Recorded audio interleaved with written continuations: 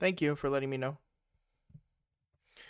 But yeah, hi Skydoodle, hi Sammy, hi Gianluca. Yeah, I have Morag now. Morag, I've got food ready for Morag as well. So, we're just got 3 more to farm. I should have it by tonight. I'd like to think. What's up, love? How you doing?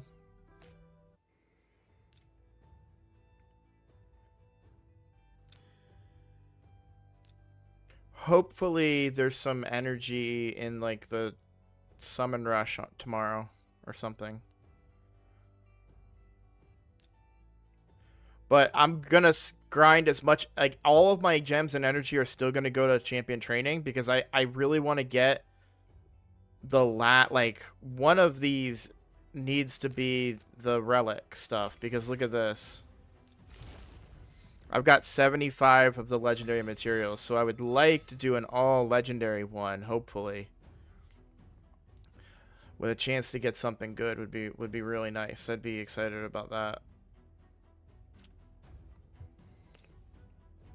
So I need to keep champion training because I don't have any way to get points from this right now.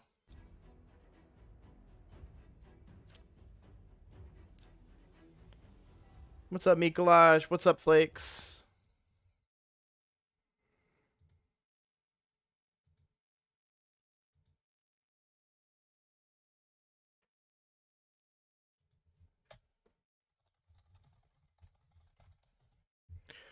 Um, so I think I'm really starting to fall behind now because of this guy. This is becoming a real problem. So, um, so far this has been my most effective team here.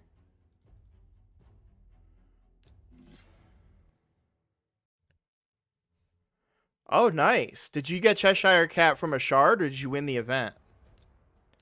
You might have told me and I just missed it or forgot.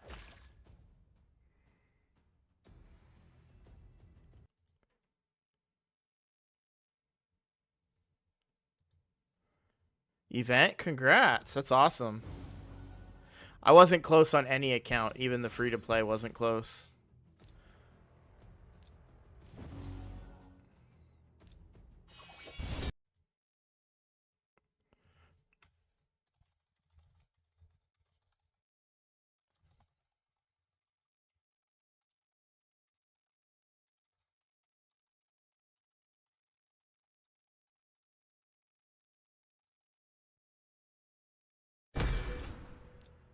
Alright, I really want to try and knock this out. We're going to try and do this one more time. Or sorry, not one more time. We're going to do this one time because I just lined up the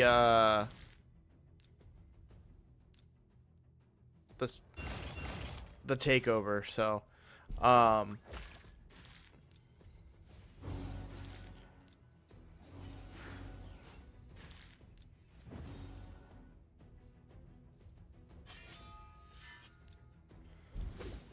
oh, I wanted to hit that guy.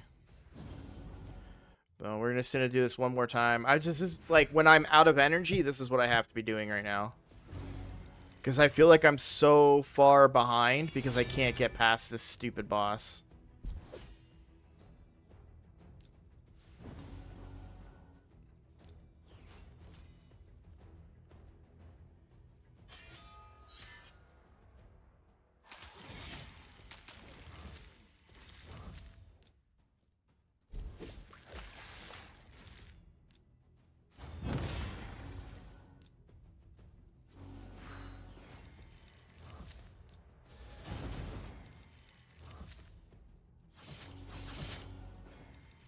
I did not hit minimum for Hydra, Mikolaj. I tried and tried and tried. So you were right. The ultimate strategy that I went with was A1ing. I needed to land 2 brimstones on that head. So I was conscious of the cooldown.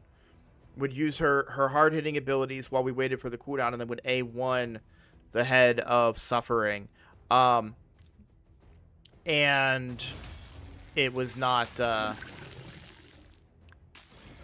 successful. All right, let's heal here and do a little cleanse. Oh, I forgot this heal was coming up, so that was kind of a waste. Good. That's actually really good. That's an early brimstone. That's really good for us here.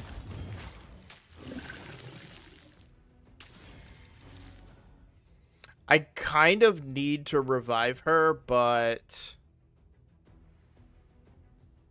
yeah, because I'm going to need her cleanse.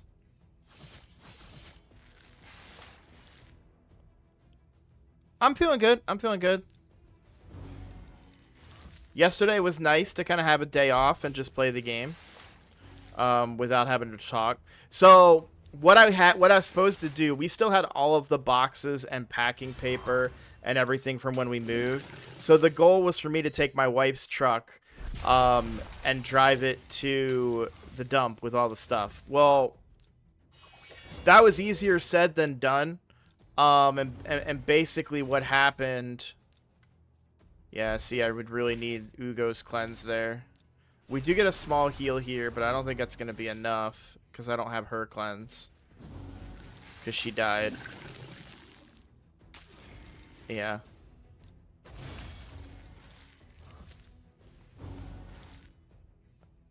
We're going to be doing a takeover for Frobins.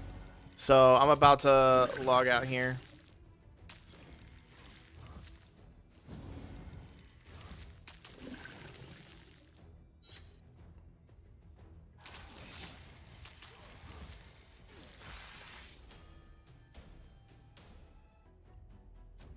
Yeah, that's just, it's so, like, I've tried everything I can to get past that boss, but I'm missing. So if we look at, like, Doom Tower, I mean, we've got people up here. You know, like, look at all the books I'm missing. Probably energy. Oh, you know what? There's no energy in there. There's some energy there that I'm missing, and a couple of books. Hey, what's up, Shizo? What? Thank you for the follow. I'm looking. I don't think I've missed any chickens, which makes me feel a little bit better.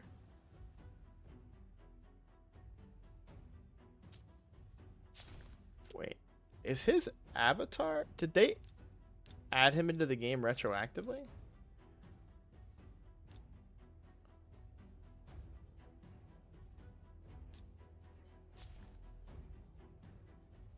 Is he not this guy?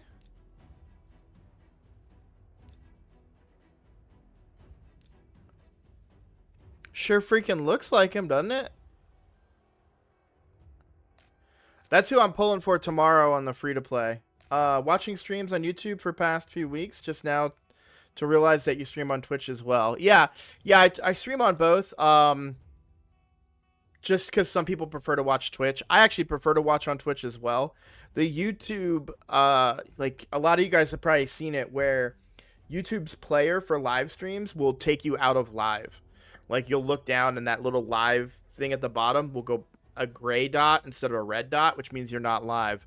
So for me, like, I'll ask questions from content creators and I'll be like, why isn't he responding? Oh, I'm not live. I'll click live and then it'll jump forward 30 seconds and I don't know if he answered my question or not in that 30 seconds, and now I'm like stressed out. So I hate it. I prefer watching on Twitch's player. But YouTube is where I get a lot of you guys have watched me on YouTube. A lot more people watch me on YouTube than anywhere else right now. So we're happy to be over there as well. All right, Frobins, I'm going to get on your account. Let's block out the screen for you. We'll go ahead and hop on to your account here. You dropped a like there as well. Keep the good work. Thank you. I appreciate that. You guys have been so great. You really have. I was talking about this last night on Colred's. I was watching Colred last night, and he did. I was talking about how I'm doing in the challenge without Harima or Geomancer or any of these really good pulls that people have had early on, and yet I'm still being able to find success. And I am very proud of that. I'm very proud of myself. I'm very proud of my performance that I've been able to be in the top 10 in this competition, even without a single good champion pull. I mean, honestly, the best champion pull I've had was Dark Elhane, and I don't even think that she's going to get used because I don't know whose spot she's going to take. You know what I mean? So, all right, Frobin, are you in chat? If you want to go ahead and give me a heyo. All right, Frobins, we got you in chat. So I believe you were talking about Hydra.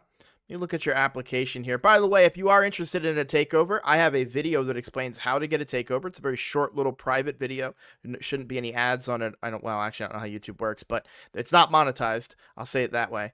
But yeah, if you exclamation takeover, that's how you can figure out how to get a takeover in the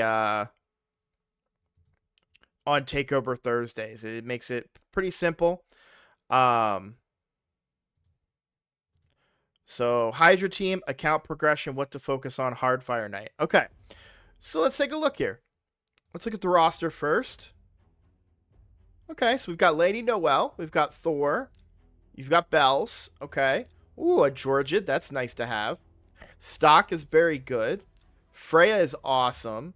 Got a Warlord, that's great. Oh, you got the cat. The cat's gonna come in pretty handy, I think.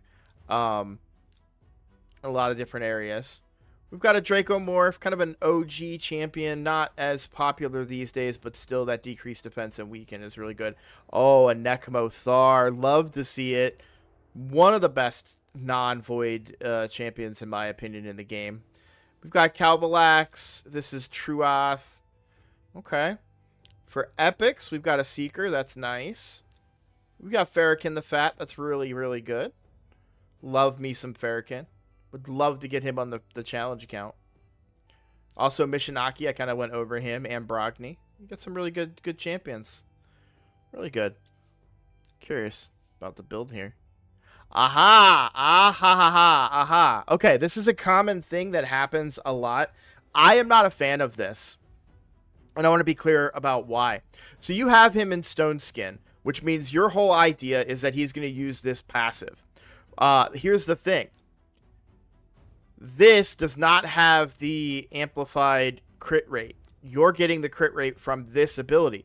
But if he's not going first, and he's not because he's built really slow, then there is a 25% chance right now, 28% chance right now that this ability will not crit. So I still build him at 100% crit rate. I've had Halfrack. He was my main nuker for a very, very long time on my account. I still built him 100% crit rate because if this goes off, you want it to crit. So that's a little thing that I see a lot of people make a decision on. Yeah, if you just want to say, hey, I don't want to care about Prince of Pride, then build him in a go first build. Build him in a full ignore defense, like a full savage set. Use and then say and make him a lot faster and just dedicate him to be a full-blown nuker instead of relying on the Stone Skin build. So, little bit of a recommendation there. Hello, Romario. What's up, Sven? I'm doing good. How are you? That's something I see a lot. Okay. Not too bad. Ooh, okay. Oh, Thor is built very, very well. That 5-star blessing makes such a big difference. Okay. Chat, feel free to correct me if I'm wrong. But I was under the impression this did not count as an AoE hit for the purposes of Savage. Now, I could be wrong about that. Your build on him is amazing. Truly, like, this is a great build. 231 speed, 6,300 attack, 360 crit damage. I really, really like your build here. You even have 300 accuracy almost. Slayer is your best gear. Go 9-piece over much else. There's one drawback, though, with Slayer. So he has no ignore defense on his hardest hitting ability.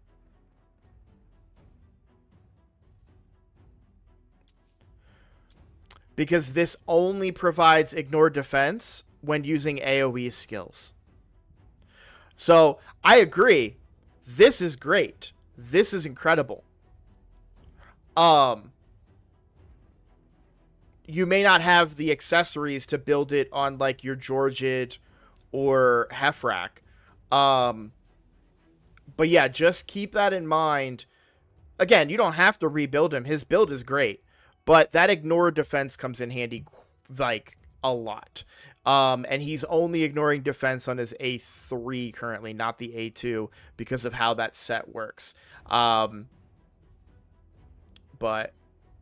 yeah, okay. Well, let's like you said you wanted help with Hydra, so let's see. Do we have any keys? No. Okay, so you're full on keys.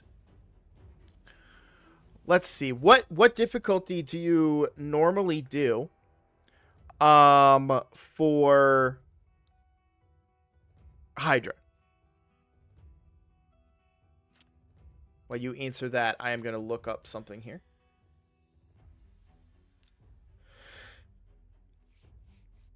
Oh, so close. So close. Hell yeah.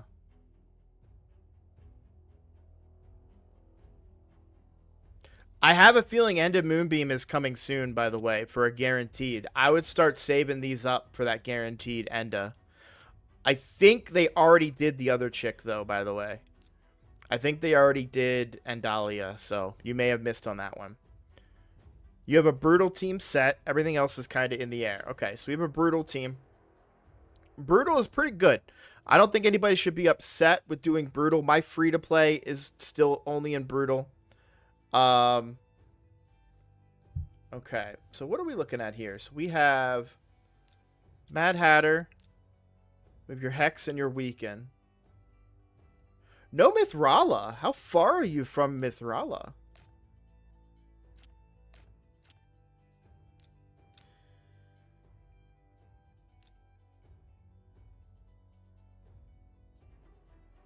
Am I just blind? Did I not? Did I just not see her? Oh yeah, I just didn't see her. I'm sorry, guys. I'm sure you're yelling at me in the comments. I didn't see her.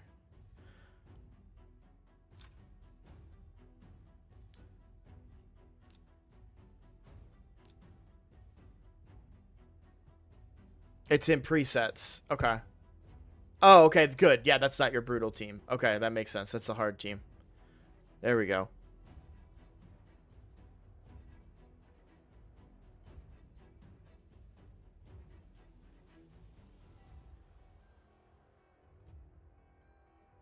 Hex, decreased defense attack.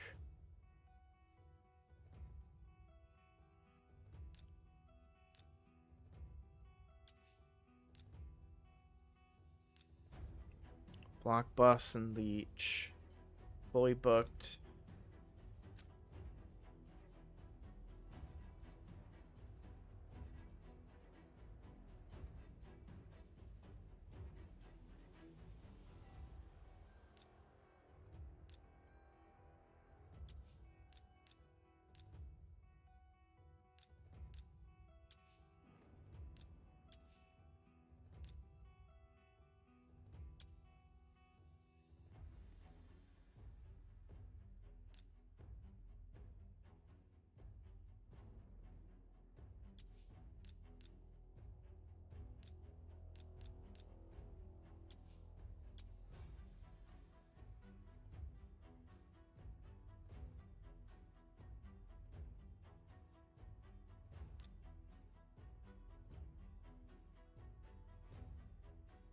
Yeah, unfortunately, I don't think he has anybody on the roster that's a really good provoker.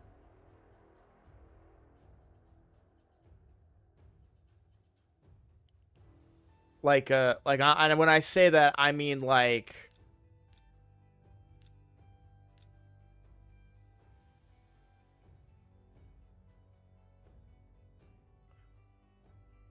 high, like There are decent provokers here. I'm talking about somebody that can do it often enough that it's up all the time. Yeah, he's using Freya already, but somebody in chat said that Freya, not a great provoker. I've never used her as a provoker, but I do wonder if the speeds might be a little too low here. Let me look at her kit. Never used her before, so it's on an A1.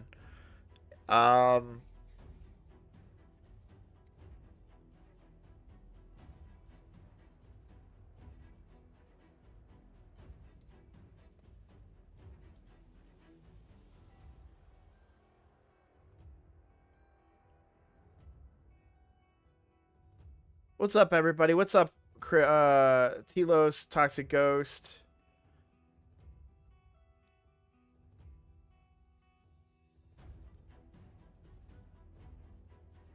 All right, let me talk you a little bit through kind of my thought process here. So a provoker is what I'm really looking for, and I'm talking like a, a Molly. Shoot him, Kevin. Hey, Joshua Burr, thank you for the subscribe. We're talking about Molly. We're talking about something along those lines. I do like the idea of potentially a provoke set on somebody here, just because I think, you're really hurting for a good provoke. Okay, so I would put Nekmothar in a protection set, I think. Well, no, he only brings one buff. I take that back. Kevin. I take that back. Amari, thank you for the follow. I take that back. He only brings one buff. I don't think it's gonna help that much. This is a good team. The concepts here are all solid, right? You have your Hex. You've got a little bit of burning. You've got your block buffs. You've got your decreased defense. Nekmo, does he bring... There's your decreased speed. She brings something. No, she doesn't bring... Does anybody bring a weaken there? It's okay if not. I'm just curious. He's block buffs and leech. So we don't have a weaken, but that's fine. Like, you got to work with what you have.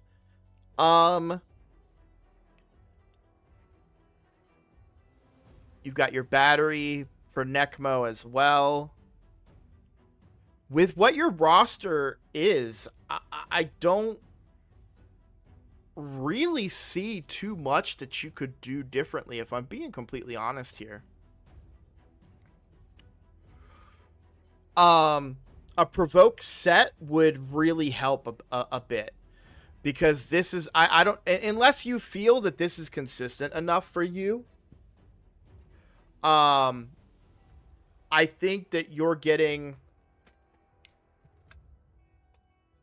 if this is consistent enough for you, then you're fine, but you also might be able to burn down quickly the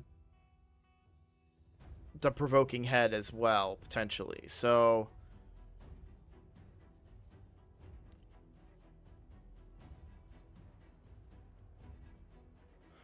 I feel like this is the same team that I would really build. Honestly, I can't... I mean, you're lacking a bit in damage.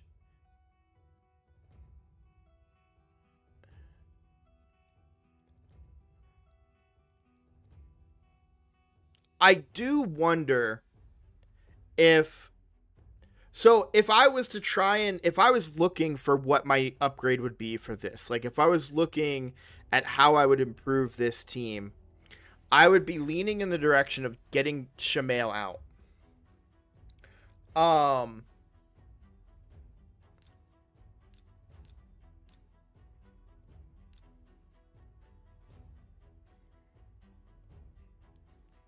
And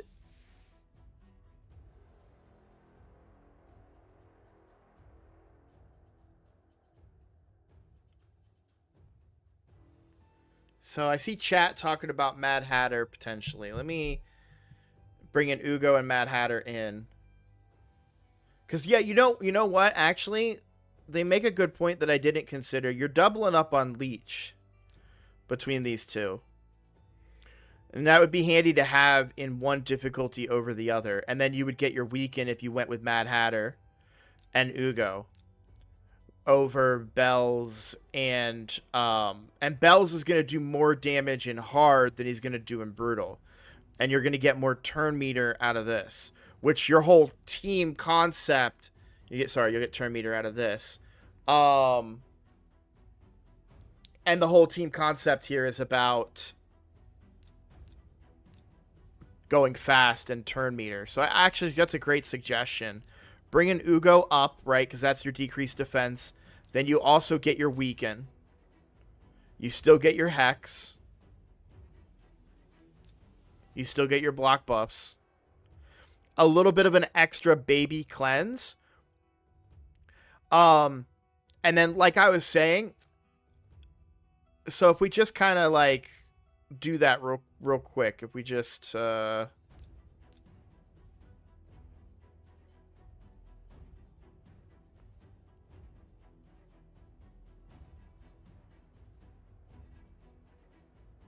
yeah, no, you definitely want the cleanse from Freya. This is you got two mini cleanses here. So here's my one thing I would consider. This is a great battery for your Nekmothar and all that, and that's a lot of turn meter.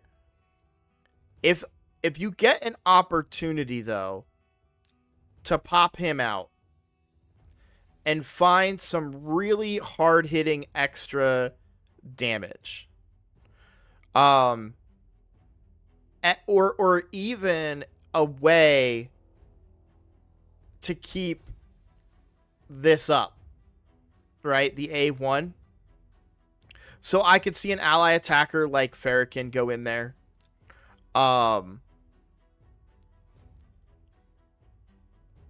You could go Burns. In fact, is Tyrant?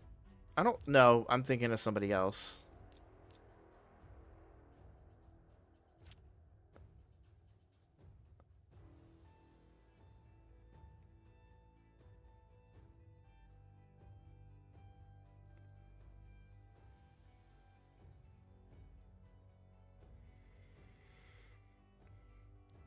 That's kind of the direction I think I would go, is try and get some more damage out of your build. This is a great battery for Shamil with all this extra turn meter that you've got now. I would see how that operates. But don't be afraid to take him out and just deal with the fears. When I started doing that, I saw a large improvement in my performance. Granted, I do sometimes have veils and other ways to deal with it, but there was a team that I ran for a while where all I did was just deal with the fear. And there's that blessing now. Don't forget about that blessing. So like, oops, didn't mean to do that. So like,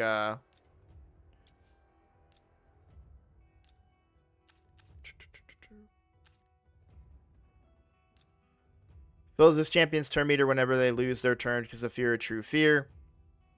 Also to use the cooldown of the skill they attempted to use whenever their turn is lost to a true fear. And so, as you get a higher blessing in here, resets the cooldown of the skill attempted to use and get 50% turn meter, so they kind of get their turn back. Not completely, but, other factors included, they might still get their turn and get whatever buff or debuff out or cleanse that you were trying to get. So keep that in mind. But yeah, I love this combination. I think this would probably be the best possible team right there. But don't be afraid to experiment with it. If you're like me and you like to kind of test out new runs and try different things and see like what happens if I put this champion in instead of that champion. What impact do I get? Don't sleep on Turvold, by the way. Turvold, yeah, it's single target damage, but he hits so hard. And with Hex, I mean, that could be a potential option for you.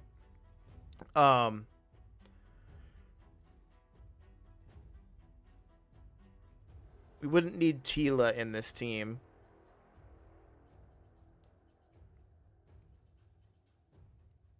But yeah.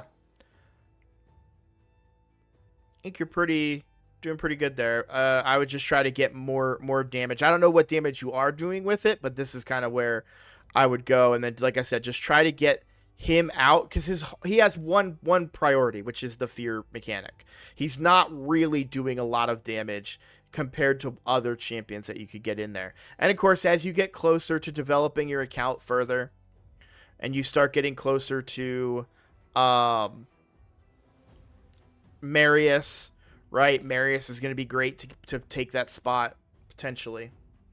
I don't know how the cat does on damage. I would definitely try him. Or her. It. I don't know.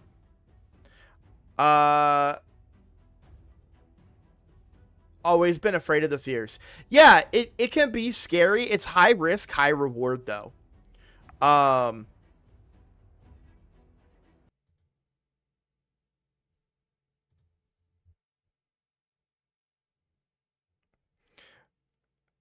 Hang on, I got...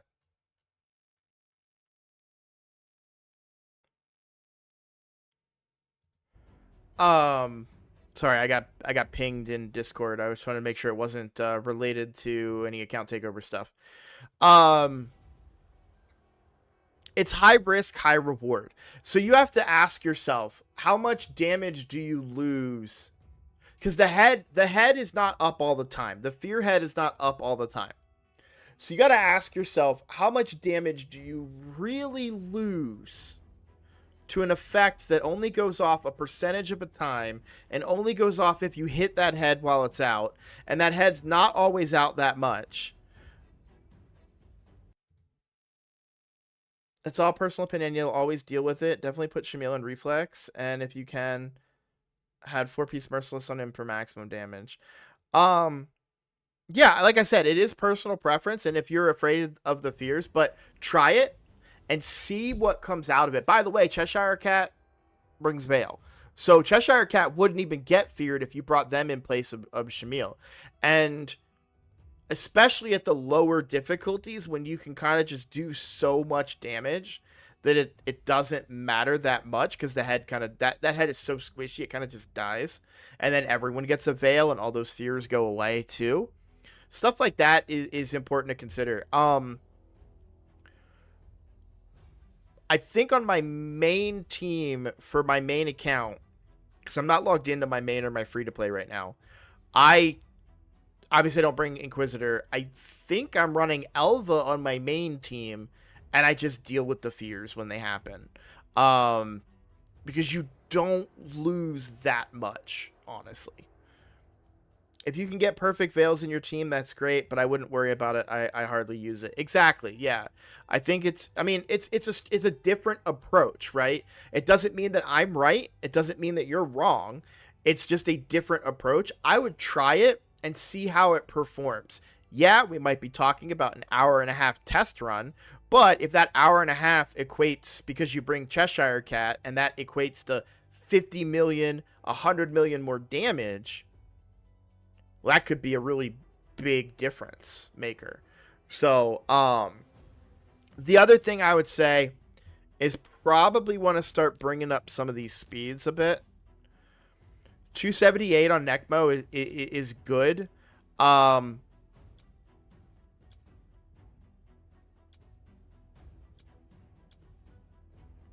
You're really good at building champions. You're really good at building champions. The reason that I say that, okay,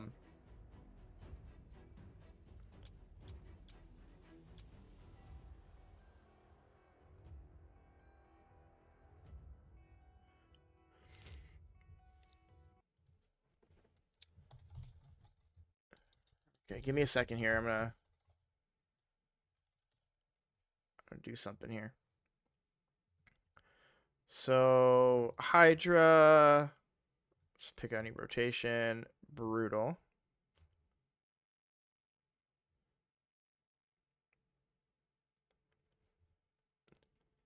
So if Necmothar is, and this is an if Necmothar is only being used for Hydra and only being used on brutal difficulty right now, don't be afraid to drop that accuracy a little bit and increase some of your speed. Obviously, you've got speed here. Are we just lacking on those, or do we not farm them? It looks like you probably farm them.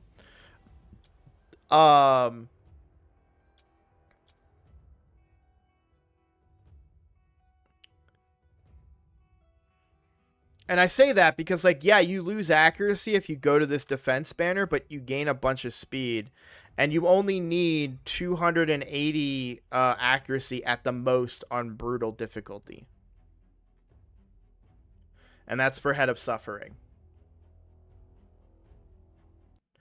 according to the Raid Stages tool. I don't know, maybe I'm just blessed by using Viral on Nightmare and Duchess on Brutal. Does he have area bonuses?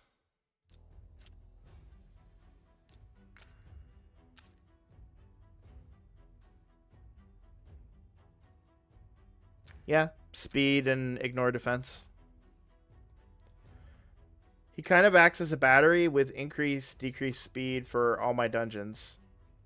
Okay. Again, I'm not saying that you have to rebuild them. I'm saying these are ideas to improve it. You're doing a great job. These are the hardest takeovers for me to do because I can't just look at somebody and be like, "Oh, you have flat stat boots on your and a flat stat chest," right? Like I can't. That's not a thing. You're better than that. So I have to try and find ways to min max for you and try to squeeze out a little bit of extra performance on a very good, strong performing account. I did want to take a look since I was just asking about it. Okay. And then for Sand Devil, oh, only stage 15. What are we doing in Sand Devil? Looks like nothing. Looks like we're not really messing with Sand Devil at all, huh? I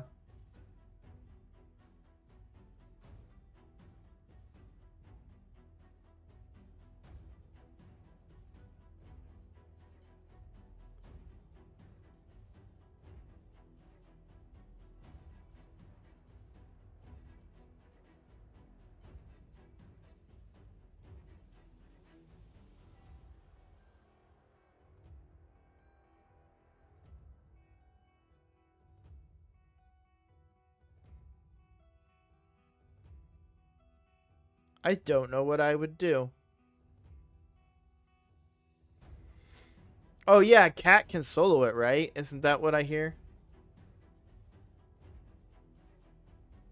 Yeah, great for tournaments, but I would love to see you being, 17 or higher, and especially 25 if possible. But it's not always possible. You're right. Very key champions make a big deal for that. And I don't know if you have anybody to take that first hit with, or any way to have anyone survive. But for Phantom Shogun, I love recommending this team. I would take out Draco here, by the way.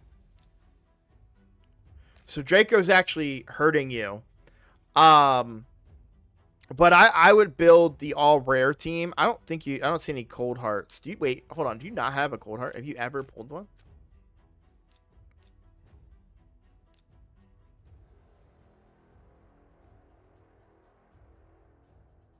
Okay, yeah, you've pulled one. Maybe I just don't see them.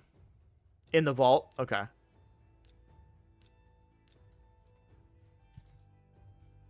Oh, yeah. Yeah.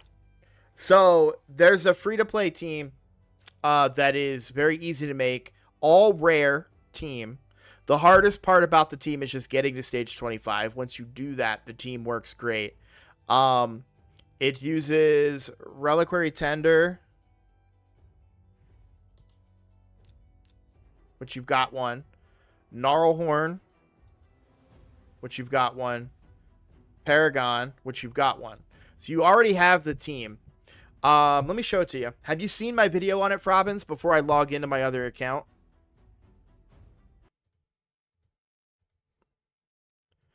If you've seen the video on it, I won't bother. Okay. All right, I'll show you this team. I love this team. And like I was in Drock's chat the other day. He didn't know about it, and I was in Colred's chat, and he didn't know about it the other day. This team is so good. I run it on both my free-to-play and my main account. We're going to log in. I'm going to log in on my main account because your account is much closer to that than my free-to-play. So I feel like I can give you better assessments and better comparisons there with recommendations for some stuff. Because, you know, like, for example, those boots that you could have full that you landed speed on, and you would love to have those be 6-star ascended, right? Good news, by the way, if you haven't heard, in a recent Nub video, he talked about the fact that Plarium has said they will be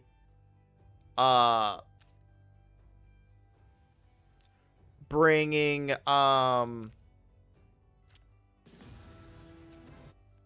stand by 1 second here, guys. They're going to be bringing oh god, what are those resources called? You're going to be able to combine them now. You're going to be able to combine them to higher ones. The oils. That's the freaking word that I just could not find, and it hung up my whole spiel there. So the oils, you will be able to bring to combine the oils in the near future. They are working on that. Sure, why not? Oil mixing. Thank you. Yeah. All right. Gonna knock. We're gonna make. Sorry, red dots. You gotta bear with me. I cannot allow these red dots to stay on my account. Besides, I'm sure you guys would love to see what rewards I get, right? Really looking for void shards here, and I'm not happy right now to get no void shards on back-to-back days. That's infuriating. So that'll be good for you, that you can combine the oils for greater ones. In fact, I bet you that might change where lower level accounts should be doing Sand Devil, because you can combine those oils and extracts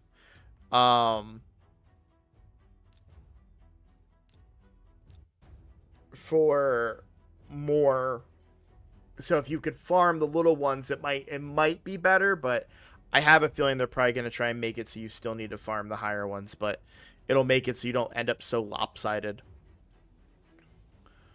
All right. We have one more red dot to get rid of, and then we'll be able to go in. You can't get past 17 on Sand Devil. Well, so yeah, my way to get past Sand Devil was very, very specific and niche.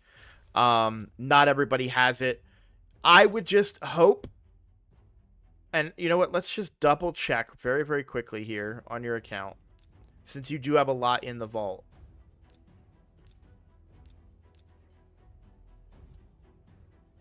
Okay. So no Godseeker and Neri on your account. Never pulled her.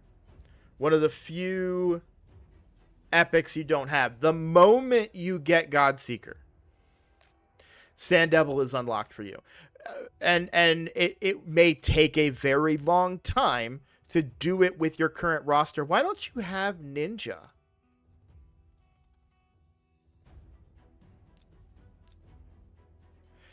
Did you miss the promo code when Ninja came out? I feel like you were playing back then,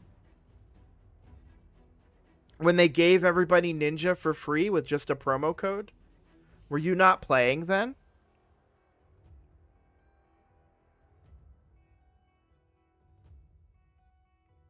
Yeah, no, that's not what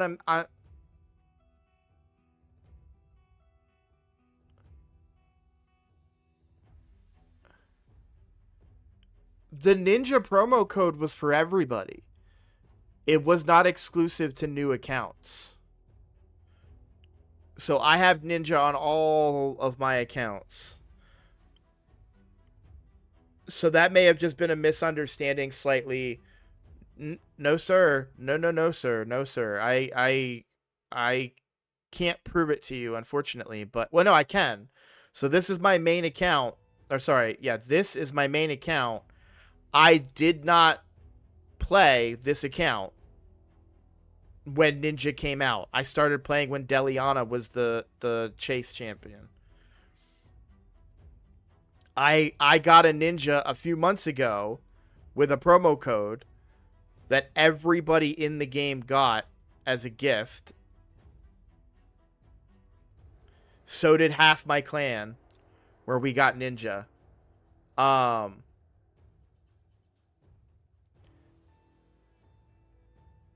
So I think that's a slight misunderstanding there on your part. Because yeah, this account started at Deliana. I never had Ninja. I complained about it for years, and they did a promotion where they gave Ninja to everybody off of just a promo code. It was not exclusive to new accounts.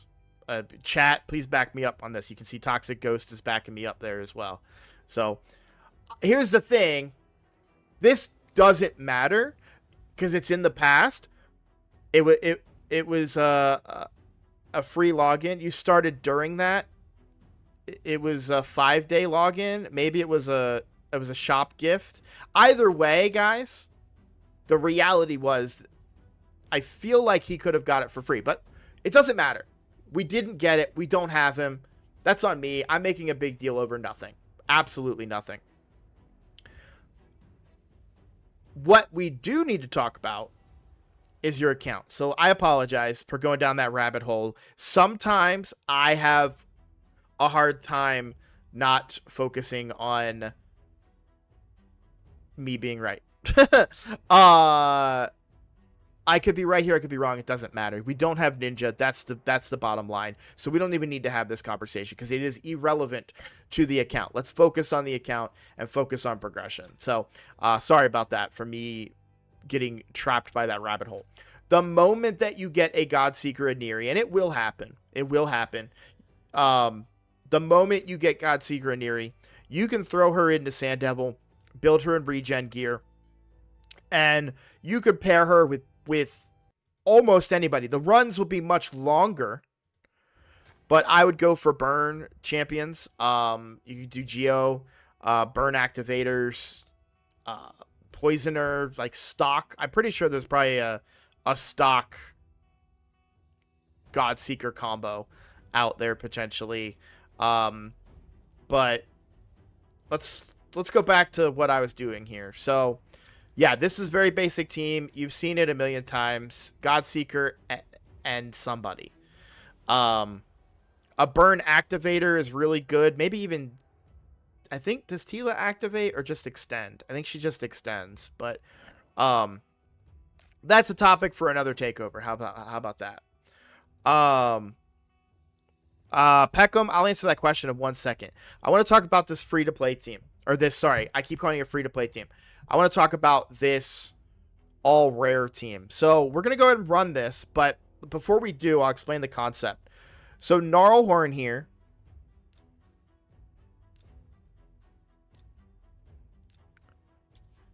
Gnarlhorn's A1. This cannot be a strong, critical, or weak hit.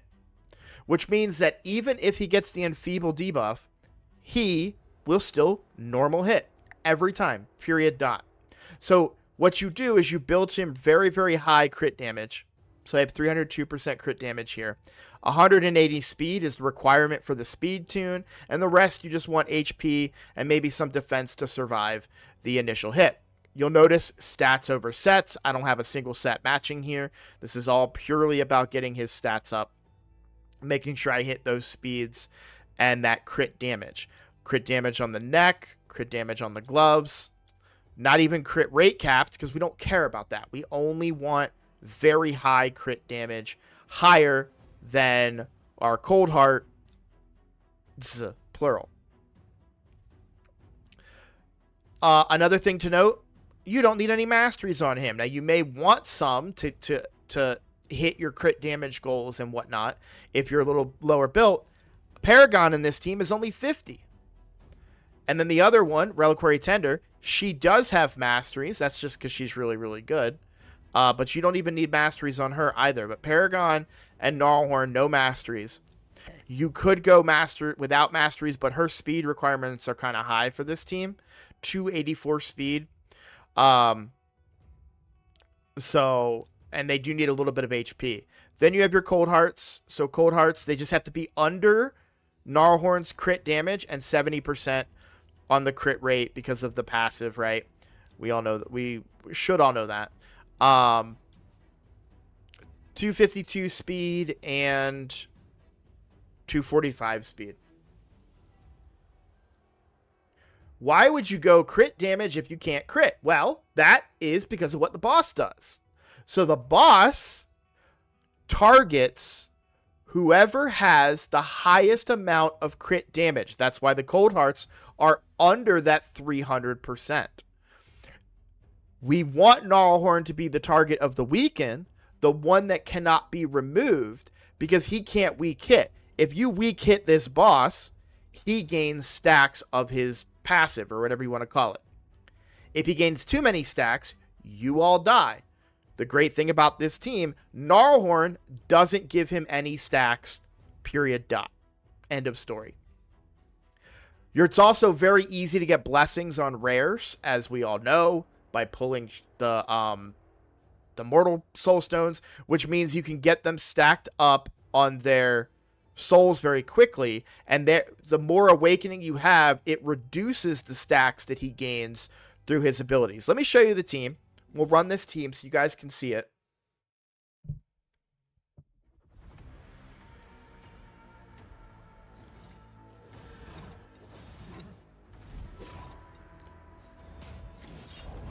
So there's the hit. Reliquary Tender cleanses it, but not this one. Gnarlhorn will always be the target because he has more crit rate. Or crit damage. Sorry, he has more crit damage. See how they keep hitting Gnarlhorn? Why isn't Gnarlhorn dying? Because he's under Unkillable. Who's giving him Unkillable? Paragon. Everyone gets debuffed. We immediately cleanse it. It's a speed-tuned team. And then we just, look at him, 0 stacks. 0 stack. This is the safest run ever. Now, Skydoodle made a good point. Like, you could use Mithrala, and you totally could use Mithrala. Any 3-turn cleanser can do what Reliquary Tender does in this team. Why do I like using Reliquary Tender instead of something like Mithrala or another one of my champions? Because of the speed tune. I like to adjust and change my champions on the fly. What if I need to do Amius and I want to bring Mithrala, but I notice that Mithrala's speed is a little off? Now, it might be just fine, but what if I want just a little bit more speed? Or what if I want to change? What if I want more resistance or accuracy or HP or defense on my Mithrala for any given fight, right? If I want to make those changes, what if the speed goes down or the speed goes up? This team now fails. And I won't know that it fails until the next time I go to run Phantom Shogun's Grove. And then I go to run Phantom Shogun's Grove. Oh, shoot. The team just failed. I got to fix my Mithrala. What was that speed again? I got to look up my build. I got to get speed back on her. I got to do X, Y, and Z, spending silver, leveling gear, etc., etc., etc. Look, am I talking about the far worst scenario here? Absolutely. My personal opinion, set it and forget it. This team will never be touched again. I never have to touch this team again unless they buff or nerf Phantom Shogun's Grove again. So that's why I prefer to use Reliquary Tender. And also, it's all bad gear, right? Because I might want Mithrala in protection gear or feral gear, right? But with this build, none of that is relevant for my Reliquary Tender. I'm just trying to hit speeds on her, right? I don't care about what sets she's in or anything like that. But on my Mithrala, I might want better sets. I might want Stone Skin. I might want, so that's why my personal opinion is if you have them, build them. Amari, did I answer your question? Did you see why he has the highest crit damage, even though no crit rate? He is not there to do damage. He is there to tank. And he's tanking because of his high crit damage. Okay.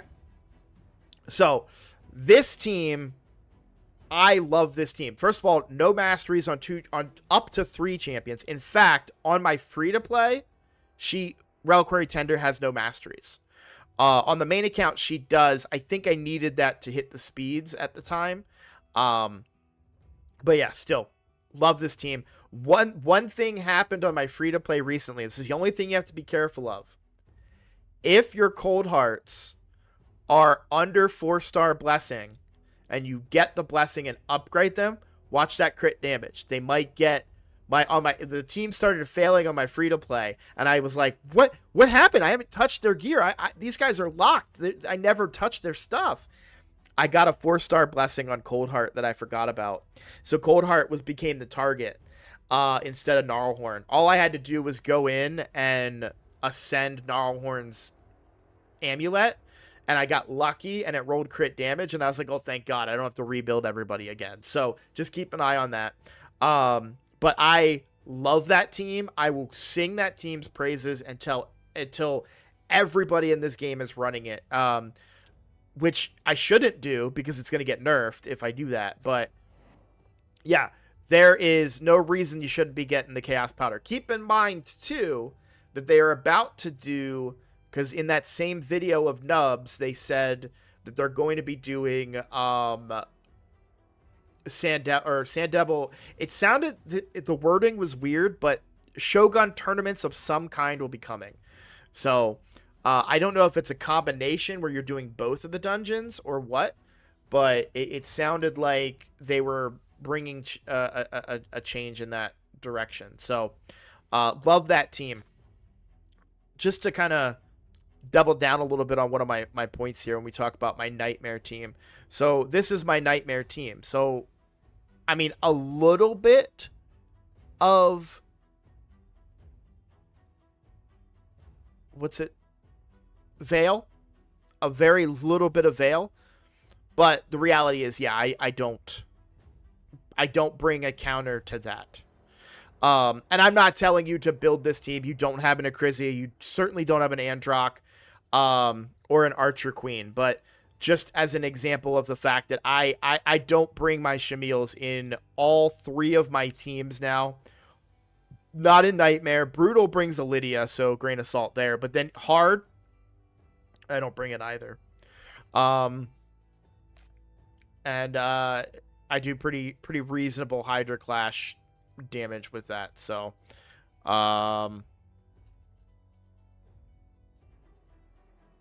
good. Icky had a bad day. I feel like I can pass him. So anything else that you want me to take a look at over on your count? But by the way, I haven't said this enough. You're doing great. You're doing a great job on your account.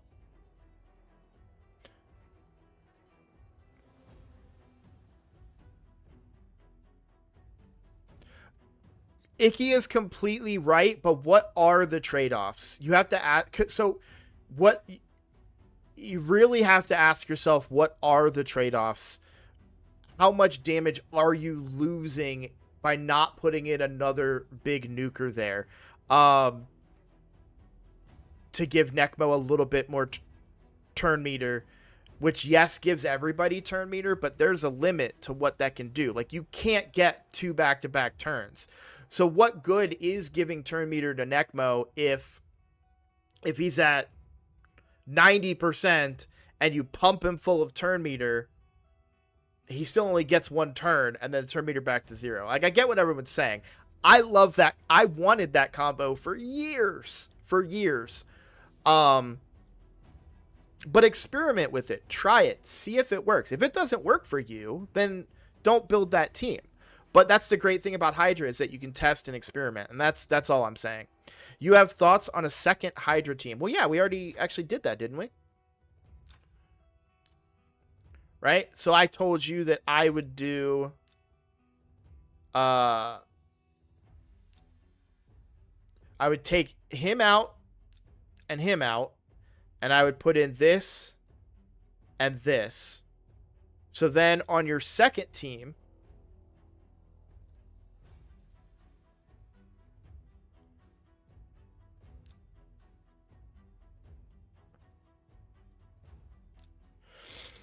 I wouldn't bring her. I know you're working on him still.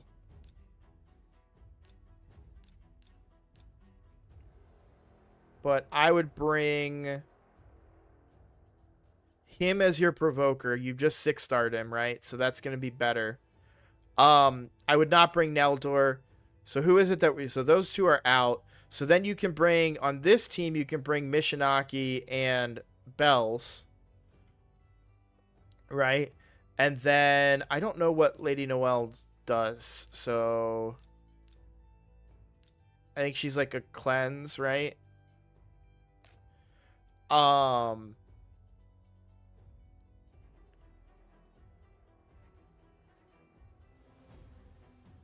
have provoke, we've got block buffs, we've got hex, and decreased defense. She brings a weaken, although single target. Support champion.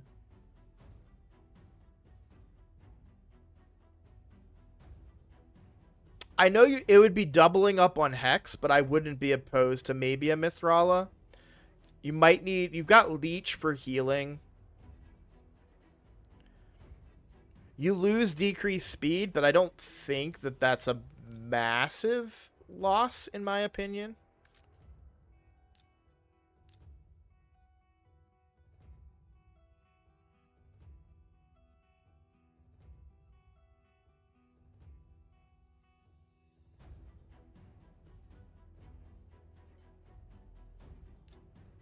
Because you really don't have an alternative with your roster. So yeah, I would probably go with some version of this, and then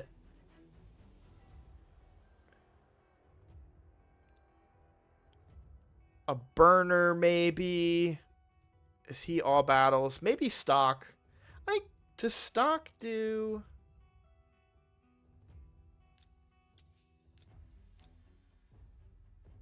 Yeah, burn activation, and you've got Mishinaki in there. Granted, those not that many burns, but I actually kind of like stock. You get the aura.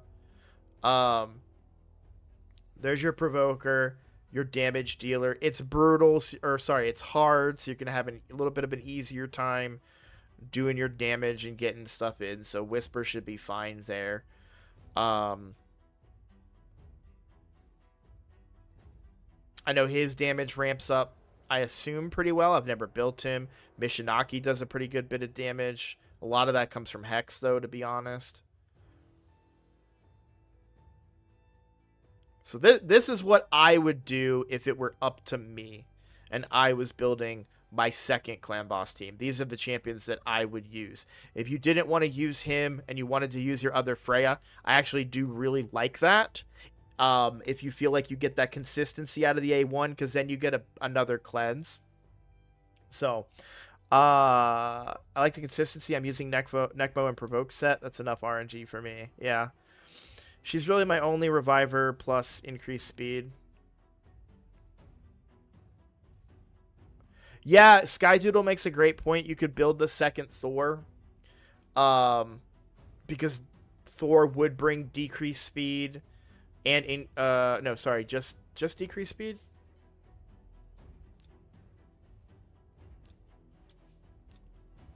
Yeah. And he hits really hard. He'll hit even harder on hard than he would on brutal too. That's a really good option. If you were to do that, I would actually just take out the Whisper for the Thor, for the second Thor, would be my recommendation. But yeah, that's kind of where I'm leaning towards. For your last team, which would be your normal team, I would probably build. I mean, you could probably do some kind of combination Tila and Tyrant.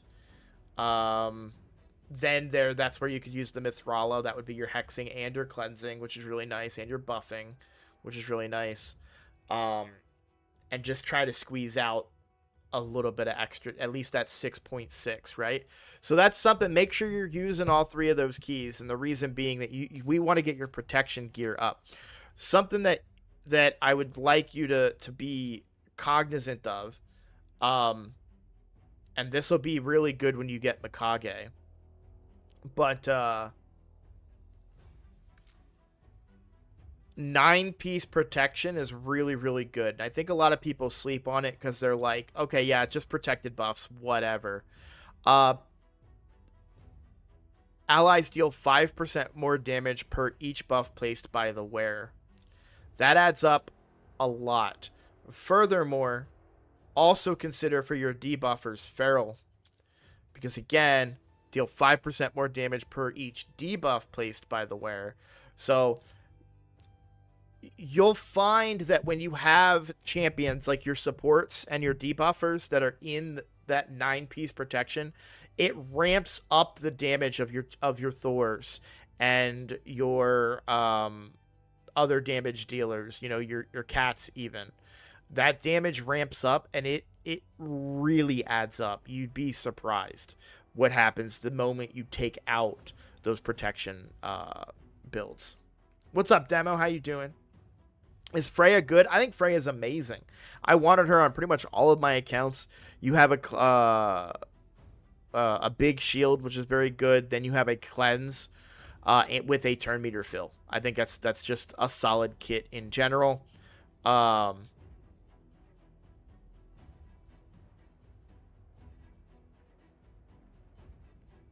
This is on a 5-turn cooldown and cannot be reduced.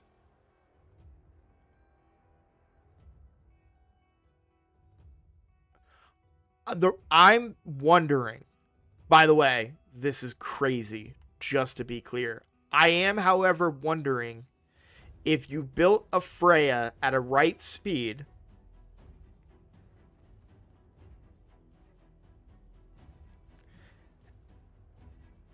and paired her up with a reviver, could you not just build an infinite team to kill? It might take an hour, but build an infinite team that could kill Sand Devil. Do you guys, is that making sense, right? So he uses his big hit, prevents the death of the ally. They have 1 HP. Then they get a heal. Or does it not work if she dies? It may not work if she dies. So I don't know if that would work. I'm just trying to think outside the box here for a potential Sand Devil team where you can have a reviver survive that first hit, then revive Freya, and then she just does damage with, you don't have War Master, so probably wouldn't be able to do that. Let's look at masteries too.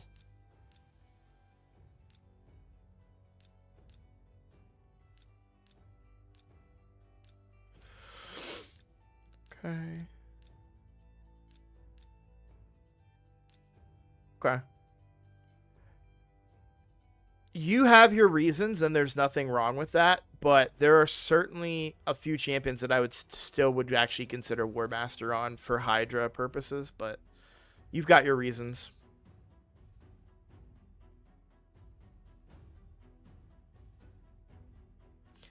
If, and this is a big if, you want damage out of your Shamil, you can go Giant Slayer.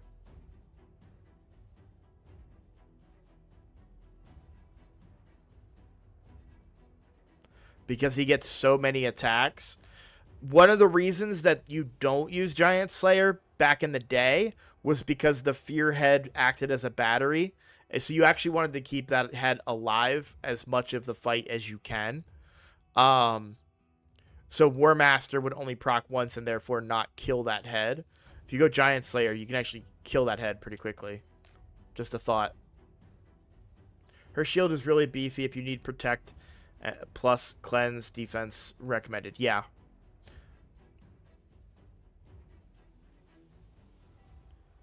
No, I think Freya's great. I would have loved to have her on any of my accounts, for sure.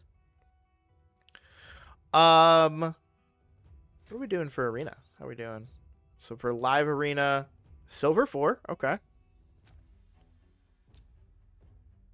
Gold 5. Love to see it. Where are we at on tag? Silver. Yep. Good.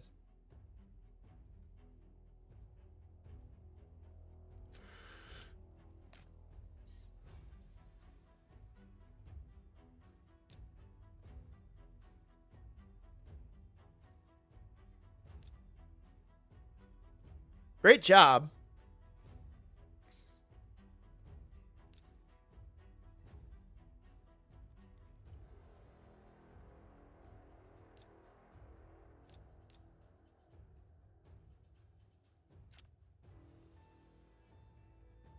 Anything else before I move on? We either go back to my account or we do another takeover.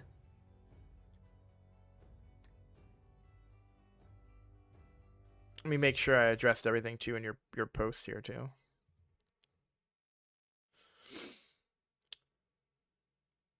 Telos, you would be next up if you're still here. Hydra team's account progression. Hard Fire Knight. We did not talk about Hard Fire Knight. You had asked me about Hard Fire Knight.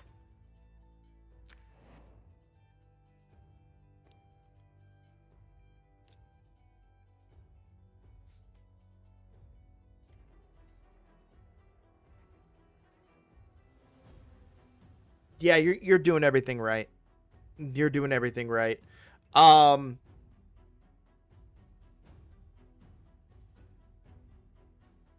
When you get another better ally protector, or ally attacker,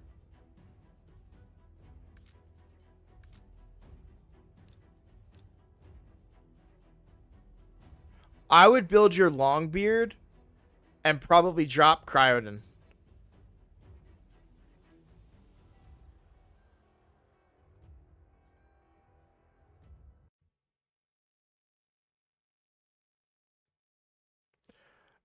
So the problem with Yakarl, I never found Yakarl to clear the waves as well as I would like. So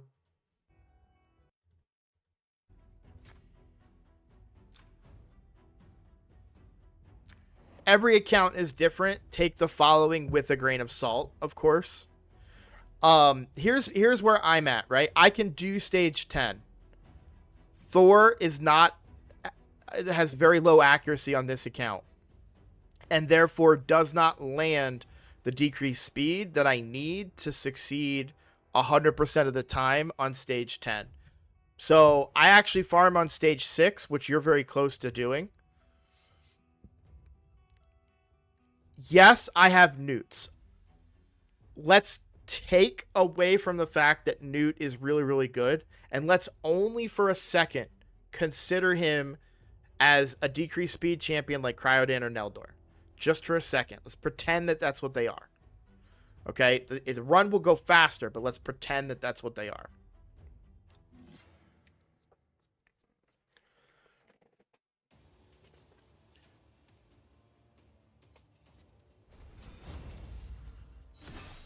So, this is Thor. This is the main thing I want to show you here is what Thor will do.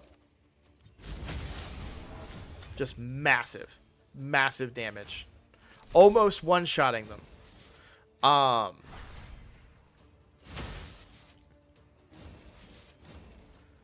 I have it set up that he will only A1 for the rest of this,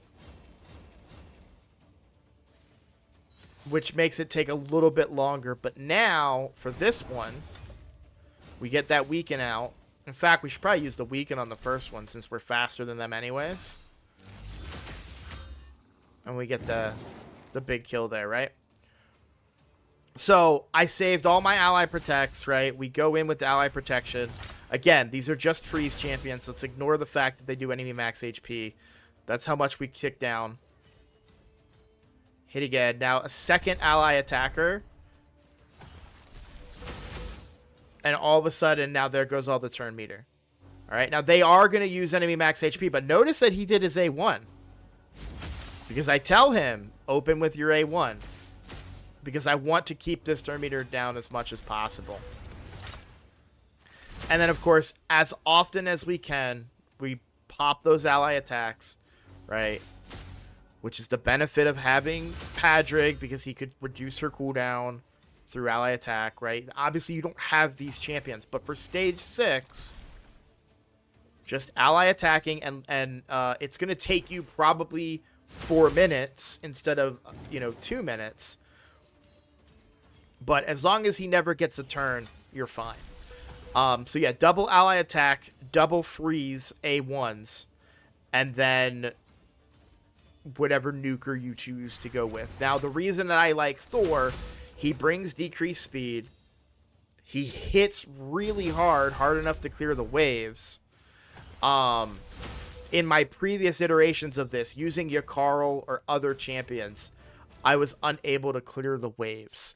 That would take me forever. Even with Seer, Seer was good for clearing the waves, but then she serves no purpose and only brings a single hitter on the boss. So I've had and no decreased speed. Thor brings everything: decreased speed, damage, wave clear. So Thor, you're already on the right track there. I would bring another ally attacker instead of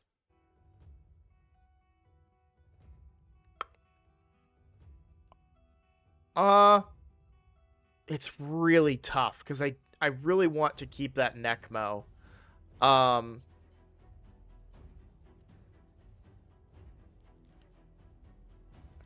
I truly believe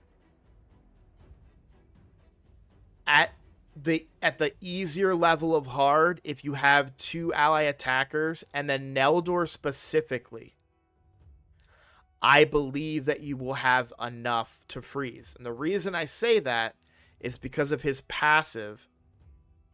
Oh no, never mind. So what would I do then? It's so tough.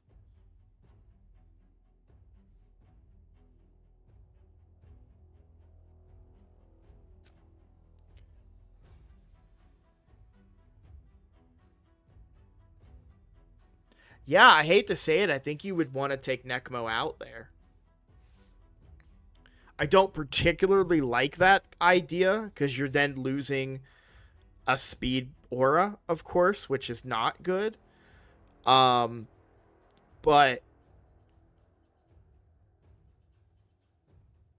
because what you really want is Cryodan triggering Neldor. And the ally attack just improves that even. Well, not really, but maintaining control of the Fire Knight. You just have to make sure your speeds are good enough without a speed aura to be able to surpass Fire Knight. That's really the only thing.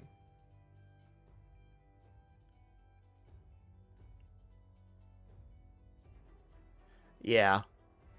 Yeah. Newt is certainly a lot more forgiving.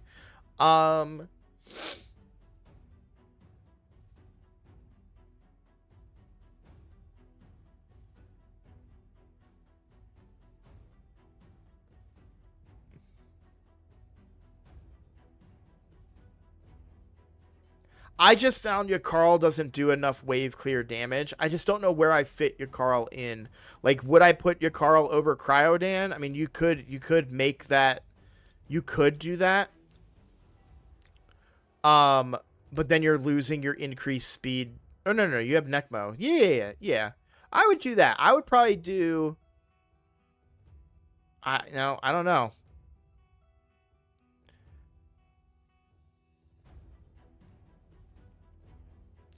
Hold on a second. Let me think for just a second here.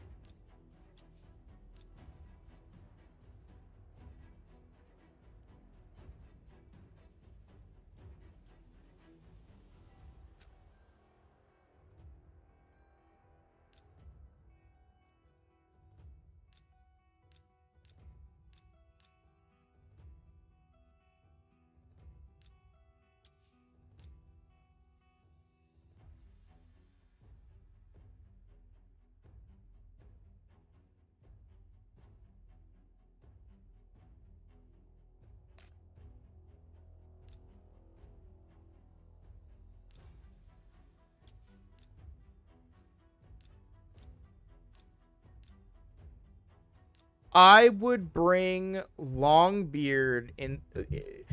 Okay, I'm going to give you 2 suggestions. One is some configuration of 2 ally attacks, which I stand by. However, you do have to sacrifice your speed, or if you don't want to do that, then I would recommend building Longbeard over Farrakhan, because Farrakhan does not attack with the team. Longbeard does. That's 1 extra hit on the shield. That may not be what you need, but it could add up potentially. Um, but then you have Phantom Touch as well. So I really think that you have a great team here. I do wonder what kind of can I run this team on stage 6? Okay. I think the presets were set. I hope they were.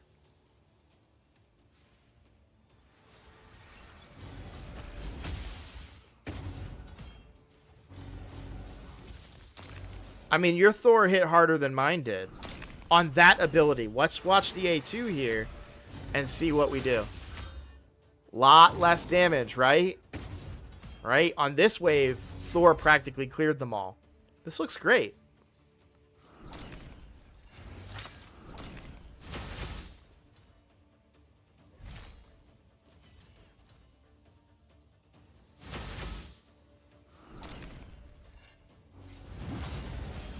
Yeah.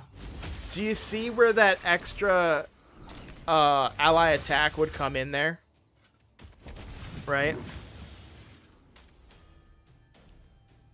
Because both of them hit, but we never took the shield down. So Nekbo Thar is great. He brings a lot to the table, but another ally attacker, and I think you have that down. Right?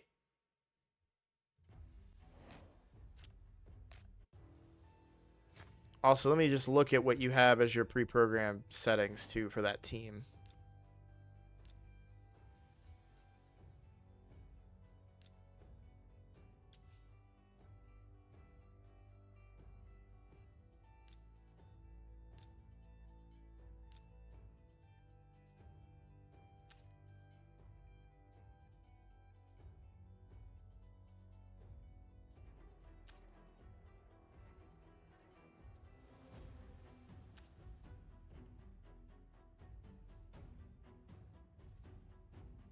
Yeah.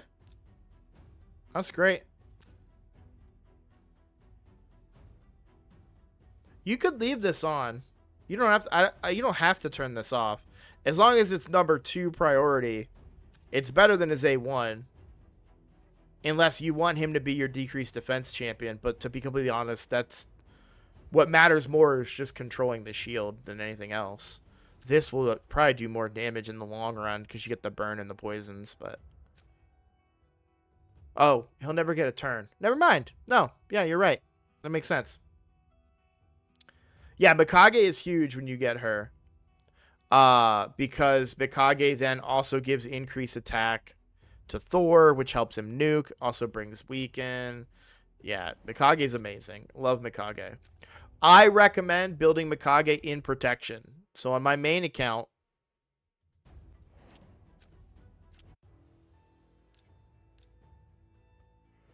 so my Mikage is in 9-piece protection.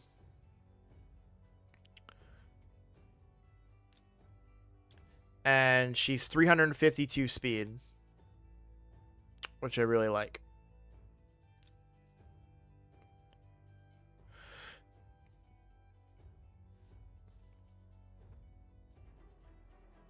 I do think if there's one area of your game that is a little weak is the speed of your... Wow, that's a... Wow. Wow. How?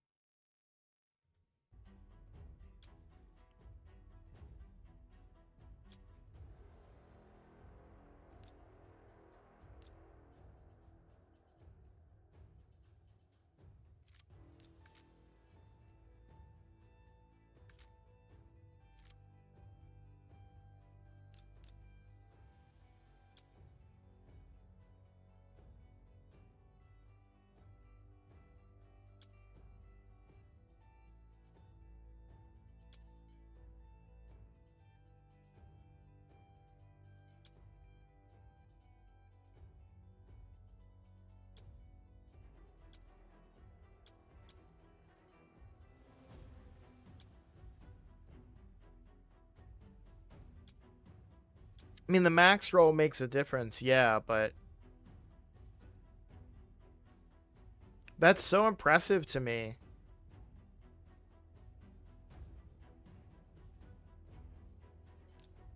That you're able to pull it off even with...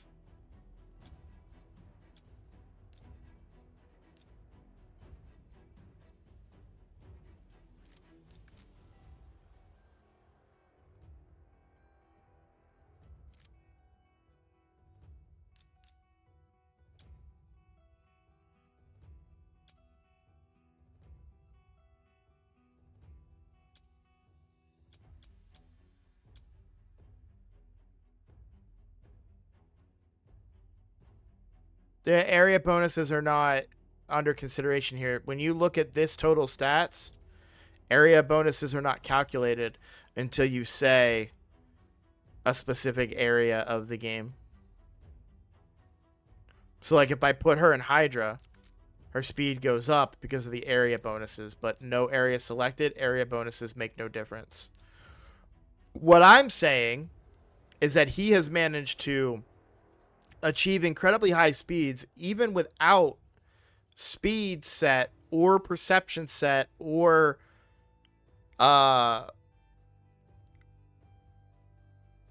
any of the speed sets here, which is impressive to me.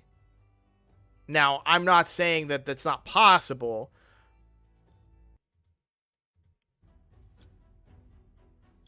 because you can see I'm doing a similar thing here.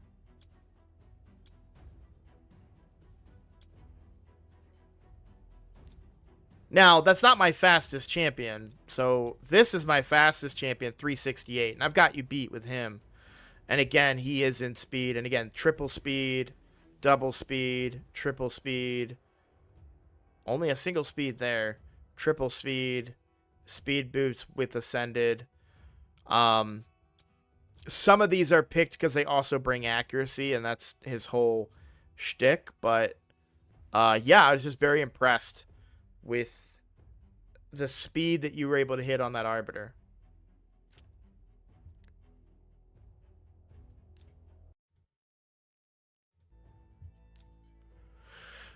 Hopefully, in the near future, you get some speed that rolls really well here. Or protection gear, and you get a protection banner that rolls triple speed.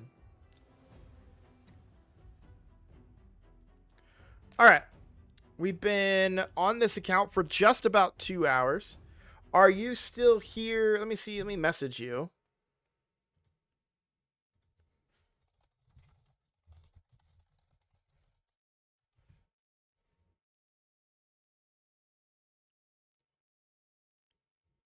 Perception gloves would certainly help, but I don't think that... You'd still be looking for something better, in my opinion. Alright. Alright, so we're going to move over. So the next person signed up just responded, so we're going to move over to their account. Frobins, you still technically have 15 minutes left. Do you have anything else that you wanted to talk about on the account?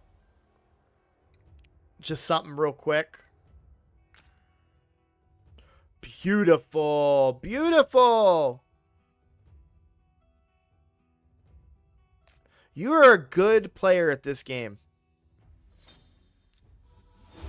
I'll get you those upgrades for you.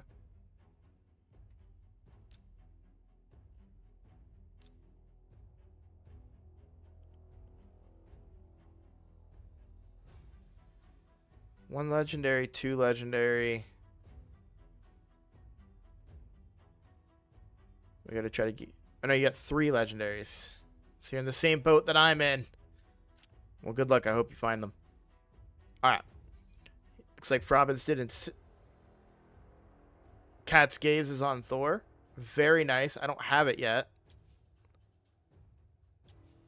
Wait. Did you complete... How did you get it already? Did you craft one?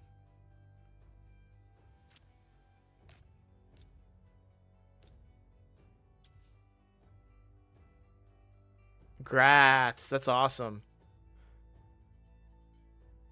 Yeah, that's why your Thor's crit damage is so high. That makes sense.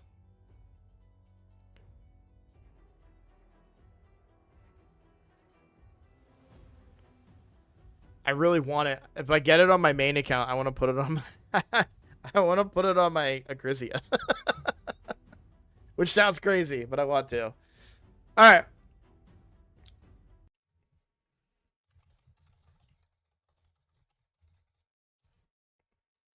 I'm gonna block out my screen here.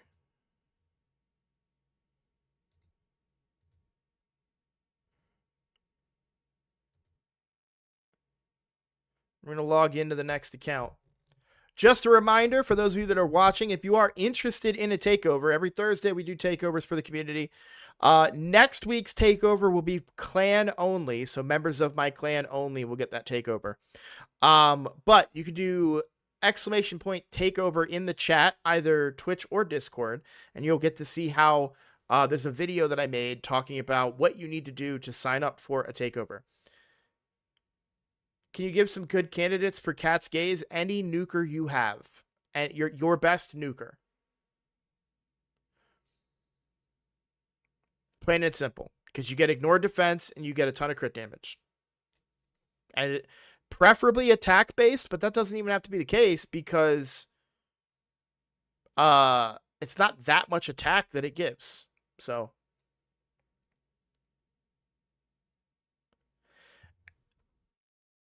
does enemy max HP not ignore defense? So that's a no, it doesn't.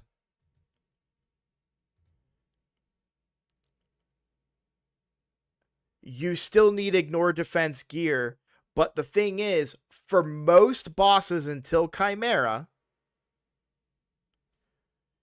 you have been able to hit the damage cap on enemy max HP without ignoring defense. So instead of them ignoring it by default, they just hit so hard that you didn't need it. Chimera's defense is so high that you need ignore defense to hit cap. I don't hit cap with my Acrizia on Chimera. And that's with decreased defense and weaken, and she's in 9-piece Merciless. And I still can't hit cap. So yeah, I would lean towards putting it on Acrizia, because also crit damage means so much more for an enemy max HP nuker than regular nukers. So that's why I would do that. I'm not saying it's right. That's just what I would try it on for her first and see what it does to my Chimera runs. That's basically it.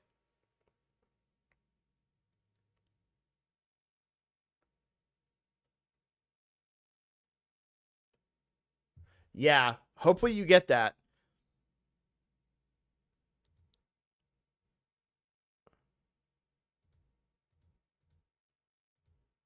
All right.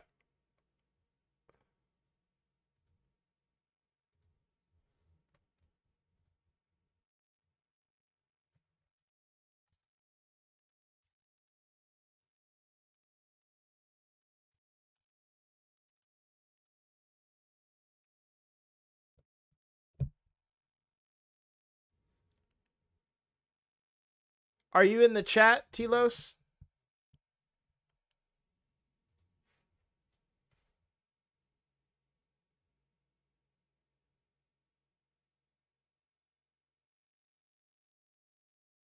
Okay, you're in the chat. Are you you did YouTube membership, right? Am I correct on that? I think I remember seeing you sign up for that. Normally I would check this before I go live, so apologies.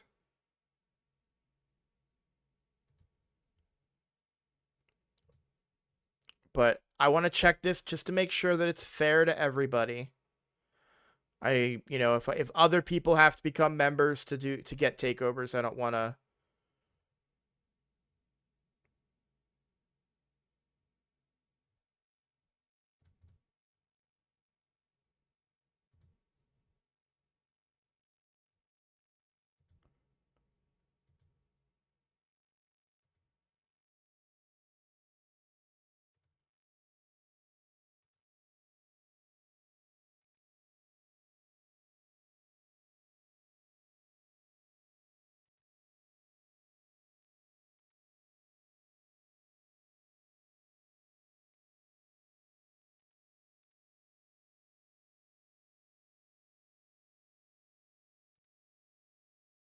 You're a Twitch subscriber? Okay.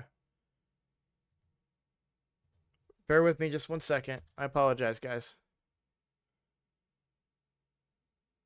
1 second. I apologize, guys.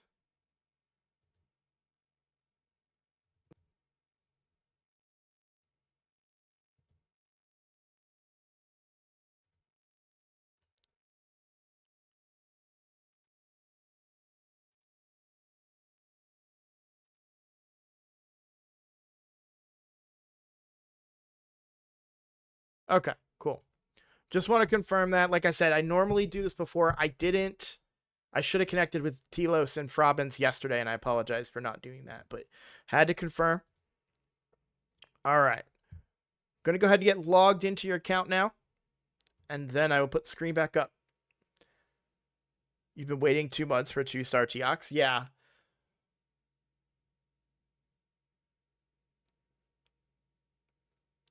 I'm of the mindset, and this is something that I learned from watching Boozer. I'm of the mindset of going for one at a time, basically.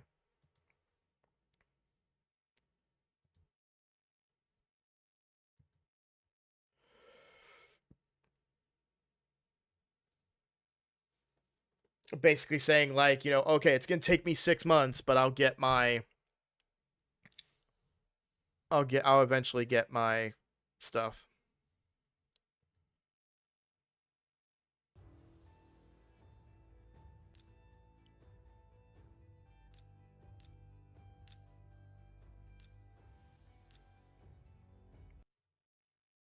All right.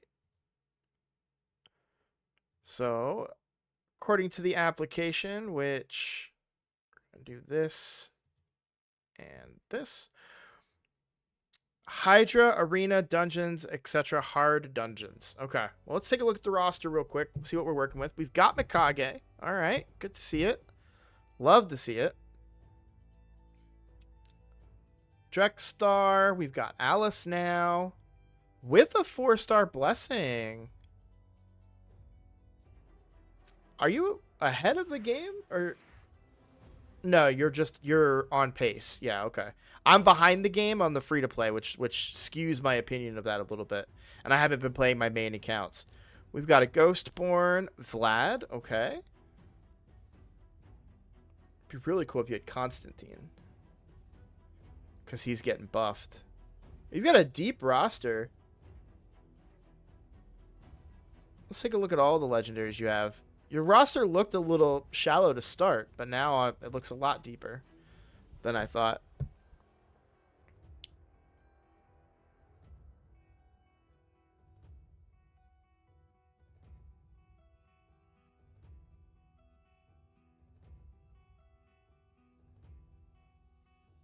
Got Bivault.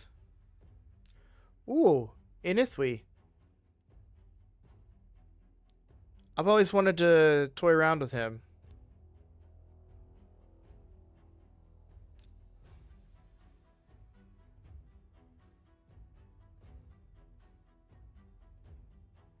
Very deep roster. Okay.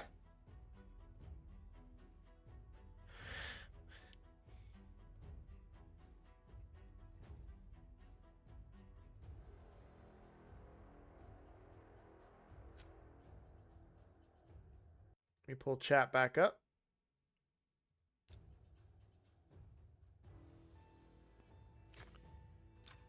So you mentioned Arena. Looks like we're Gold 5 Arena. Bronze for Live Arena. And, oh, still Silver for Tag Arena for coming back. Yeah, I assume you might have been Bronze if you were gone for a little while.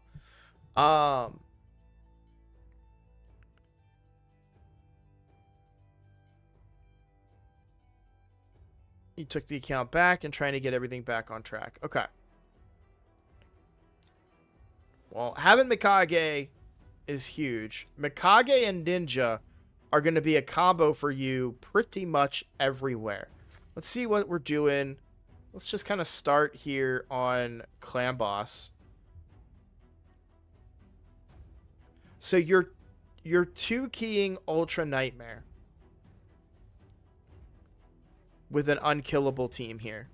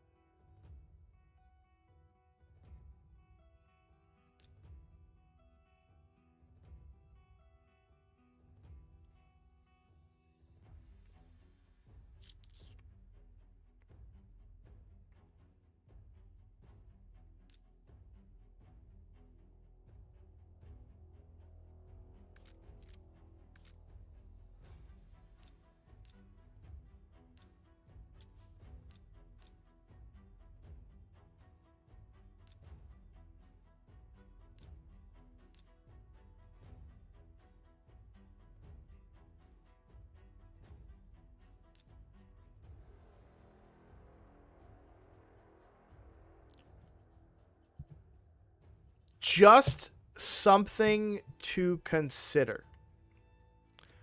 And I want to be clear that I'm not necessarily saying that for certain this will be better than what you're running. However, I do believe that if Ninja was built a little bit better,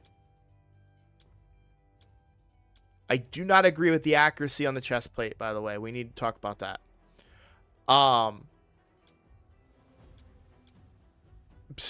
Definitely the same thing with Mikage, because she ignores resistance, so we don't want that.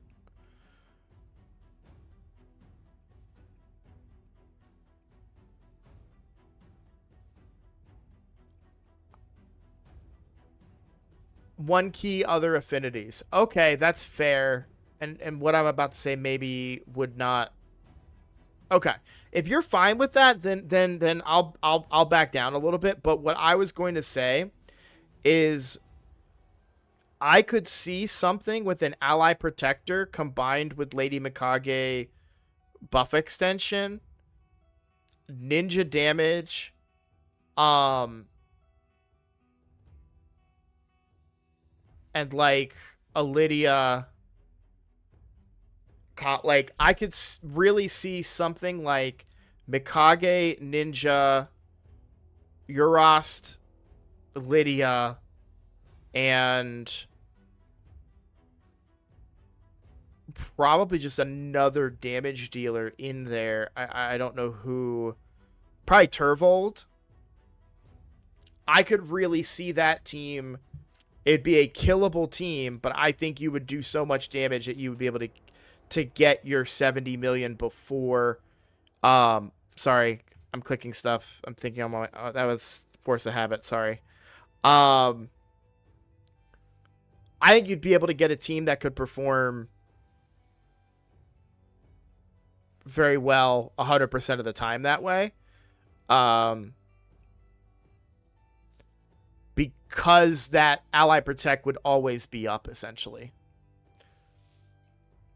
And I like Urost in particular because he brings that poison. But you have a team that works, so we don't need to talk about that. However, there is one downside to your team. It's a speed-tuned team, which means your ninja has to stick at 251 speed. Now, that's a good speed for a ninja. I am not a fan of the accuracy chest on your ninja, though. So a lot of people think of him and really only consider ninja as kind of that burner champion. But you can see I've got mine in lethal. With even a little bit of Slayer here to get that crit damage up. Attack percent chest, crit damage gloves, crit damage on the neck, accuracy on the banner. Like, you do need some accuracy, but the reality is that the accuracy level that you need, unless you're using him for high level like Sand Devil or something along those lines, you actually don't need crazy high accuracy on him. If you're using him for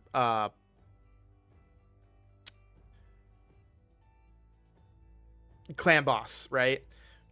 Even Hydra, I'd say about 300 is fine. I know that I can look it up and give you exactly what you're looking for, but for the sake of this discussion, in the 300, mine's 328. I do use him in one version of Hydra, but I actually use my Harima instead. She's just got better gear and better blessings, all that stuff. But okay. So I just wanted to touch on that for you, because you're losing damage on your ninja. I'm not saying that you're going to do the level of damage that I'm doing. And please understand that what I'm about to show you, this is an Infinity team. You don't have the composition to build an Infinity team. But, oh, shoot, I can't show you the damage that he does. But, yeah, 365 million with 4 supports and a ninja. So... Oh, you know what? Here, we'll use a brutal key. We'll use a brutal key for you, since I have one of these. And I have to use them.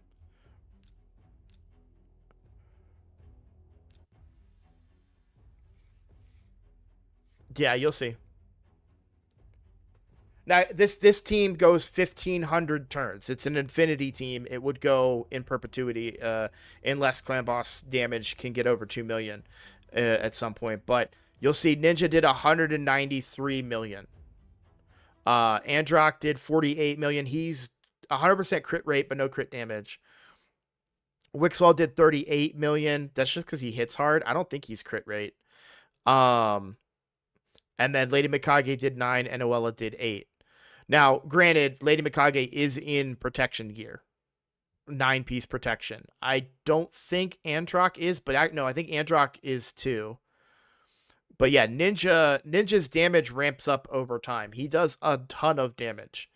And by the way, that's weak affinity. Now it's brutal, grain of salt there, but Ninja can really, really nuke, especially when paired with Mikage, which is a lot of fun. And then again, if you were to build a team like that, you don't have to worry about speed tunes. You don't have to worry about, oh shoot, I can't move that gear. I can't change that gear.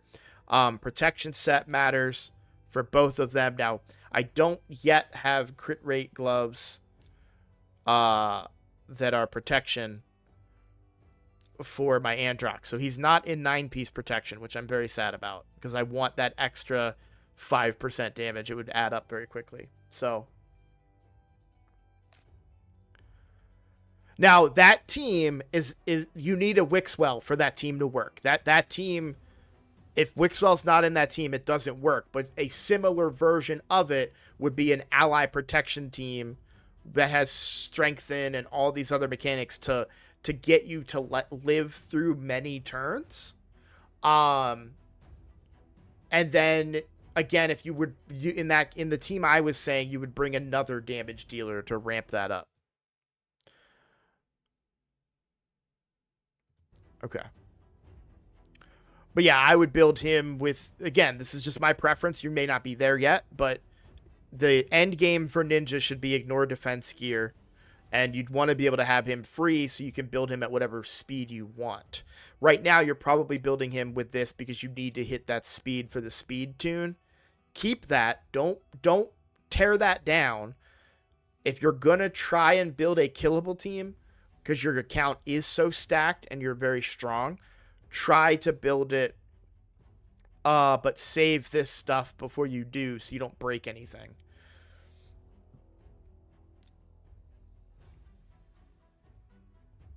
Yeah, my goal is to eventually have him off my team. Yeah. Don't sleep on Jintoro either as a good clan boss damage dealer. Build him with a little, similarly, kind of build him with that savage, lethal, merciless type of damage, that ignore defense, and then he stacks up damage pretty quickly.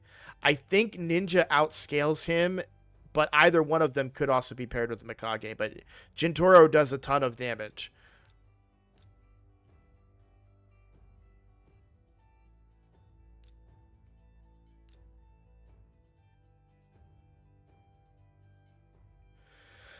All right. But Clan Boss seems good. You asked about Hydra, Arena, and Dungeons. So what are we doing for Hydra?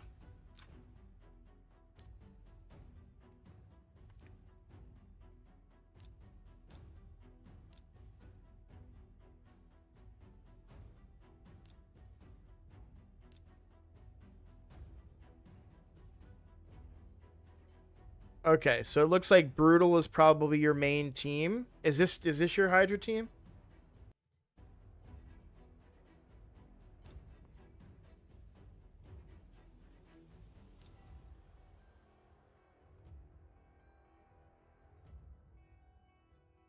Okay.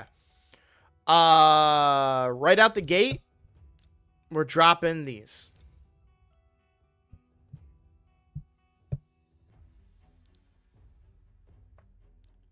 We don't need Shamil. You have Duchess.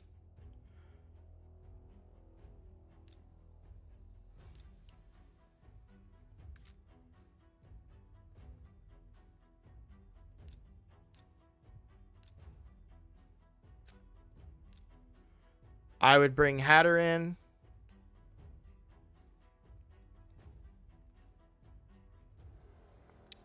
We need a provoker, which you had Bivald. I think Bivald is your best provoker.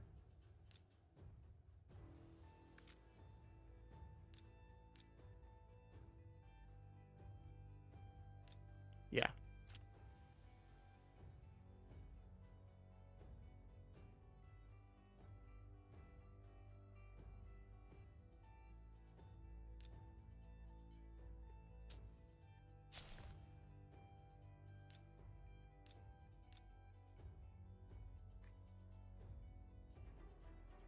Now you need damage.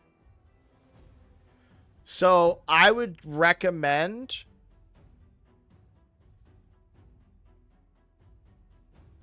Mikage Ninja.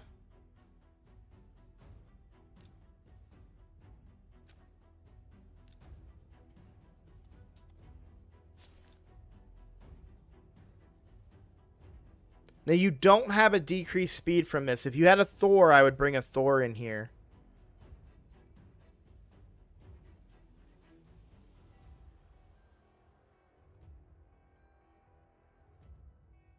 Maybe Vizix. I would, yeah, that's worth noting that you have an option here with Bivald. You could bring Vizix because Vizix would bring decreased speed as well. So I would make sure that when you run that and you test it, make sure you're paying attention to how effective is Vizix in provoking. If you're finding yourself that you're not able to keep the provoke up, then I would go back to Bivald because I think his provoke will be up more readily. But this is the team that I would build for Hydra. Now, if you had Necrizia or a enemy max HP nuker better than Royal Guard, I would probably change this. What do you mean no block buffs? Wait. No, who did I... Wait, I changed... He's a Hex. My bad. My brain froze there.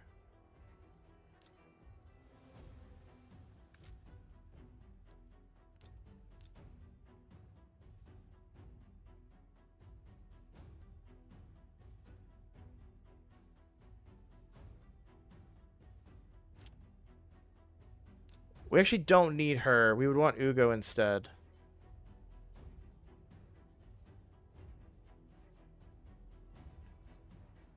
That is just purely a brain fart, guys.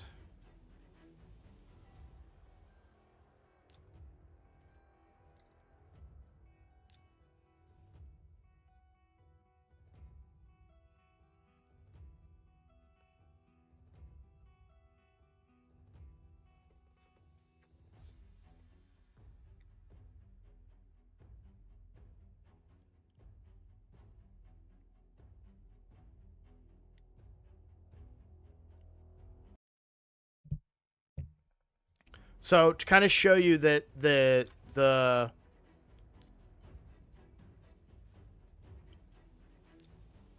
truth of this team, if you will. So my brutal team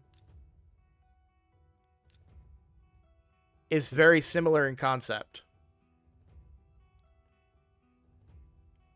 Telos.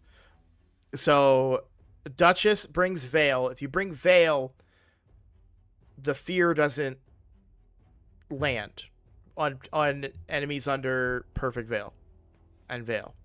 So she prevents the fear mechanic. Now, a lot of people are going to be screaming at me, wait, you don't have a block buffs champion. I actually am using Lydia single target as my block buffs champion. Now, this particular team, your damage will not hit what this team does. But let me kind of demonstrate what I do with this team very quickly for you, okay? And please understand, big grain of salt. Your account is very good. I don't know that you're as good as me. In fact, This team works great here because there is no poison head. But let's say that there was a poison head, okay? Let's say we can't do it to the fear head, but let's say that this guy is the poison head. Okay, well, we'll do it to this guy, okay? Let's say this is the head that puts out poison cloud.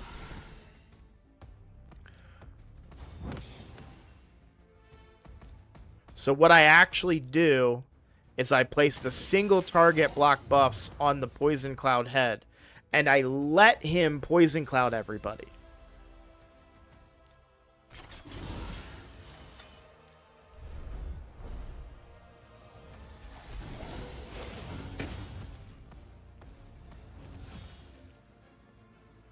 But what I'm really doing is just trying to burn it down as fast as possible using my Mikage and, in this case, Harima. Again, this team may not work for you. I just want you to understand. So, like, he took his turn, right? Poison Cloud goes out. Now we have decreased defense and weaken, so we're going to hit even harder.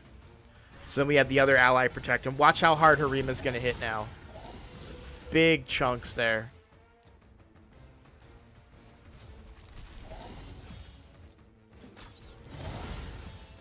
And I basically burned down that head. And because I'm so fast, we kind of cycle through on this difficulty. Again, using... Did you see how Harima took a turn there when I used my Mikage? That's where the Mikage Ninja combo comes in. So she has on her A1, she pairs with another Shadowkin champion by putting Ninja in there. So this block buffs is still up. So now I can pick other targets and say, oh, you know what? I want block buffs on you too. Again, imagine this is the Poison Cloud head. Now, they're all under Poison Cloud, so that actually probably wouldn't have landed. But this guy has, I think, more HP than the Poison Cloud. Because there we go. You see how hard Harima hits? Harima hit that hard because she's building up strength as the fight goes on. Because of this ability right here, if I can get it to show up. Increases her defense up to 100%. Okay. So... Ninja, his passive, we'll go back over to your account. So Ninja's passive is that he gains up to 100% attack and crit damage up to 25% over the course of time. Now it goes faster against bosses. Yeah,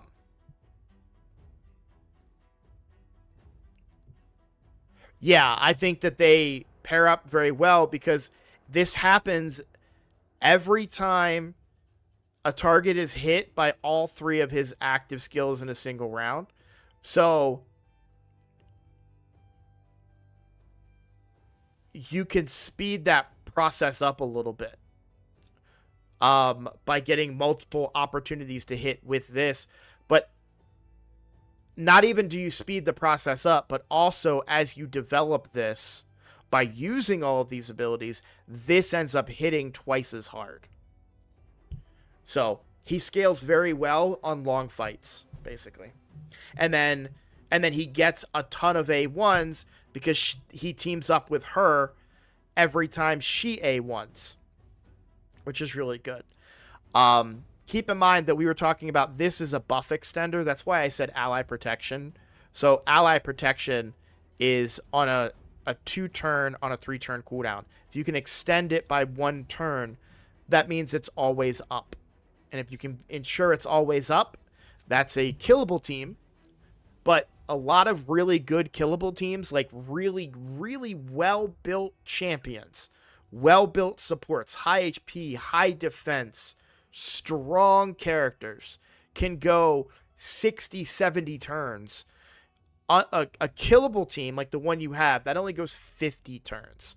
So it's something to think about on an account as strong as yours, because you do have a strong account.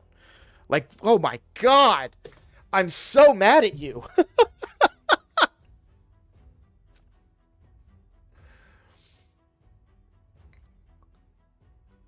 Like, even on my main account, man. My clan's gonna get mad at me for this, but even on my main account, like, I'm not even close. Not even close.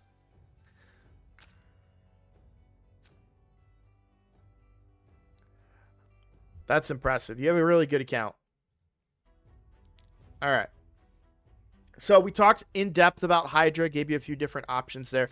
Let me reiterate the team that I'm using here and what I'm kind of doing with them.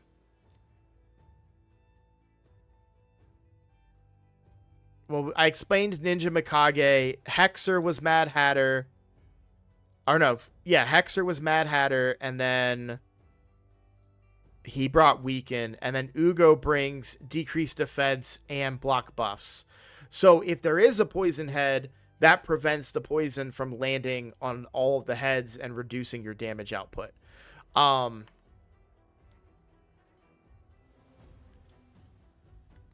Look, guys, I've only been playing for a couple of years, and I don't probably don't do near enough arena as I should. I should do it a lot more now too, because they have so much fun doing arena. I could just blow through teams, probably get up to platinum on accident if I wanted to. If you were to build a second team, keep Cardiel in mind. He's great in Hydra. Again, ally protector, cleanser, block debuffs, protected buffs. Really, really good champion. Protection gear, I've talked about it in the other takeover. Don't sleep on protection gear. You've got some here on Mikage. That's awesome. I bet you're lacking the accessories a little bit for 9-piece, but keep an eye on that. Check every week and see if you're that much closer to 9-piece protection, because especially with Mikage, she's bringing 2 buffs, right? So that's 10% extra damage, a little bit with the shield as well. That stuff adds up pretty good, pretty quickly. And then for, again, same thing with Mithrala, good in protection. Very good in protection, actually. She gets strength and shield, increased defense, and attack. I love her in protection. I don't have it myself on the accounts where I would want her to have it, but all right, so that we kind of talked about Hydra, arena, and dungeons. So I don't think you're obviously not struggling on arena.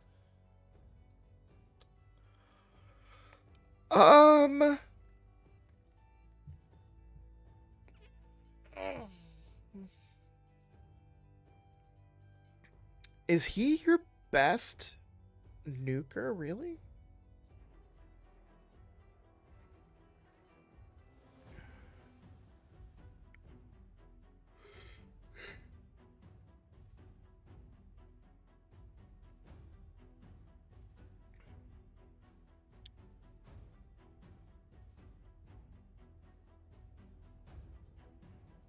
I would consider Trunda.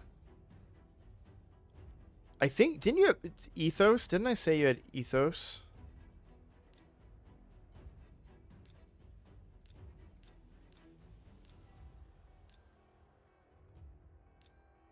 Inithwi. Not Ethos. You have Ethos, but Inithwi is who I meant. I would really consider Inithwi.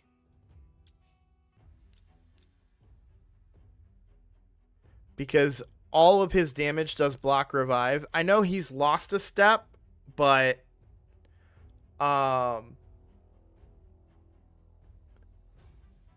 main thing is farming better gear.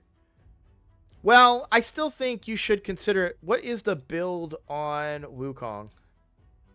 Like the build on Wukong. A little slow. A little bit slow. And of course, you're going to run into affinity problems. Good attack. I like your attack. Why 85% crit damage? That crit rate.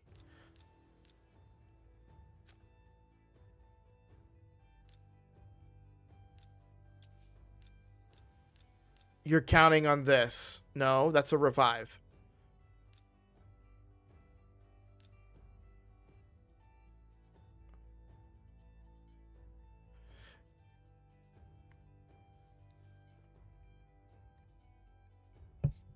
I'm very tempted to just keep ignoring the Yannicka comment.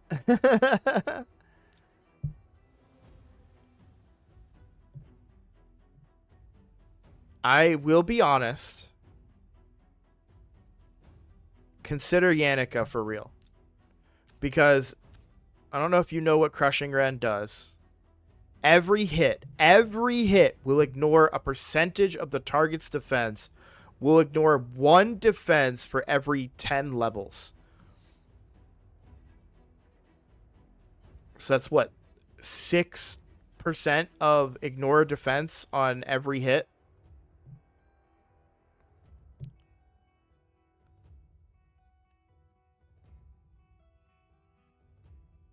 It sounds like not a lot, but it is. And it's even more on PvE champions that have way higher levels.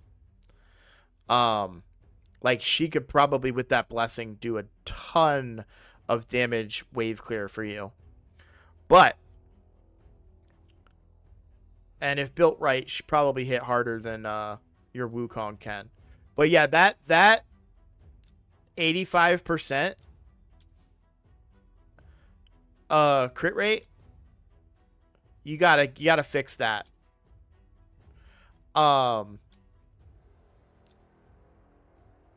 Really need 100% crit rate.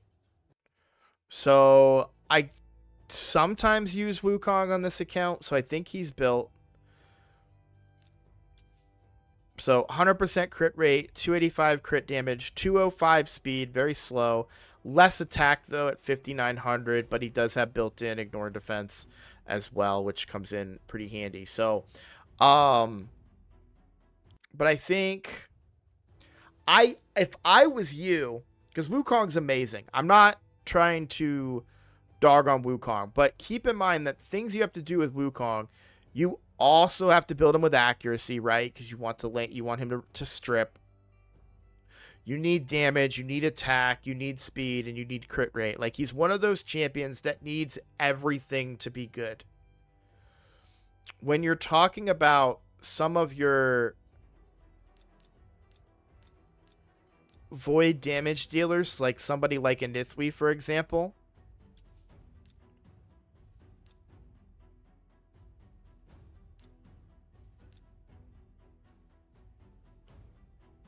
not only does he have a block revive,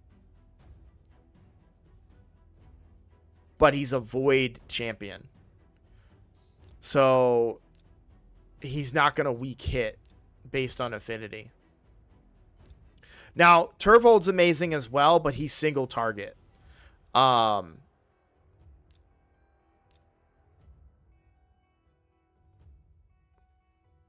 Which can be a problem. Turvold used to, I don't know if he still is, but Turvold used to be known as the anti-UDK, I feel like. Big, heavy-hitting single target hit and void affinity, so he couldn't weak hit on the UDK. Allele, I've heard, is very good, but I've also heard he leaves a lot to be desired in his damage output. But I feel like with where your account is, he'd probably put in a lot of work for you. If we were just to look at... I mean, Trunda ignores Stone Skin, so you really... increases the damage that she does to Stone Skin. So you're going to get performance out of her, but again, weak affinity issues, right?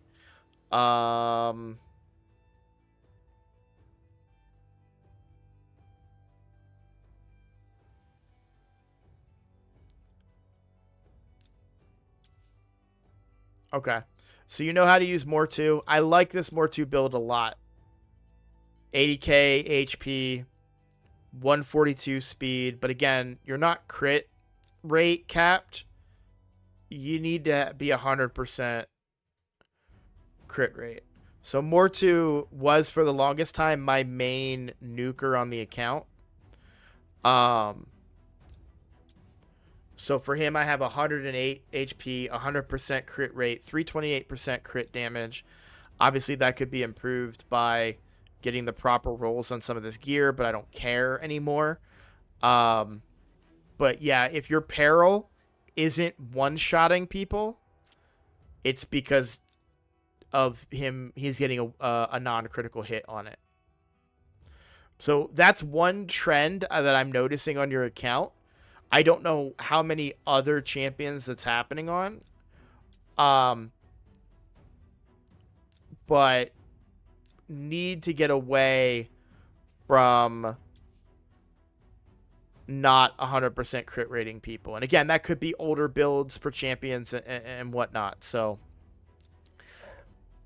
Alice is a great damage dealer, but again, she falls into that realm of you need a lot of different stats on her to make her effective, and you just can't get all those stats on every single piece of gear, right?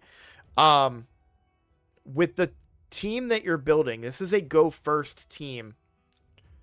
Also, what is the speed on her? Very nice. Very nice. And Siffy. Very nice. So you're running this go first team, but your nuker, I feel like you could be running a harder hitting nuker. Did you buy? Because I see you've spent some money. No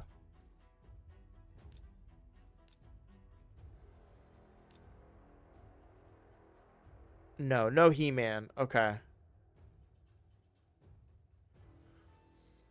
Hey, by the way, I just noticed this while we're talking about it. Varl is really good in Hydra. Because he also has a passive where that stacks up his damage as you fight. So he doesn't pair with Mikage as well, but he can be one of your really big damage dealers for one of your other teams. So I wanted to make sure I highlighted him since I saw that you had him.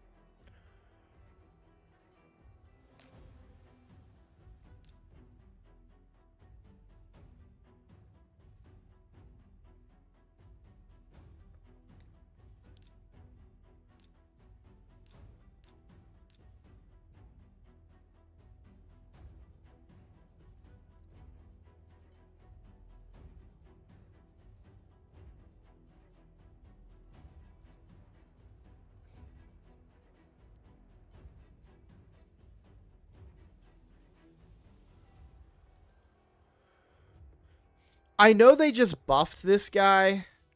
I don't know if his damage is quite where it needs to be yet, but he might be a pretty good option to try.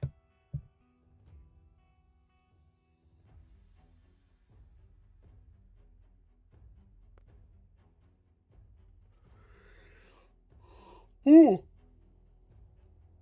Queen Eva got buffed recently too, and she can put in some work.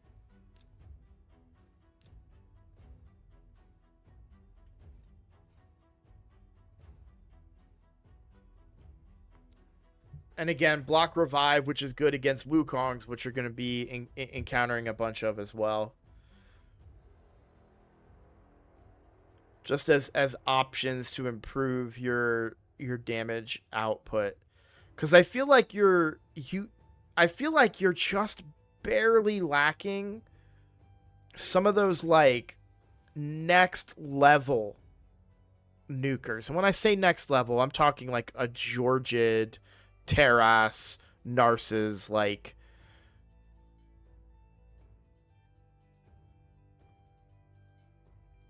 Harima.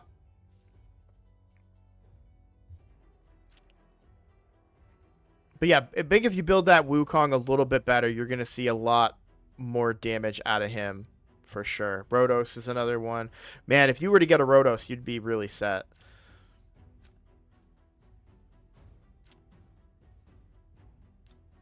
All right. What was the other thing? We've got dungeons. Yeah, let's take a look at dungeons here. We'll talk about Phantom Shogun. Okay, so I think you've been watching and you've probably seen everything I was telling people about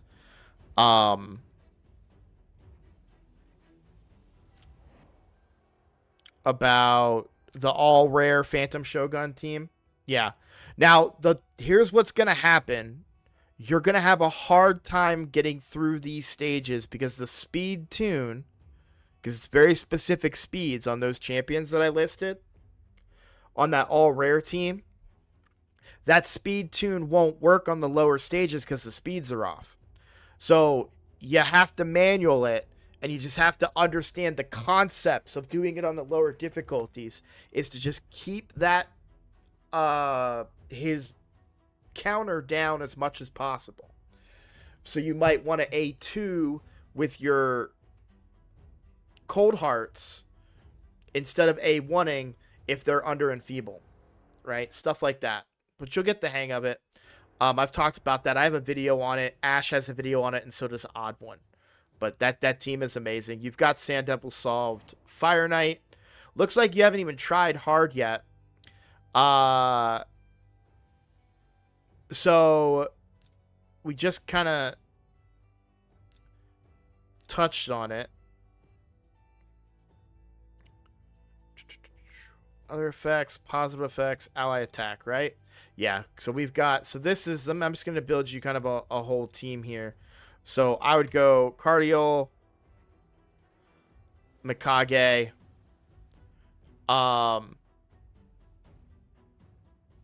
given your current roster, I would actually even just consider Ninja and a Cold Heart, actually. And then I don't see...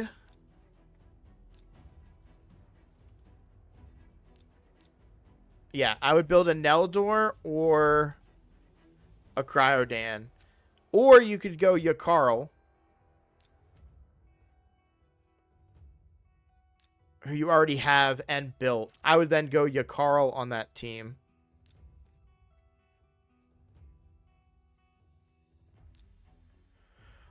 You lack a lot of wave clear, though, so you wouldn't get very far.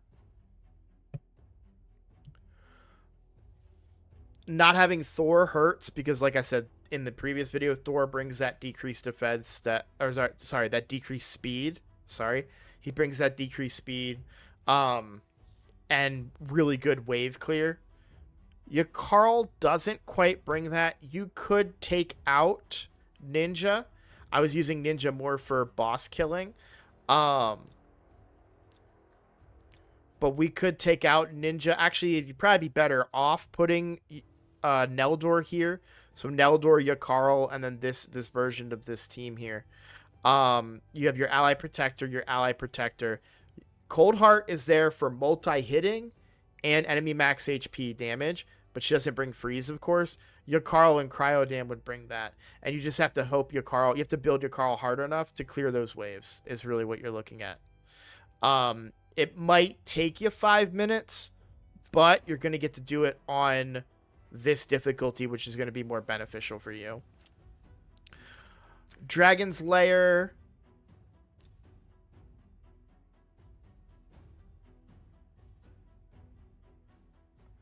I assume Renegade is in some sort of form here to help you get through the waves with your Seer. Crushing Rend on a 1-star Seer, not going to do a whole lot for you. And you're probably struggling when you get to the boss. We don't talk about Dragon nearly enough because I think I take for granted Dragon teams. I couldn't tell. Do you have...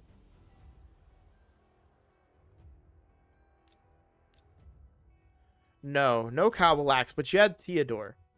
So, and you have 2 of them. Okay, cool.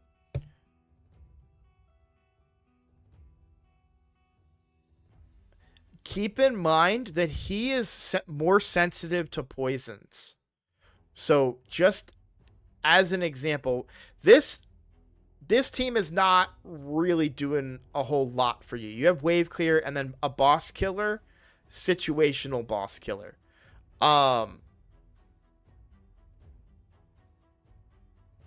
If you can now use the optimizer as my recommendation. There's a thing, the Hell Hades optimizer. Mine is currently tied to my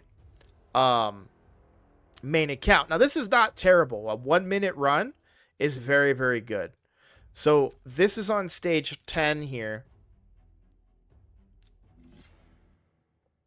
Now, I use 2 cooldown reset champions here for my Theodores and a Calvalax to land all those poisons.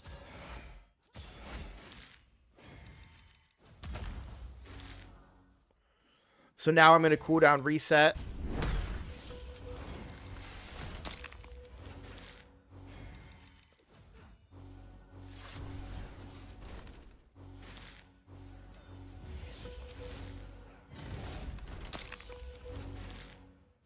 Okay, so now on the boss, it's all about poisons because he takes so much damage from poisons. You see, that was almost half his HP by activating those poisons with Theodore. So if you can bring a wave clear, 2 Theodores, and a poison setup, you'll probably be able to get through without him taking a hit. Now, you saw him take a hit there. Well, you're not doing it on stage 10, right? We're talking about maybe getting you to stage 6, Void Affinity, right? That's going to make it easier on you. Just an idea of what to do. But what I really wanted you to get from that was more so the concept of using poisons against the dragon boss. You're also going to get better damage out of, if you are going to use Ninja, you'd really want to get him built better, to be able to do damage here. I don't know if Urost is a good enough option to do Urost poisoning plus poisons from plus Theodore. But I feel like Urost with ally protection, once you get to the boss, could probably keep you alive. And then this combo here can probably still wipe the waves for you. But you could also, on these difficulties, you could also get away with your Wukong or your big AoE nuker Trunda, Yannicka. Yannicka would be really, really good here because she has that blessing, so she can get that extra damage against the waves, right? Because if you, the waves are 350 levels, right? So you're getting 35 ignore defense on them with Crushing Rend. So Yannicka would be really, really good for you as your wave clear. And you could still bring Renegade if you wanted to as your cooldown reduction champion. In order to keep those abilities up for each wave and, of course, the boss. I don't think he needs Armands. He's able to currently do it without an Armands. So I don't think they would need to use Armands. By the way, he does not have Armands on this account that I saw. Hi, Pi. It's going good. Hope you're doing well.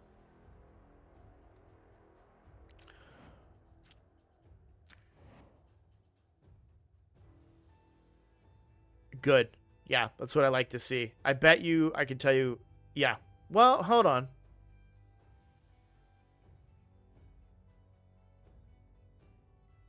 Can I run this team?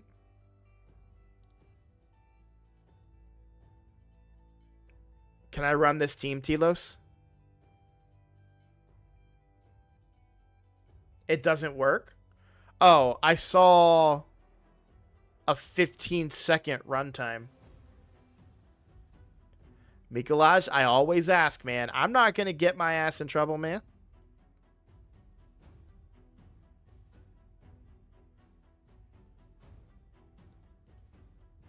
Okay. This is a much harder sell because, but I want you to get the concept so that you can figure out a way to make it work on your account. So don't look at who the champions are.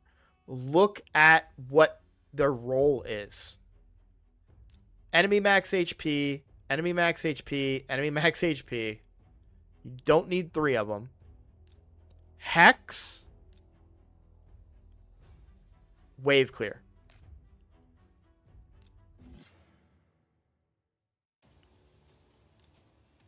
So the first thing that's going to happen here is we're going to get Hex on all of the Spiderlings.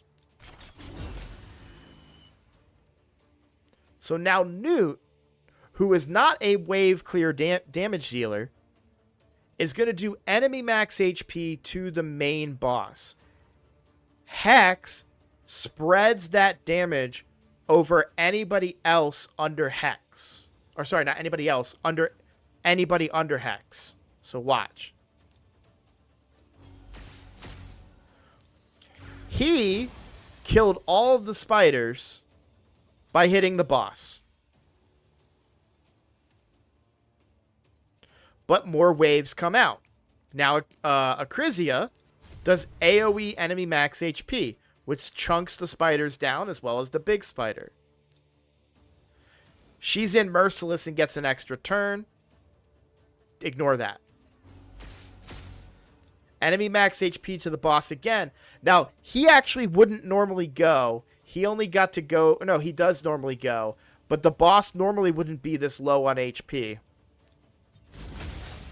Thor kills the spiderlings, and that kills the spider. So, he would have been a lot higher HP there, but Acrizia did Acrizia things.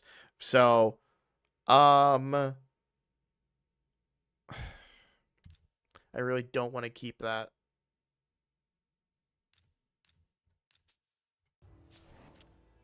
The reason I don't want to keep that is because I have too many amulets and stuff. All right. So the idea is for a team, the idea would basically be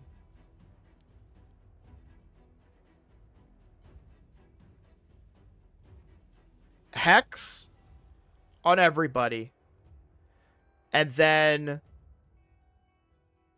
enemy max HP. Now, you might need 2 of them, right? So let's say that we did this, and one of your, I don't know which is your best Royal Guard, so we'll just do Cold Heart for now.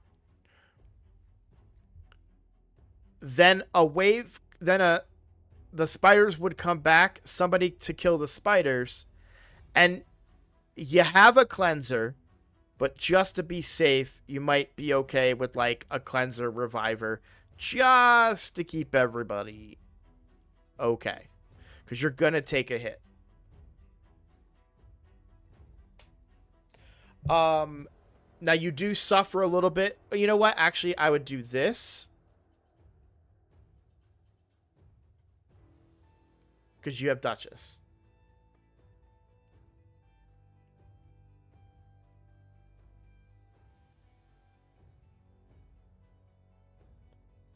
Yeah, Shizo's talking in chat saying he uses Deacon, Mithrala, Royal Guard, Cold Heart, and Seer to do this. It's like 8 turn runs.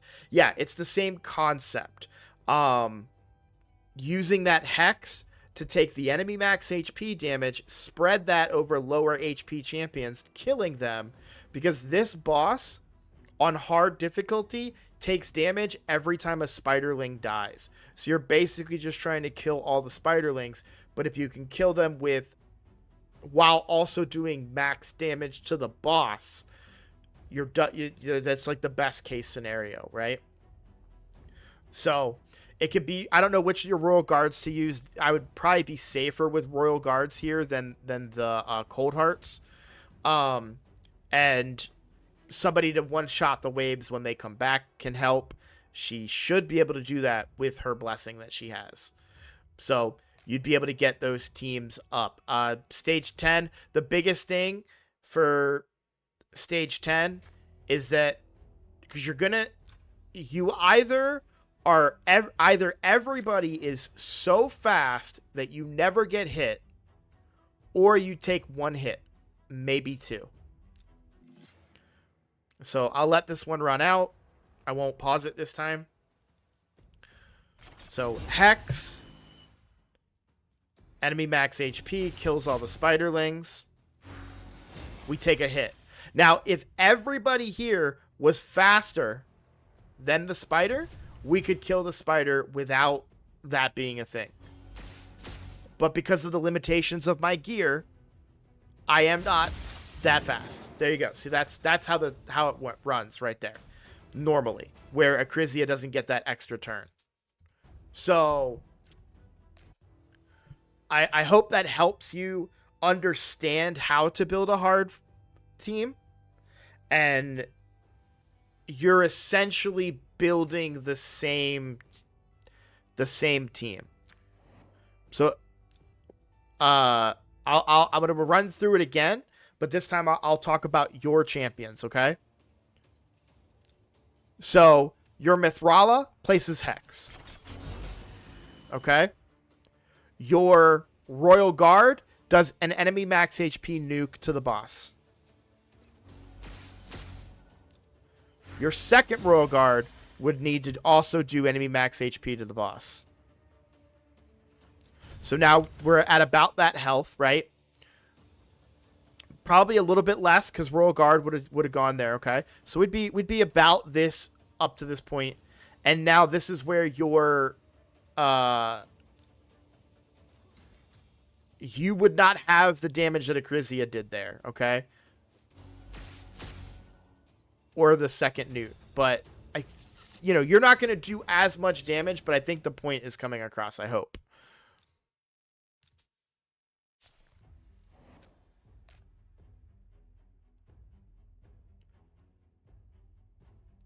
Also, wouldn't your team do better if you would swap Thor into Lydia?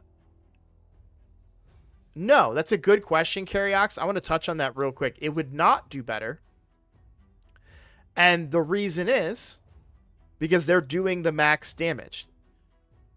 They are achieving the max damage. The only person who would benefit from that would be Thor, but Thor is doing damage to already damaged spiderlings, right?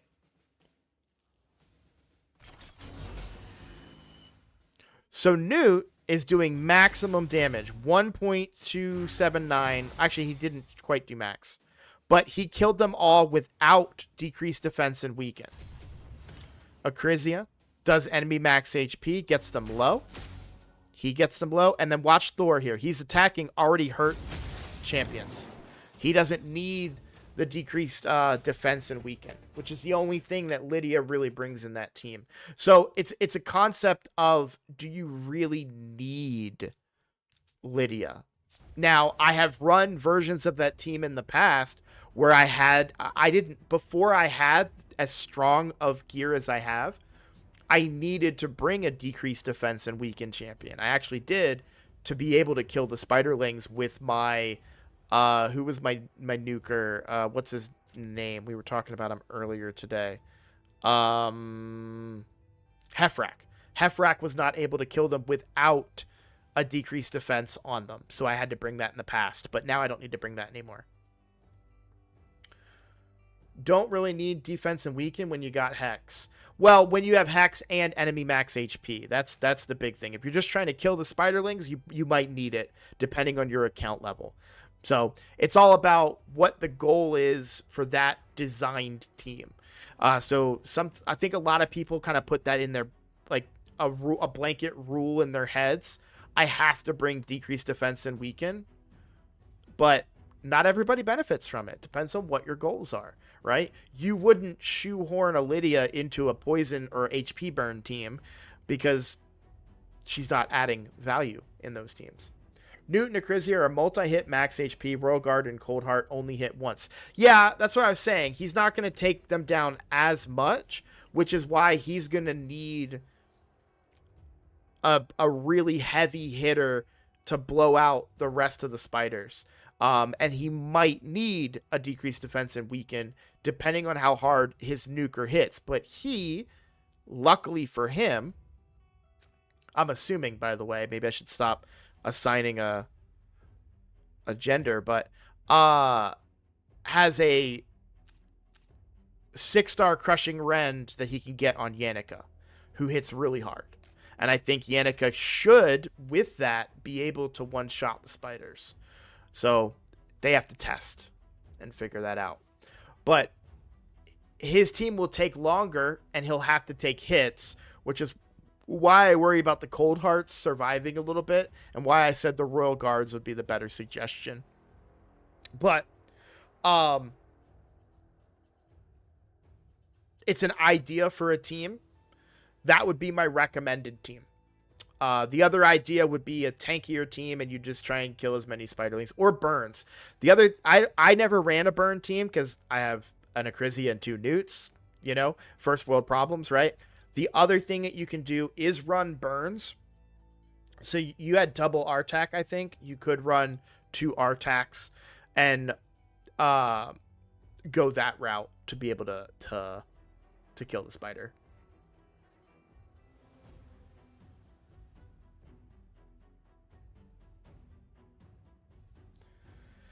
And you'll need to speed tune it a little bit because you're going to want to make sure you're going before she gets a turn, because if she just puts the wrong person to sleep, it can ruin the run and everything. So I would also Google or look up on YouTube. Is this my account? It's yours. I would look up on YouTube and see what options you have. Because there's a lot of pre-built teams with very specific speeds that you could use as well, I feel like.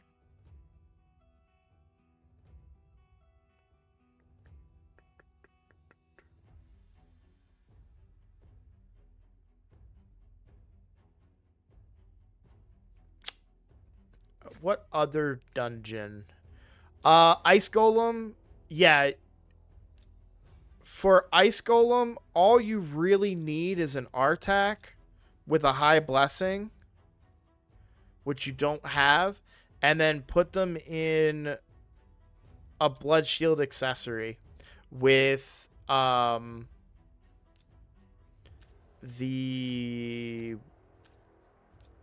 not emergency heal. Where is that? Emergency heal. And that would keep him alive.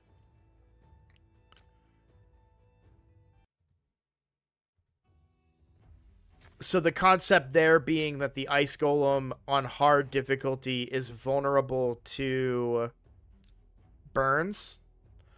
Now, this team is not what you would run, but it reiterate the idea that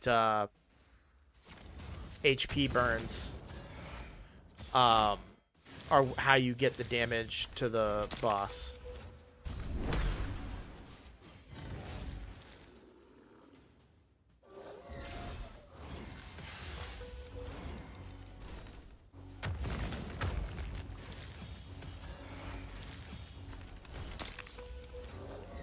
This can do stage 10, but it's not 100%, although I just put him in that miracle heal.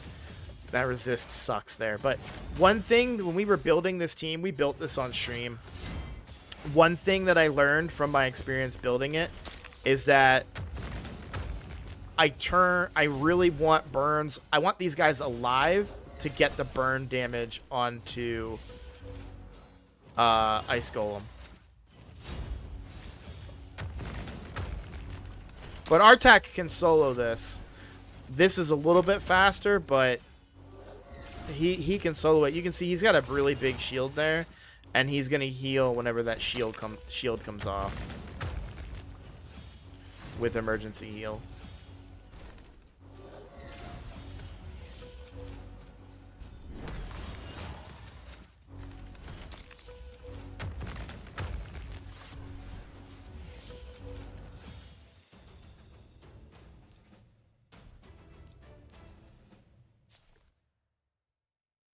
One second over my best time. And yet, way more turns. That's funny. So yeah, Artac is the big damage dealer there. The Theodores are just there to activate those burns. I try to replicate other speeds on my account, and it just never works. Well, you need to consider a couple of things.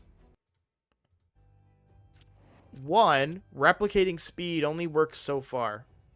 If you have area bonuses for speed activated, So if I told you that you needed to build a team and everybody had 100 speed for a spider clear, I'm making up numbers. This is not real numbers.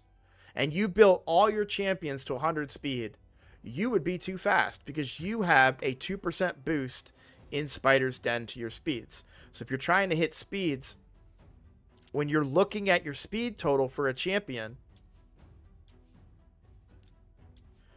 you need to look specifically for Spider's Den because she gains 4 extra speed, and that could throw off your speed tunes. So keep that in mind, number one.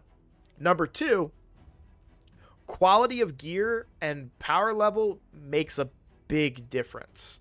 So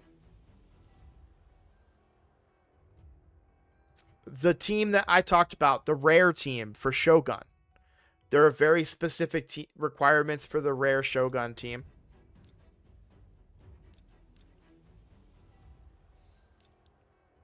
This won't be a problem for you, but 180 speed, right? We already talked about make sure you're paying attention to area bonuses, but also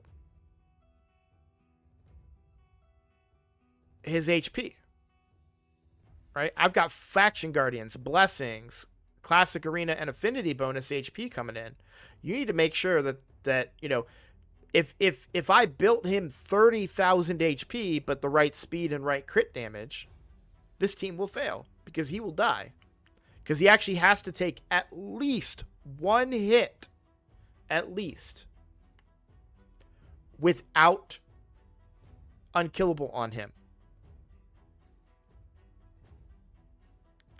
So these are all factors that can go into the speed tune. Books as well. Masteries in some cases are a big deal, right? So if the build says you need to be 180 speed, but you have Cycle of Magic and her cooldown refreshes 1 turn earlier than she's supposed to use it, and she uses it because it's off cooldown and it's priority number 1, your team fails. She's the right speed. She has no additional speed boosts from any other items in the game, but her cooldown comes off by 1 turn, and the whole run fails because you can't remove the debuffs that you need in order to prevent weak hits. So those are the types of things that can throw off specific speed tunes in situations like that.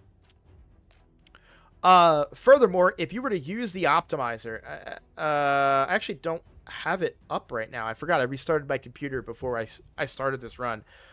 I could probably show you.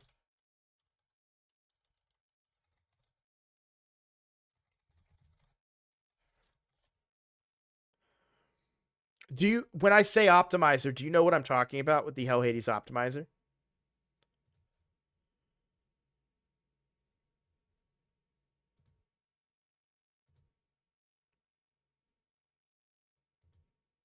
Okay. So this one's currently linked to my free to play. If I go your champions, sorry, you'll see this is just kind of what I have here, right? Well, I am struggling very specifically on Doom Tower. I don't know what rotation we're in.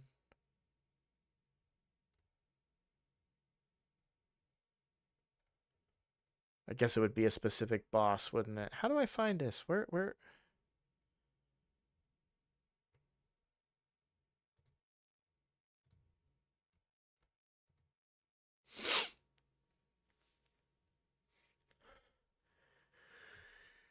Achoo!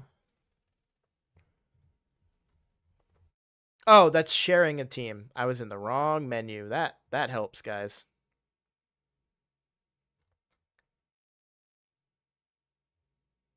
Hello? Shoot him, Kevin! Boss Like George, thank you for the follow. Somebody was saying in chat the optimizer was being a bit of a problem, wasn't it?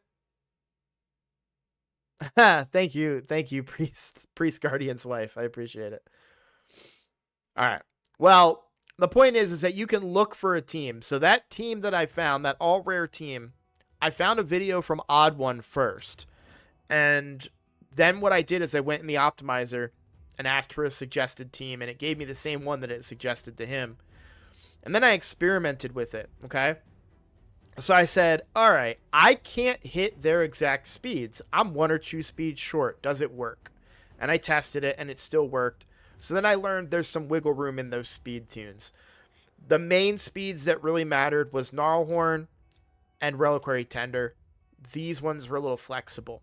So keep that in mind that you might be able to find a speed that works for you. Likewise, I looked for I wanted to find a faster dragon team. Something that, because at the time, I was just using all my enemy max HP nukers on dragon, which is fine. I had 3 of them, but the run was a lot slower because I didn't have the wave clear. And then if I took out some of the enemy max HP nukers for wave clear, the run at the end was still long because they have a cap on their damage. So I asked the optimizer, hey, can you give me a faster team than a 3 or a 2 minute team or a 3 minute team so I can farm this very, very quickly? And this team that they suggested to me was 2 Calvalaxes and 3 Theodores, because I happen to have a ton of Calvalaxes and Theodores on here from buying Prism Shards for Archer Queen many years ago. Is it many years ago now? Or was it a year ago now? I don't know. But either way, I actually built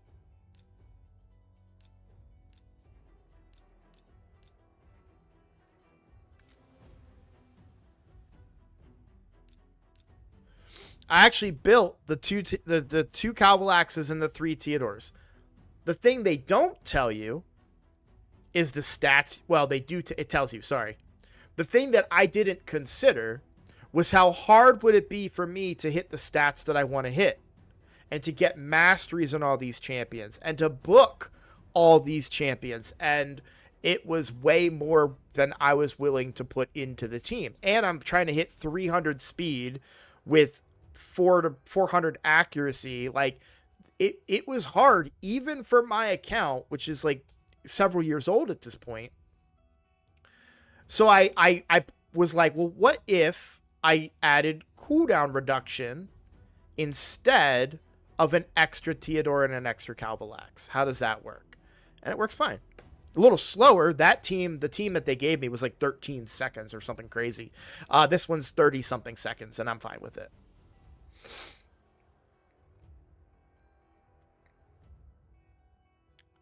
Can I send you $30 for a takeover? So I don't have time today for another takeover, but Hawk, if you are you don't have to send me $30. You can either become a member on the YouTube or become a subscriber on Twitch. If you actually type !takeover right now, there's a video breakdown of exactly the steps that you need to take in order to get an account takeover, and you'll be able to get that takeover for the low cost of 1 subscription or membership on Thursday, the 13th of February, so the day before Valentine's Day. Next week, the first Thursday of every month will be for my clan only. I'll do takeovers for my clan.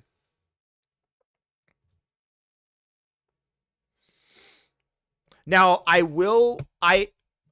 am contemplating offering paid account takeovers at $50 an hour. I have to figure out logistically how I fit that into my life. That will be a consideration that I will take on after the free-to-play challenge. So we're 2 months away from that. What up? Sad to see you weren't on yesterday. Gotten home from college and high school early, but awesome to see that you got the 1 key on Hydra Tuesday after stream. I did not.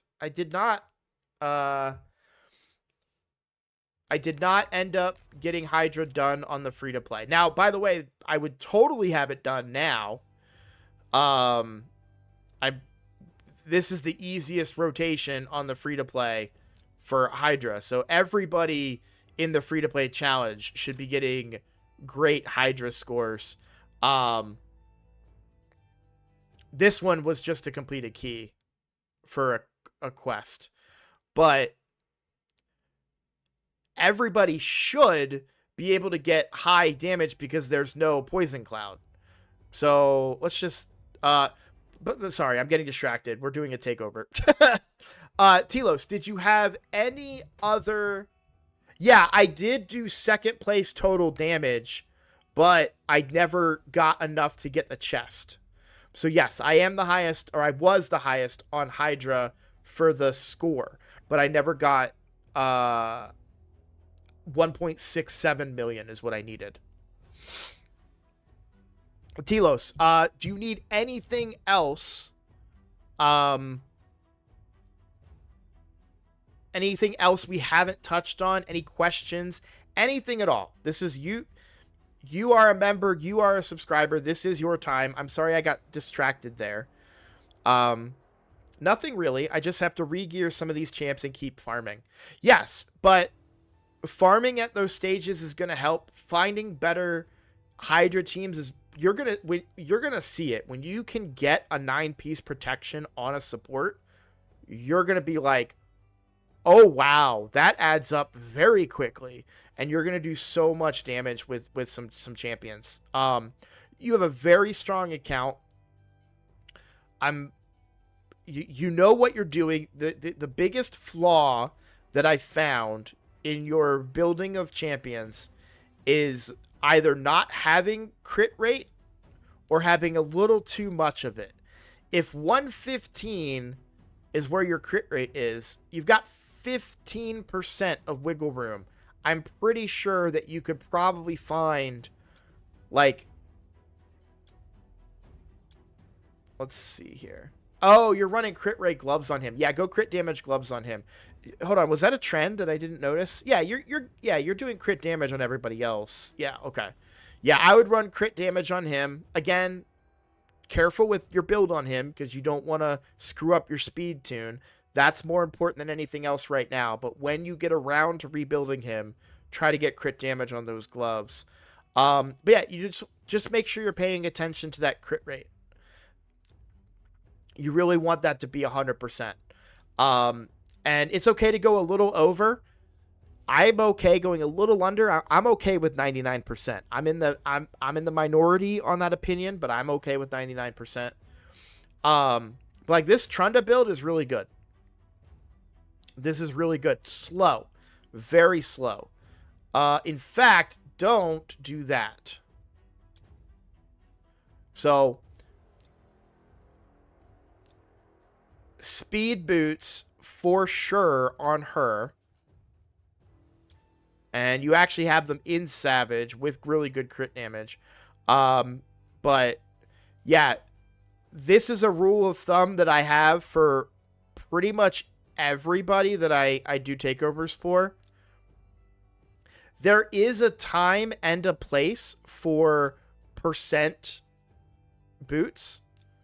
Your account is not there yet. My accounts are not there yet. So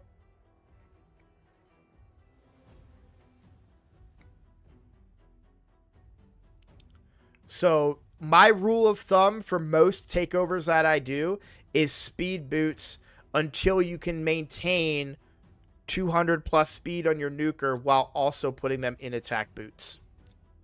And by the way, yeah, you would want attack boots, not defense, because her damage is based on attack. So, all right, we're going to call that one good. We're going to hop off that account. Let me black out the screen. I do this every time I do a takeover because I do not want anybody's information leaked out on my watch. Telos, I am off your account. You are welcome to go ahead and head back over to your account whenever you would like. And continue having fun playing Raid Shadow Legends.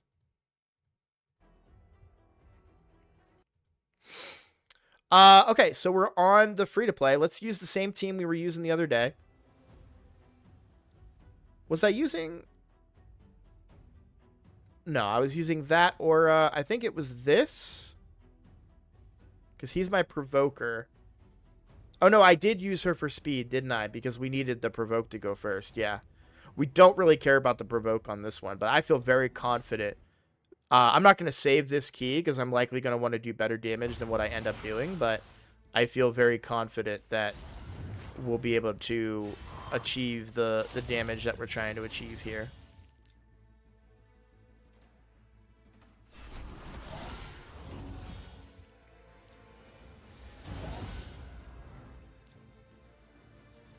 The biggest downside I have is I don't really have a good target for Brimstone.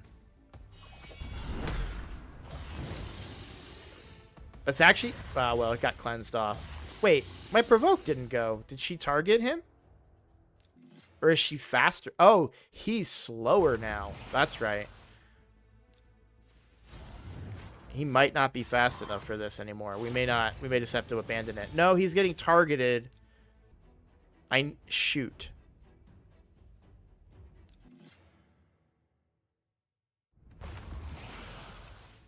I need them to target to Gore. I think it's just a 50-50 here. There we go. There we go. It didn't land. Of course. But you guys can kind of see what I'm saying. So actually, if I just continue this run, even though it all got removed...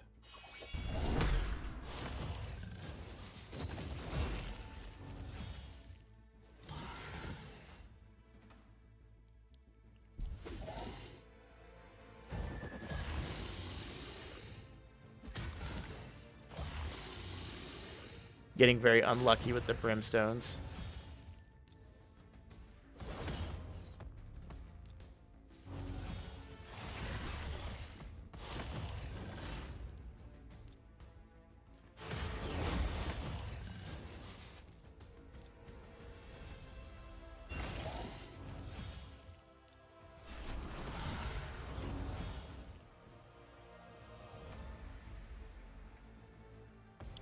Yeah, no problem, Telos. Very happy to help. That's amazing that the Supreme Club offered account takeovers.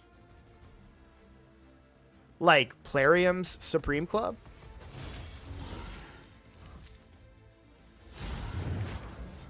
I don't know how to feel about that. I feel like I think it's cool, but also like... What? Like, are they offering a Plarium guy to do the takeover? Like, that's so strange to me.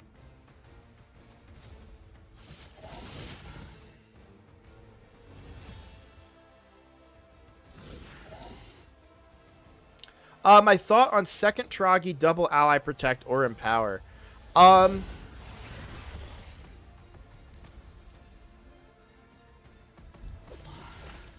I don't honestly... I feel like my team is so tanky and healy that I don't feel like the second Taragi really comes into play. Okay, so he is a factor.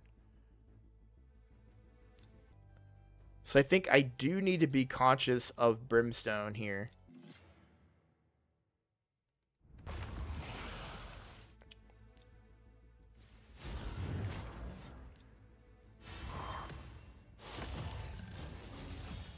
So I think we need Brimstone to land on one of two heads while also getting the provoke to land, which I don't think it's going to land because I think he got lost to turn meter.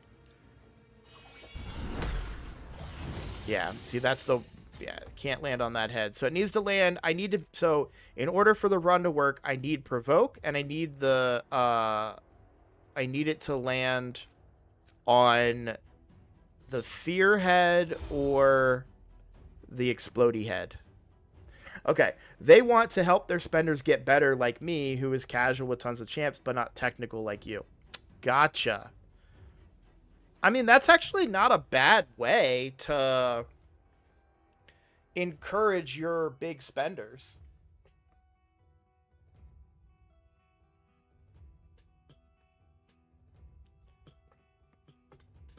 Are you planning to build Alice on your main or free-to-play account? Not sure whether to build her on my account. So I am not, because I have Thor. So there's two reasons why I'm not going to build her on the other two accounts. One, while she does hit hard, I don't feel like she would hit any harder than my current champions that I have on these accounts. Trying to say, well, am I going to take Harima out for Alice? No. Right? Am I going to take Thor out for Alice? No. So she just doesn't fit on those highly developed accounts.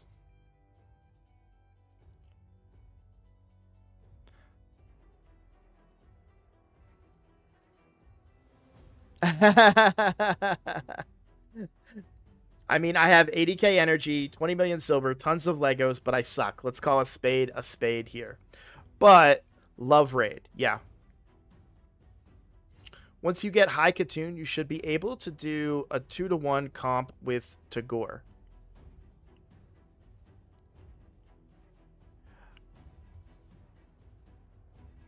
Do I have a key right now? I do. So let me show you what a run for me looks like right now. And obviously, this all changes when we get to Nightmare, right?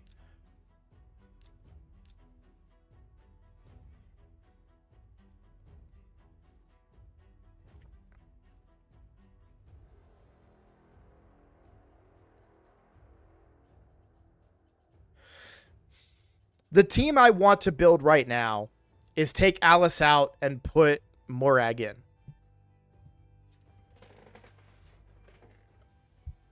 Yeah, see, this is what I knew everybody was... We're having... Sorry, I'm having like 3 discussions right now at the same time. So let me slow down a little bit.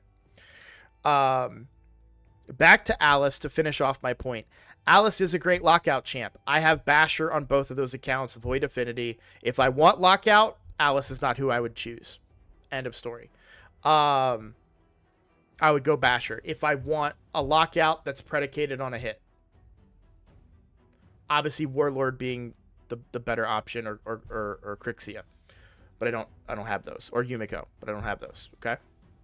So, if I want a lockout champ, I would not pick Alice on those 2 accounts. As far as Nuker, I would not pick Alice on those 2 accounts. So, unfortunately, she just doesn't make the cut based on her kit. That doesn't mean she's bad. So, keep that in mind for your account. If you need lockout, she can be lockout. If you need a nuker, she can nuke. She's not going to be the best, but she can do it. But she's not going to hit as hard as a Thor, and she's not going to lock out as well as a Basher. Plain and simple. Right? So this is the team I'm currently running.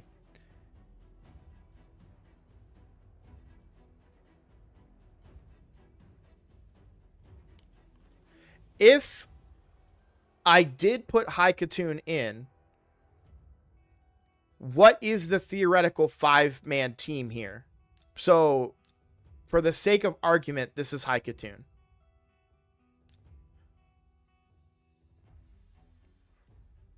Are we saying that, and this is an honest question, are we saying that High Katoon with this team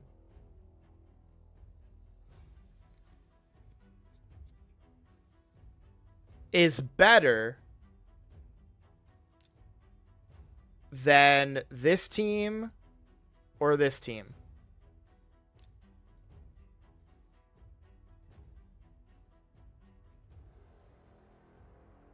And I don't know the answer. This is a legitimate question. I'm actually asking. Yeah, I don't have lockout. Is lockout just used for arena or any use in PvE? No, it's great for wave clear. It's great because you can lock out all those pesky Doom Tower waves. They don't if they're taking turns, then they're only A1ing in theory.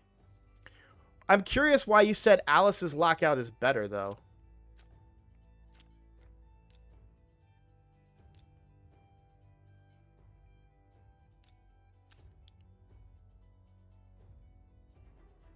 Attacks all enemy increases by 2 turns.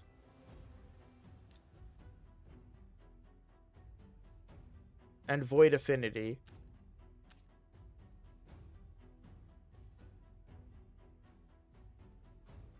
Because of the turn meter reduction?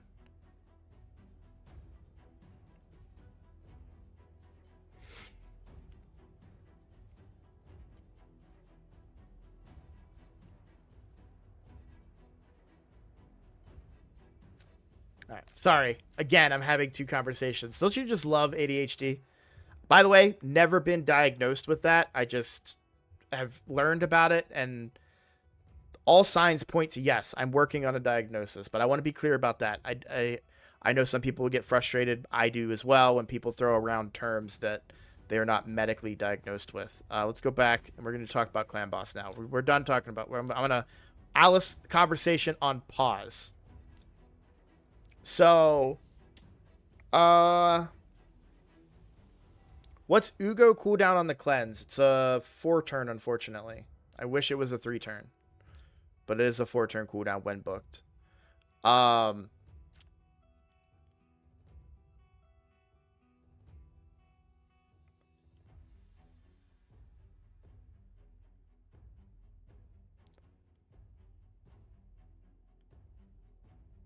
I don't acknowledge players using poly on DPS have been diagnosed with a few things. Yeah, I want to get a diagnosis. I have checked off all of the new moving boxes, right? Yesterday was getting rid of all of our boxes. When I say check off boxes, different from the boxes that we threw away, but there was a box for a box. Got my driver's license updated. The last thing I need to do is get my license plates done, which needs to happen by next month because they're about to expire. And then after that, my medical is next. So getting in and getting a lot of my mental health checked out, getting a lot of my physical ailments checked out.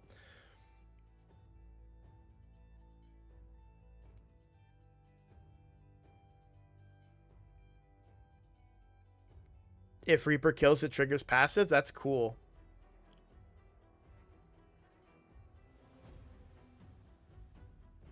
Oh, good. I think I remember you talking to me about having some trouble with that, Hawk. So I'm glad you guys got that in. I say High Katoon, Morag, Taragi, Kale, Ugo.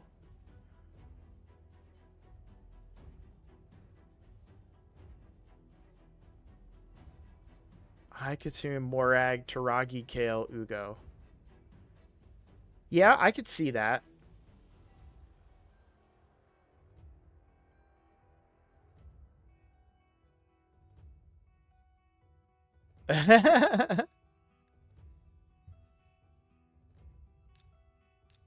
So we're saying High Katoon,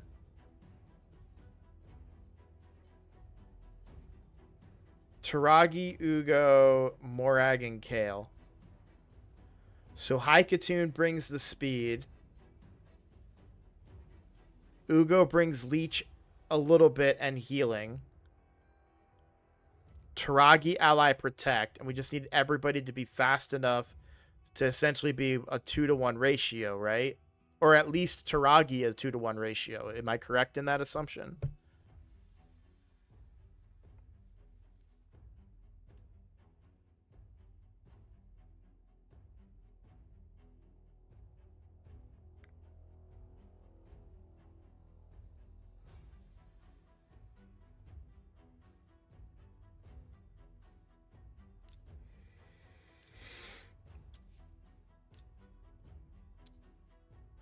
So we need that down and this down.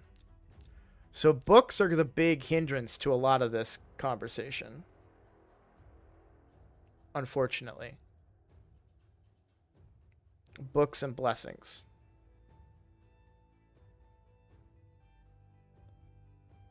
Well, that's why the 2-to-1 ratio matters. So Taragi, when booked, is on a 3-to-1 cooldown. Now, math is not my strong suit, so bear with me here, okay? So turn 1, we place a 2-turn ally protect. Then he gets a second turn in which he would A1. Then the clan boss goes. Everyone's under ally protect still. This is now on a 1-turn cooldown because he took a turn and it went from 3, well, down to, yeah, right? But it was still a 1, right? Because it sets it to 3, he takes 2 turns, and it's up on the 3rd turn. So he would then A1 again. Okay. Then a second turn, a 2-to-1 ratio, 2 turns for every clan boss, 1. Ally protect goes up on everybody. Clan boss takes a turn. Then he would do A1. Oh no, yeah, that's still not right. It's got to be a 3-to-1 ratio, huh? To be perfect. Because he would go A1, then A1, and the ally protection isn't up.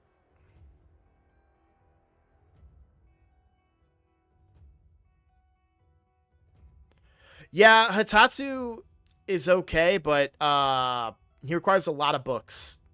A lot of books.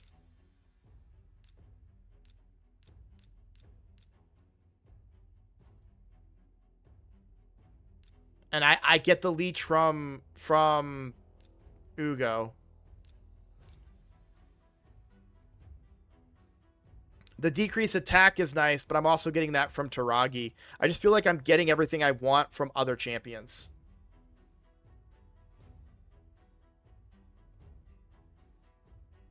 I do have a second Taragi, so that's the other conversation that we're having here. But here's my question. Does this do enough damage? Right? We have a killable team. Are you telling me that, and this is a legitimate question, are you guys telling me that Kale by himself can put up the damage numbers with this killable team that will eventually all die? Theoretically, nightmare.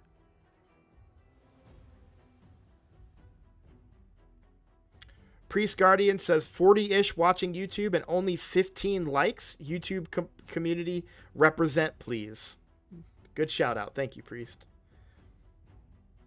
Do I have shards for the weekend? I currently have 1 ancient shard. We'll talk about the free-to-play in a second.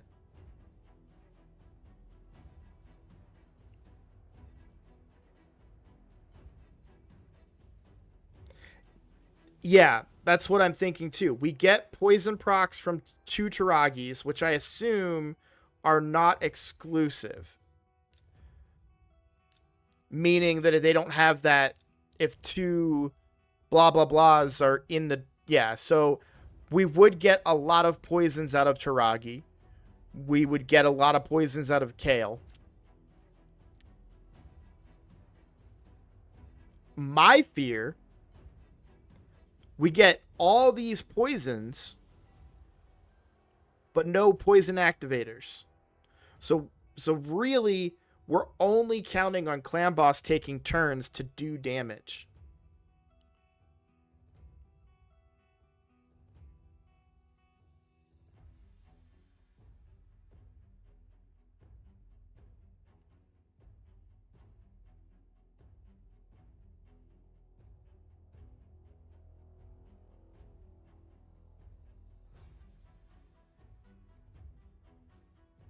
$21 likes now. Thank you, friends. Yeah, poison activation. You could also make Ugo a cleanser for either A1 or A2 since it's a 4-turn hypothetical. Yeah, I mean, the cleansing is nice. I'm not super worried, to be completely honest with you, about the stun at the moment.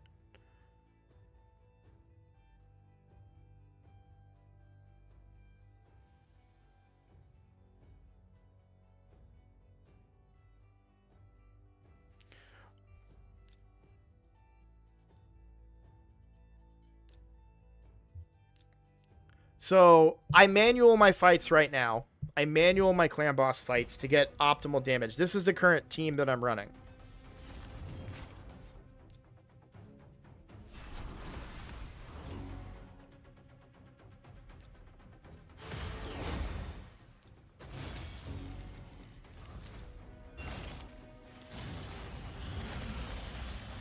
By the way, I think Alice is super slept on as a...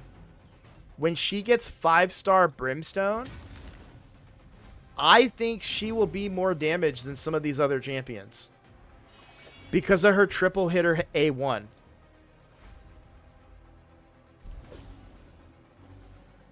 I agree. I don't think 2 Taragi's worth it. That's kind of what I keep coming back to.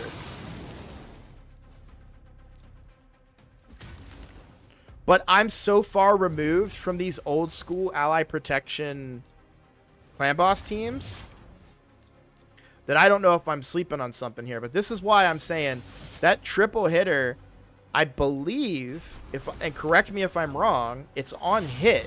So she has 3 chances to place a 60% Brimstone, which means Brimstone will be up, in theory, the whole fight on clan boss. I don't even know if... What's-her-face is worth that damage? Morag.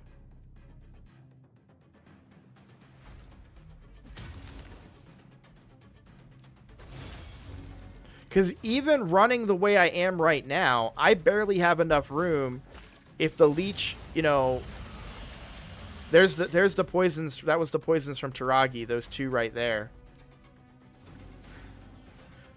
And if we're counting a Brimstone proc landing, which right now is 30%, I think.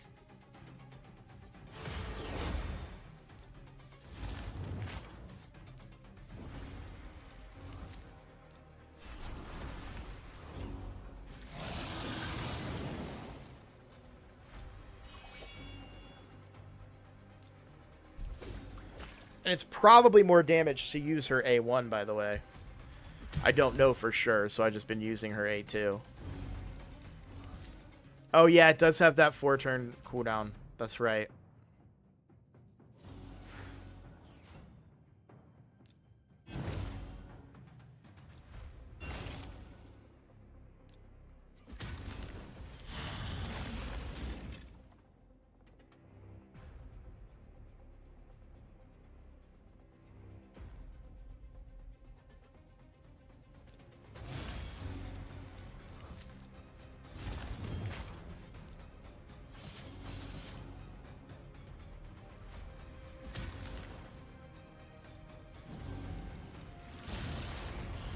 Now, I will say that if I rebuild my Kale from what he's currently doing, he will hit harder. Because I won't need him in lifesteal anymore if we have the survivability for him. So I would be able to get the damage out of him that I want. There's the Brimstone, finally.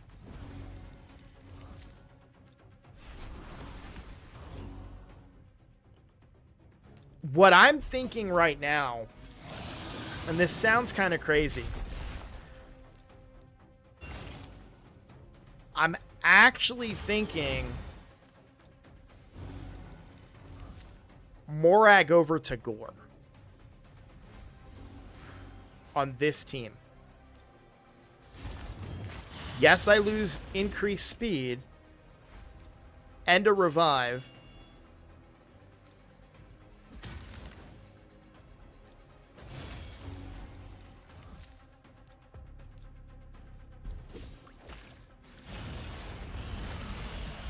But I want Morag for the chance that I get more A1s out of these 2 champions.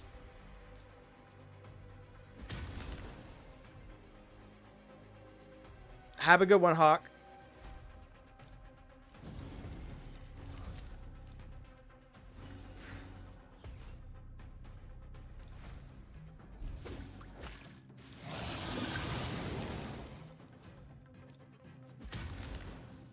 Because it's not 100% chance to land either of their abilities. But see, this is what I'm talking about. Like, look at all those poisons with 1 Taragi and a Kale. I feel like 2 Taragi, we lose too much. Like, because I can't use Ugo right now. Ugo is not allowed to place decreased defense and block buffs because it won't land if I try to use it. So we're going to cleanse instead. And decrease attack couldn't land there if it procced because they were full of debuffs. Now, obviously, 1 turn goes away, but if this was on auto and Ugo did use the decreased defense there, I wouldn't have it right now. Or 2 Taragi and no Kale. I don't think I have enough damage with 2 Taragis, though.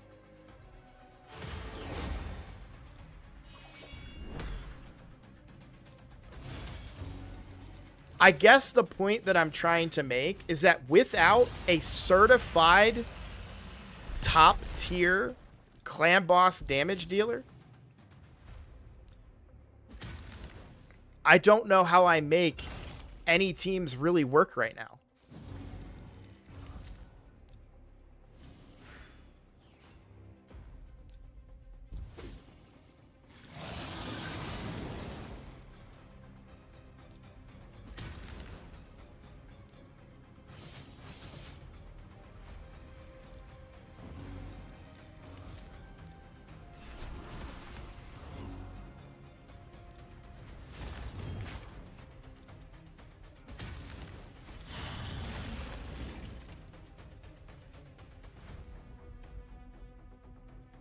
Yeah, Venomage would be so good here. Or a Geomancer. That's the real kicker. If we get Geomancer, that solves everything.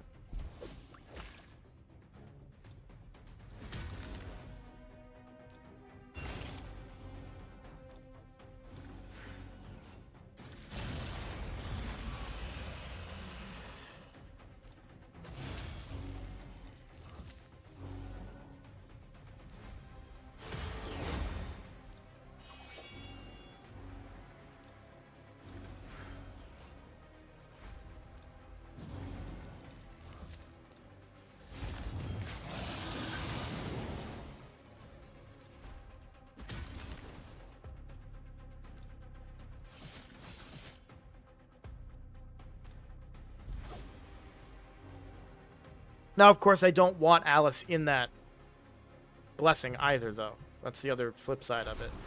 I would like to free her up and get her a more nuker-based blessing for PvP, but...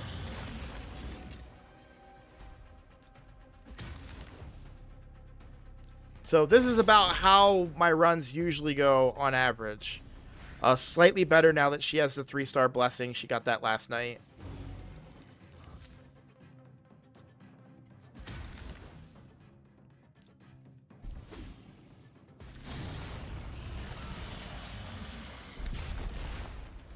I only have, to be perfectly clear, I only have 1 War Master on this entire team.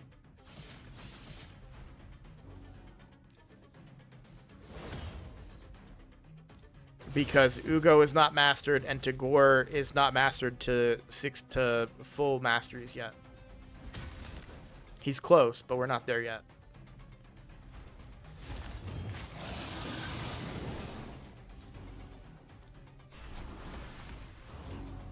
And, like, that's a good bit of healing. Like, Tagore helps when you consider that nobody can really heal off of Leech right now except for Kale. And he's in lifesteal, so...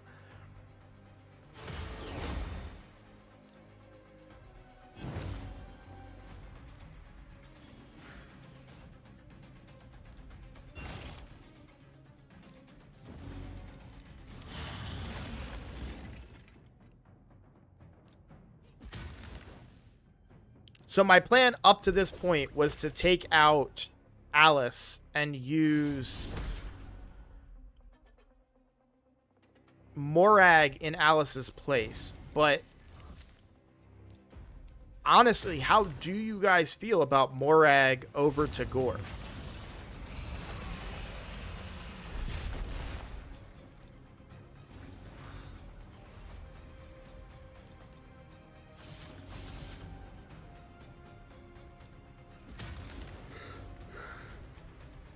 And to consider the layers of this game, even with what I just said about Geo, still gear and ascension and more. Yeah, exactly.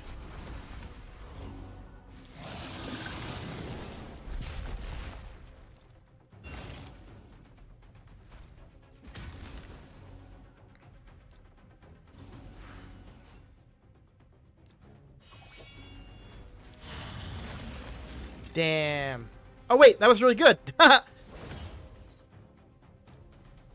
I think Ugo has a heal here. We'll use it if it's up. Oh, it's not up.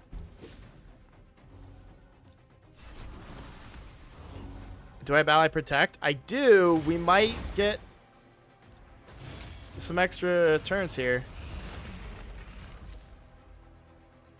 Now, see, that right there is an argument enough. We're on turn 25. Did you see how little, granted, weak affinity, weak affinity, but did you see how little they did while we were under Ally Protect?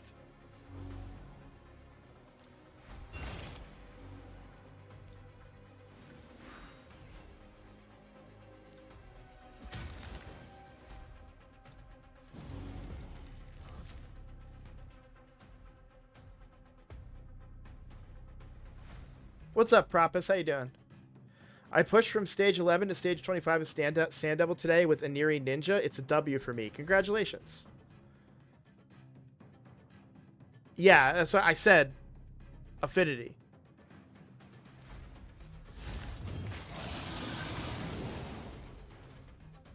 So, like, yeah, that one, they had Ally Protect up, I think, still.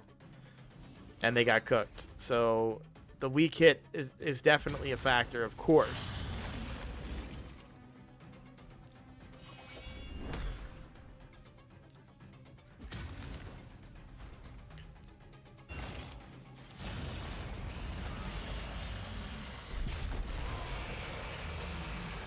So our goal, we got to remember what our actual goal is. Our actual goal is a 4-key nightmare.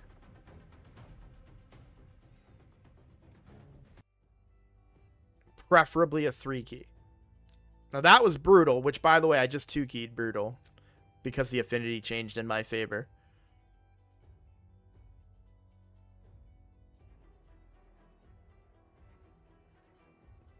I got nothing against Tagore. I love Tagore. I'm not saying anything at all negative about Tagore. I'm saying that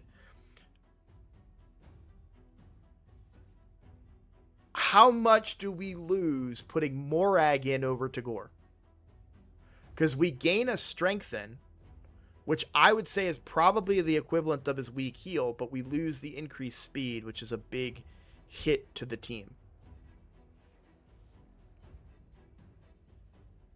Morag is already going to be my next 6-star.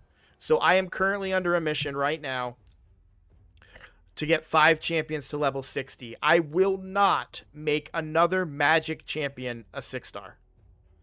I don't have enough freaking potions to go around. I just don't. So Morag is my next 6-star. Decided. Done. Unless I pull... Well, actually, no. She's going to be a 6-star probably tonight before I even get close to pulling Geomancer tomorrow. So, who is on a... By the way, we need to... Is that posted in the news yet? It is. Yeah, I think I saw it. So, tomorrow, let's talk about this. I want every... You know what? How do I do polls in this stupid program? There it is. Okay. Who should I pull for on the main free-to-play?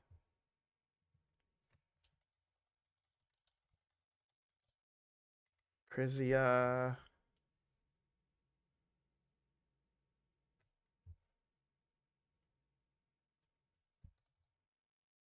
Onryo.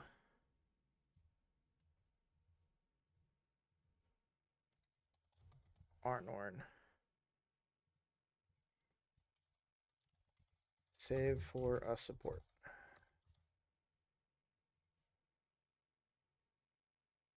Boom. Figured it out. You guys vote.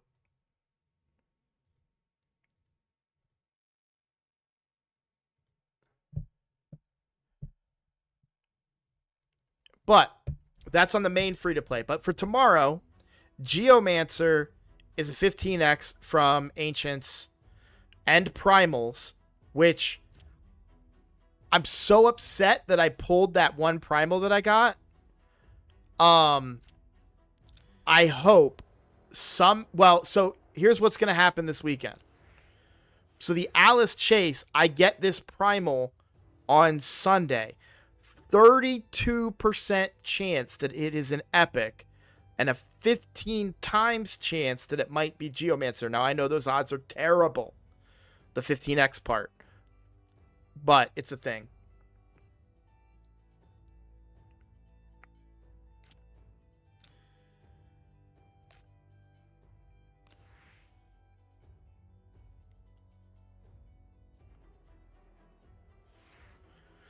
So,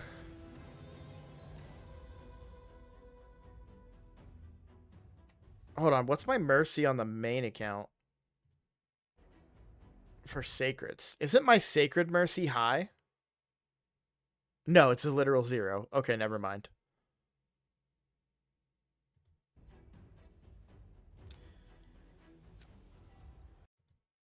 I didn't know Wallmaster was in the mix. I need to get a Wallmaster just so I don't have to compete with Icky anymore and I can blow past him.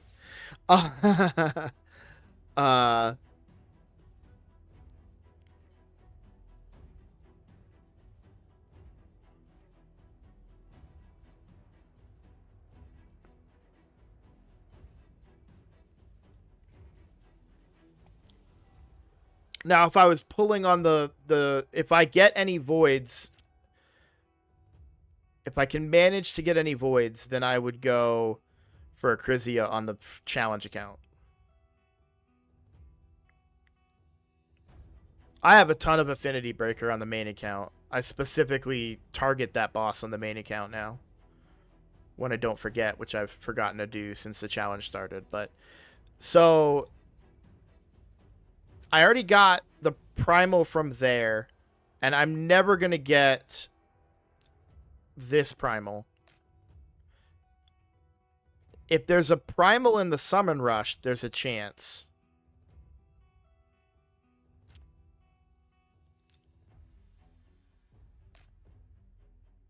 But all of my gems and energy are going to go into Morag.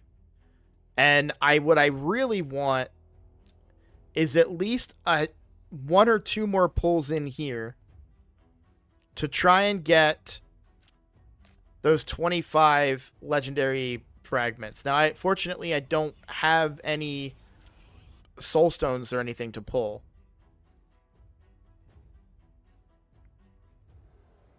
Like, even if I sold the entire collection, we're still not anywhere close. I mean, we're close, actually, but not close enough.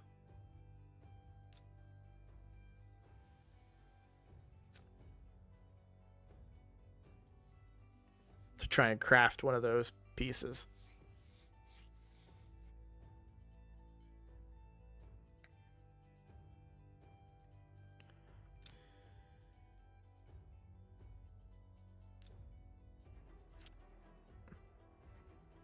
So that's kind of where we're at.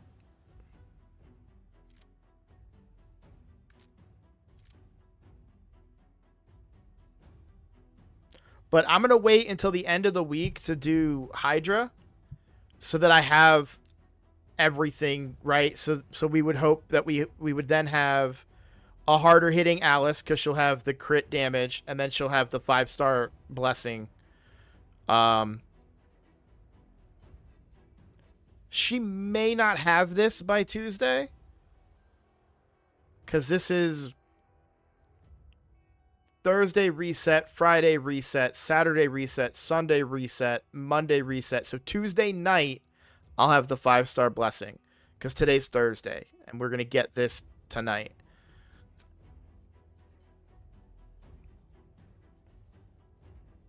So I'll be waiting right up until the end, just like I did this week, to try and get a chest 1.67, but I feel very confident that we can do it on this rotation. Very confident.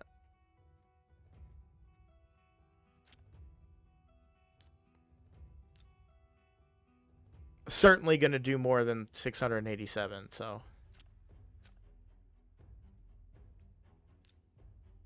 I may have to target where my brimstone lands again, but at 60%, it's going to be more efficient, so I can target it to land on the fear head is the best head for me to have it land on.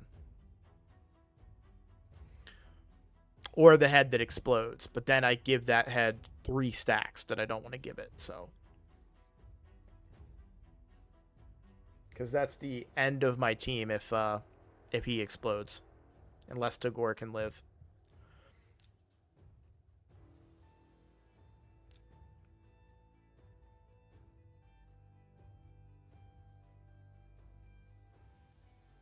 But yeah, I'm not sleeping on Morag at all. And by the way, we're going to have a relic for Morag too, which is going to give her 10% extra defense.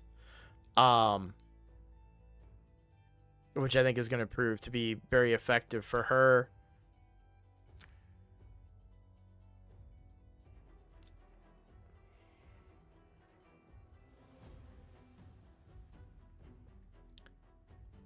Feral 9-piece for Mad Hatter.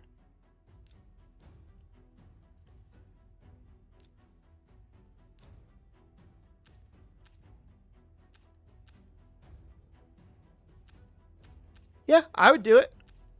I would definitely do it.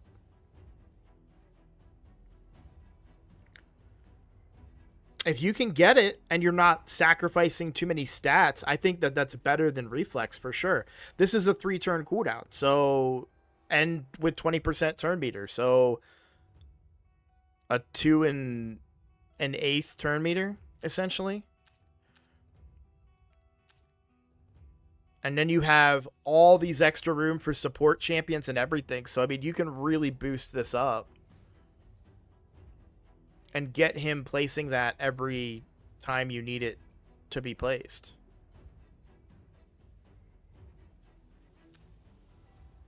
So I don't think reflex really helps. Sorry, this is the turn meter. I apologize. It's not on this ability.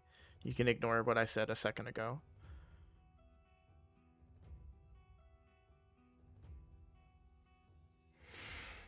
Man, increasing the damage by 20%.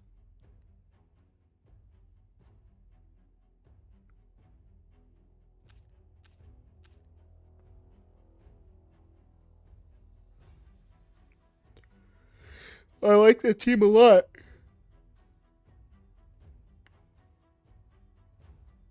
You voted Acrizia for Chimera. The problem that I'm going to run into on Chimera is that I don't have a way to revive Acrizia on the higher difficulties. But I agree with you. Acrizia is a one-of-a-kind champion. There are multiple supports in this game that I can get from Ancients, Primals, Voids, and Sacreds. So I completely agree with that assessment. I was leaning towards Acrizia myself because the other option is Arnorn, who is really good in his own right. Like, this guy's kit is ridiculous, right? So his passive increases his attack by 5% for each active buff on the enemy team up to 100%. It prevents his death on a 4-turn cooldown. Keep him alive 1 HP when hit by a fatal hit. Then gives Stone Skin on him for 1 turn. And instantly activates his A3. And it does not place this on cooldown either. Shoot him, Kevin! Hey, Eric, thank you for the subscription. If there are multiple champions on the team with the skill, it only activates once. But he brings his own Stone Skin to a fight. Combine this with Nice. Then this ability.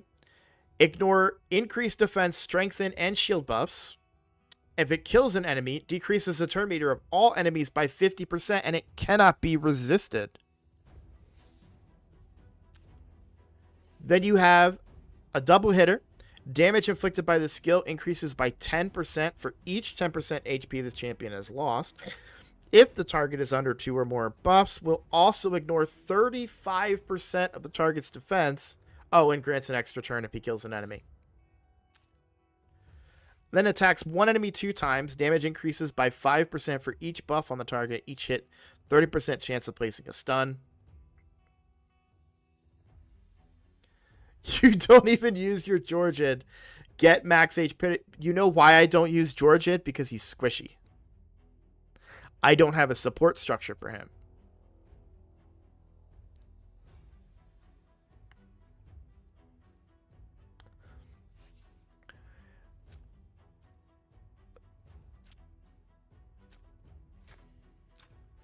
So if we were talking arena,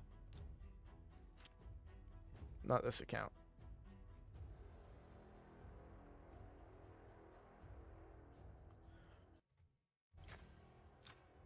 If we were talking arena,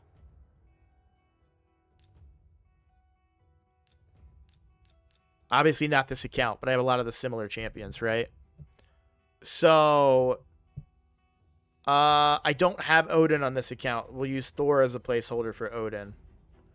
So we'd have Odin as the lead, Arbiter, Arnorn, and Nice.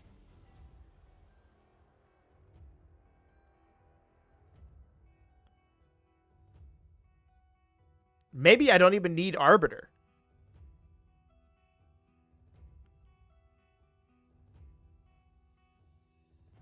I could bring Constantine, who just got buffed, who I want to build. No, I get it. I get it. Like, not like Arnorn is really, really good, and he brings his own stone skin, which I think is really strong on a 4-turn cooldown. Because you could theoretically get stone skin late in the fight. But Acrizia is a one-of-a-kind champion. Nobody else in the game does what Acrizia does. So we'll go for Acrizia tomorrow. On the free-to-play account, the main free-to-play account, we'll go for Acrizia. On the challenge account, over the weekend, I will pull my shards that I have. And we would probably target...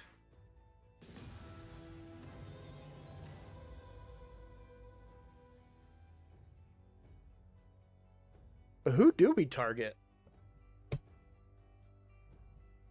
Obviously, Geomancer is the target.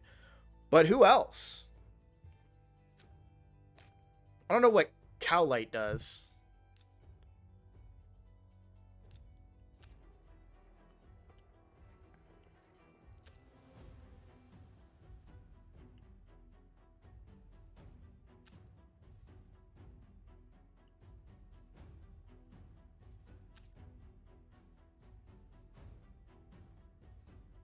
I don't want this guy just because I don't want to have to say his stupid name.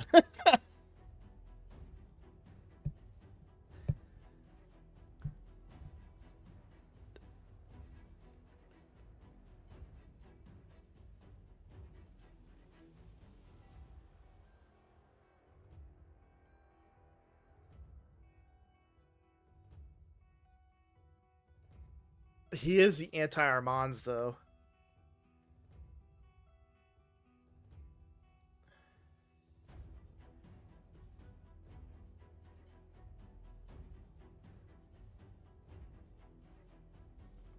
Yeah, I don't think he's the chase though, right? So who are we picking?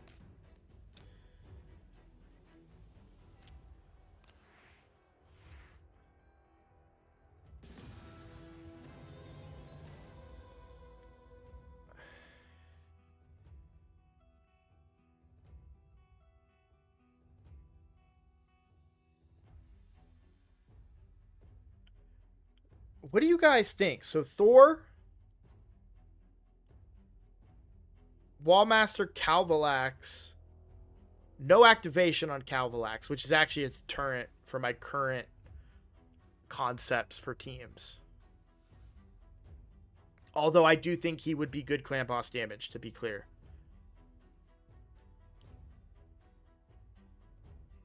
For me, I feel like it's between Thor, Wallmaster, or Rhodos. And this is for the challenge account. And I say Rotos because Rotos can actually be used in content outside of Arena. Like, he hits that hard. Like, I would not be mad putting Rotos in as a clan boss damage dealer. Honestly, I wouldn't.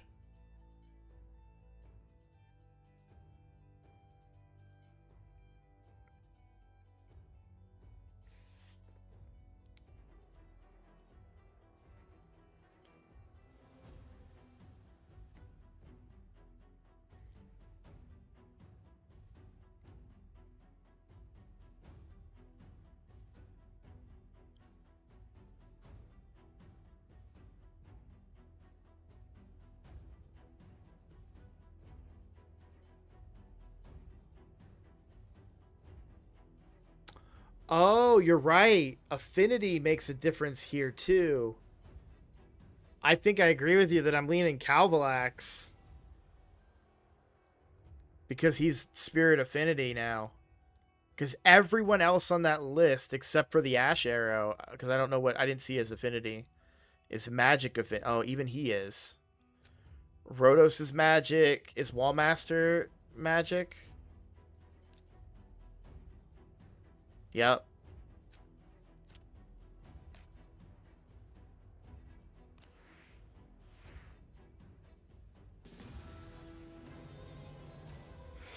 Obviously Thor is. Yeah, Calvalax is the only non-magic there.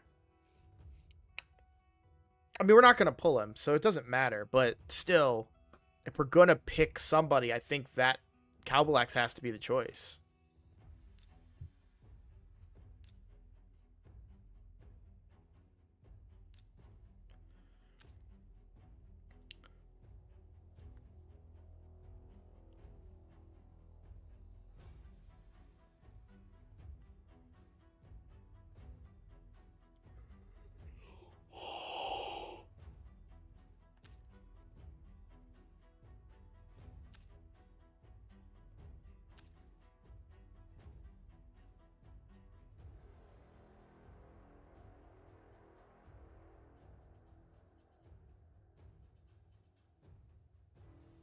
I mean, that's going to be a pretty good heal for him, too.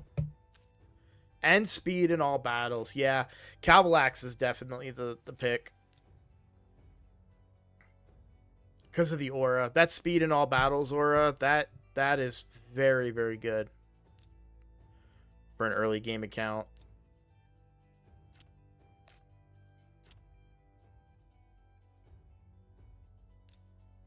And like Wallmaster brings self-buffing. He does bring a 100% decreased attack, though. But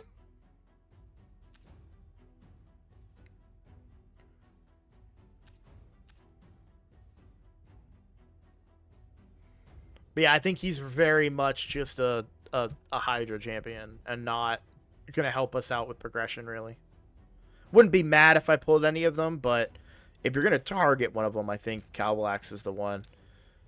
And then, obviously, Acrizia would be the target for any voids if we come across any voids. I don't think we're going to get any voids by then. By the end of the weekend.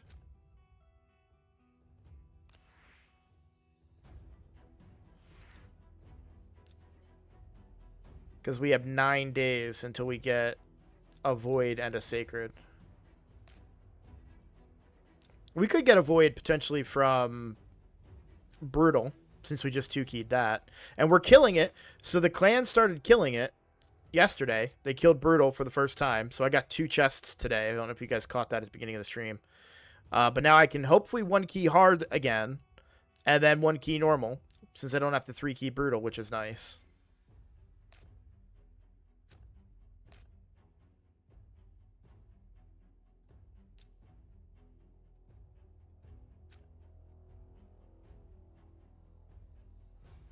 All right. Well, we're at 2 o'clock.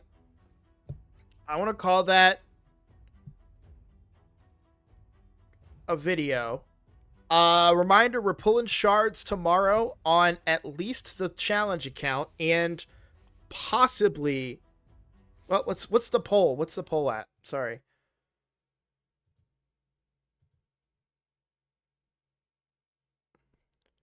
So we have 56% of you want me to pull for Acrizia, 20% Onryo, 20% say save for a support, and 3% said Arnorn. So nobody likes Arnorn.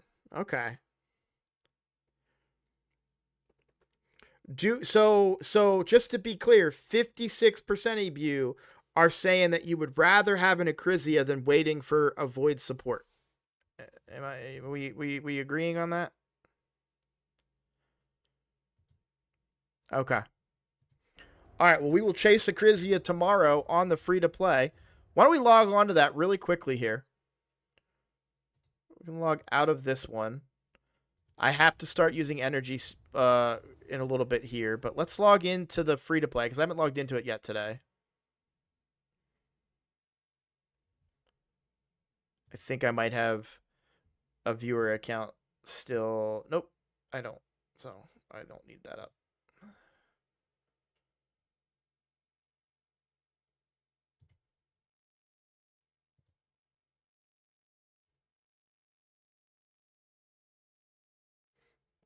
He's amazing, just not good for my account because I have nice.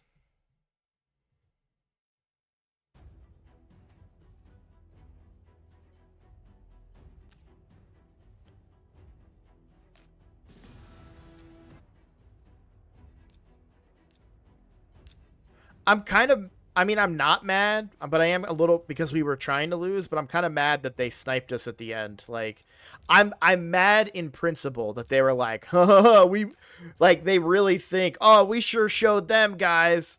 We went ahead and you know, cuz we were winning like the whole time. And then they just came back and they're like, "Oh, we sure showed them. I spent a whole bunch of money so we could win." It's like, "Okay."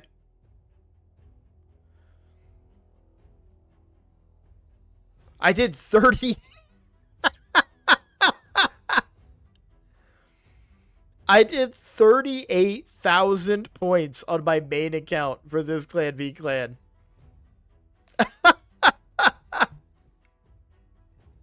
They were winning the whole time? I could have swore we took the lead at one point. They did it on the challenge account too. We were winning the whole time on the... Okay, maybe I'm getting my accounts mixed up. Because we were winning the whole time on the challenge account, and then they won last minute, barely.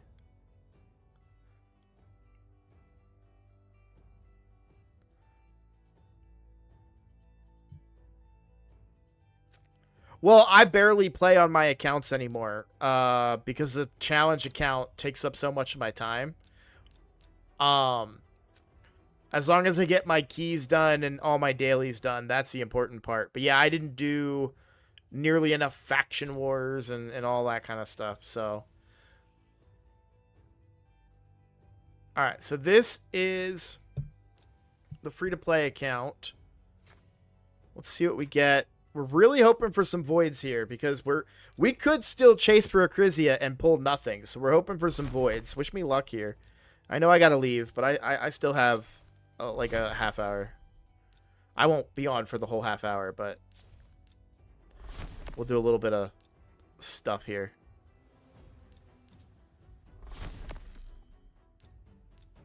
I really don't want to see ancient shards. Because I popped my Ancient Mercy, so we are no longer... Yeah, we're no longer in Mercy for Ancients, which sucks. We're going to be Tier 5 again? That's good. That's what we want to be, right? Because we keep winning at Tier 5. As long as we're not Tier 6, that's where we lose. And keep in mind that the whole reason I only had 38,000 points is because I saved every single one of my points. So I could probably put up 500,000-600,000 if next Clan v Clan if I need to.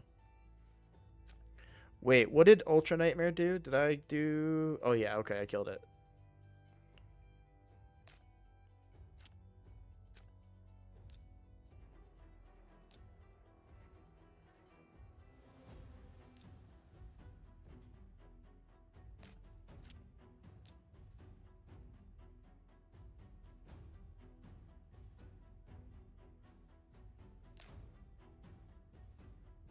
I hate this so much, man.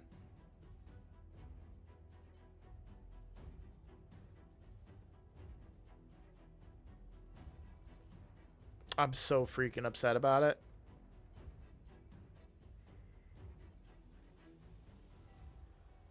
I hate when they do stuff like the limitation crap. It's not fun.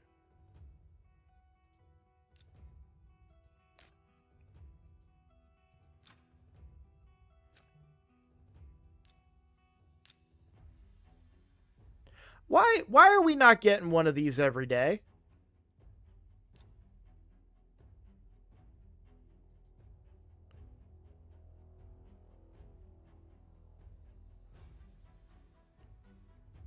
Are people not generating enough stars right now? Like that's a little that's the second time that's happened.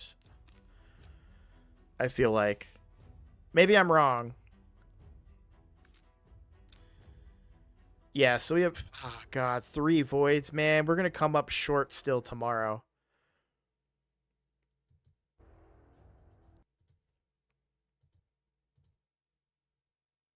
So 201 voids.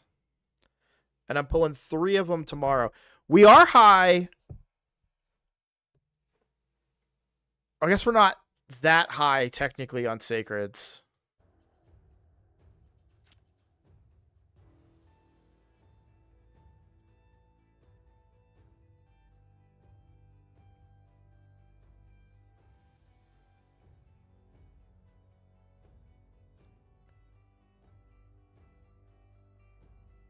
TTA void.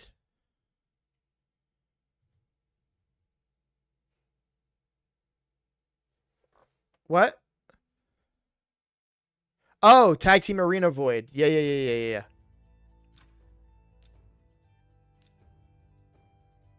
Not enough gold bars though. I gotta pick it up. I could. I. Mm, no, you're talking about another 8 grand basically. Get to work. What about? No, not anywhere close to monthly. You know what though? Doom Tower. Wait. Did I complete hard or am I imagining that? Okay, I did.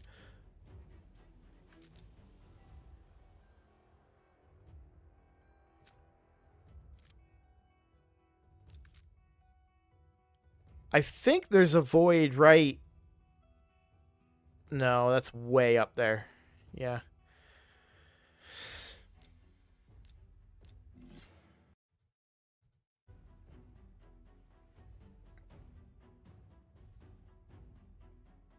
But yeah, I think.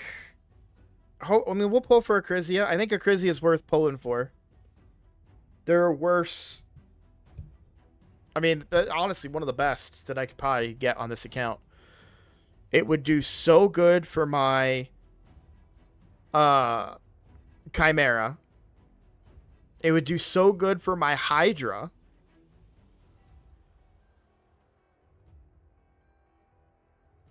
I could probably do Nightmare because I'm doing Brutal now on the free to play. I could probably then do Nightmare with Acrizia.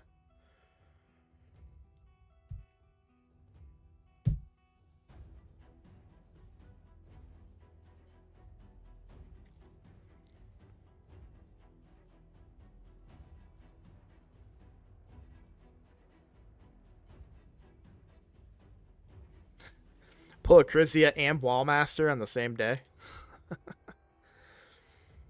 Be pretty cool. Actually, I might pull Sacreds. For the Summon Rush. Now that I think about it, right? Because there's the Summon Rush tomorrow, and for the Tea Party Titan event, and we want to get to the Cat's Gaze, so I may need those points to get to the Cat's Gaze. So, we had enough Sacreds saved up.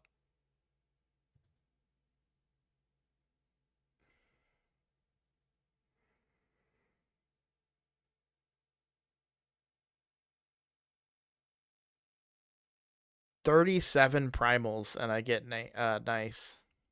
How awesome is that?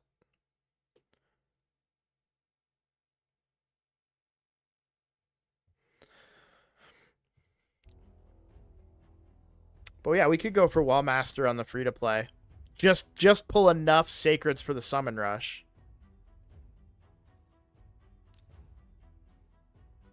I think I had like 8 or something, didn't I? I don't know. If it's only like 3 sacreds, I wouldn't do that. But I feel like I had a pretty big chunk of sacreds.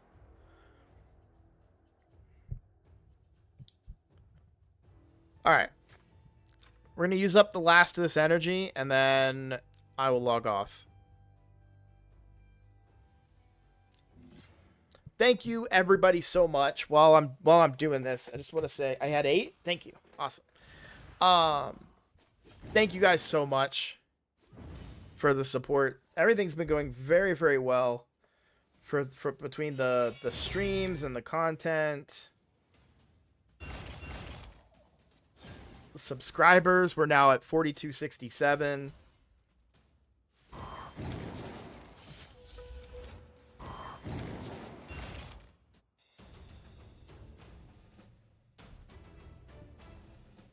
I'm missing like 20 points from Deck of Fate, but haven't missed any other points, so I think I can skip Summon Rush.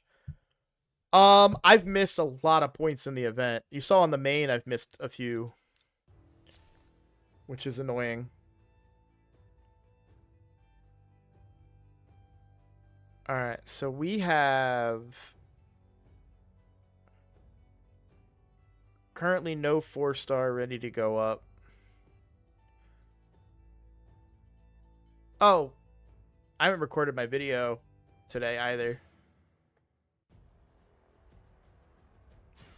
Maid stream on the way. Well, that's gonna happen during my birthday. Not the maid stream, but setting that as a goal will be during my birthday, with the idea of having a birthday stream that will theoretically generate large numbers of donations, subscriptions, memberships, and etc., etc., etc. So here's where we are. A little spoiler for you guys. So this is where we're at for the Arbiter missions.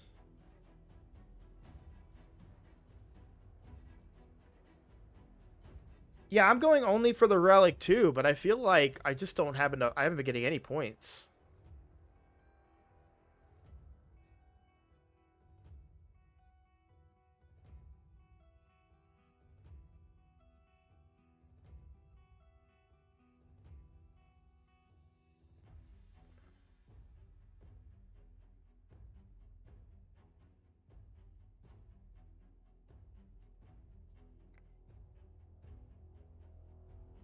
Like, the free-to-play is the most progressed on it.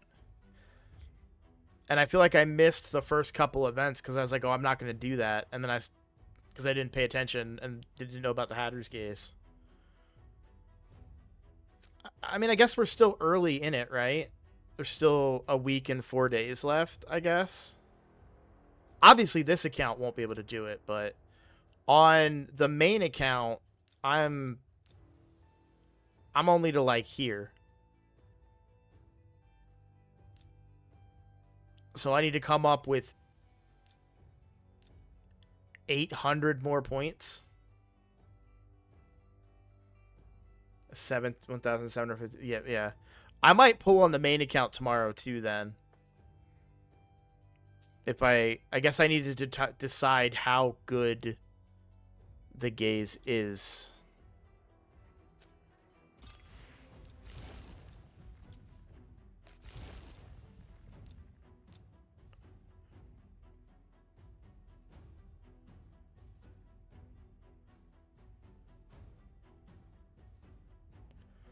Like, is it worth Sacred Shards? No. You know what? On the main account, I'm not, because we're going for that fusion that comes out in February. And I need to get more voids. I may have to spend in February. I feel like a lot of... If I do a birthday stream and try to raise money, a lot of it's going to go right back into the main account.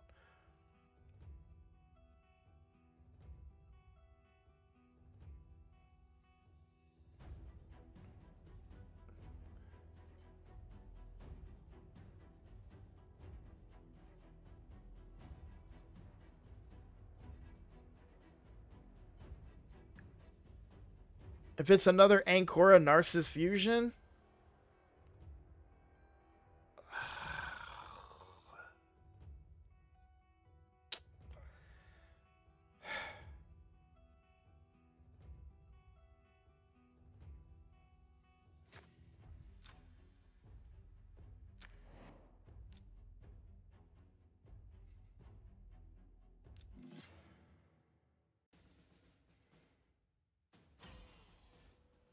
fine.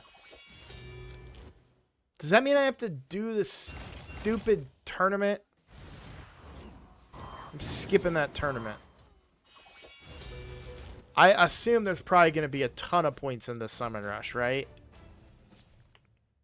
Because the tournaments aren't given that much.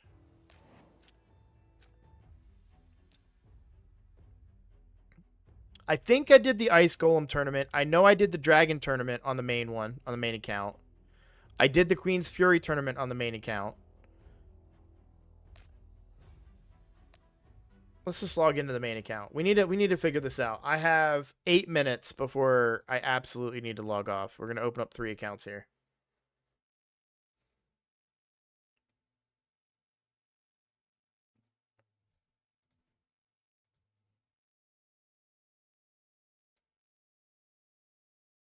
I apologize if the stream starts to lag.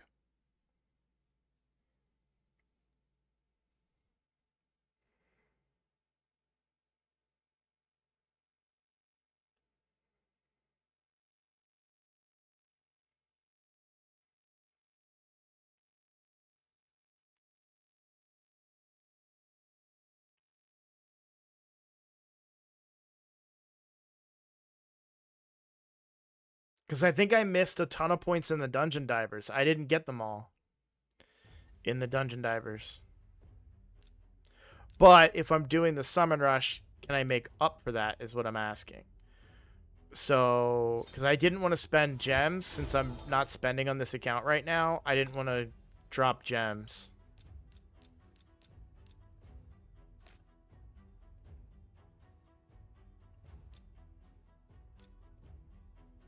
Oh, I'm a little further along than I said. But only by 40 points. Deck has 100 and Divers had 100. Champ Chase had, I think, 200. Yeah, that's where I lost a lot. I didn't do the Deck of Fate.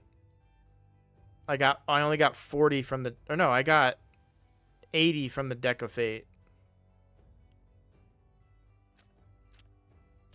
Because I'm not pulling this stuff. 640 is max right now.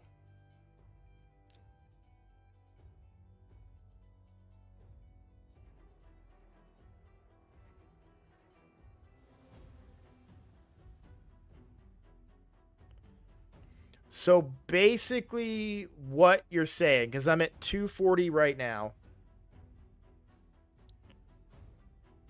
And the goal is 1,000. So I basically need to do every single event starting now. Including this stupid tournament that I don't want to do.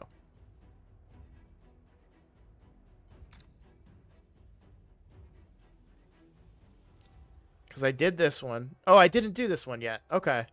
Cool. That's an easy 60 more points right there.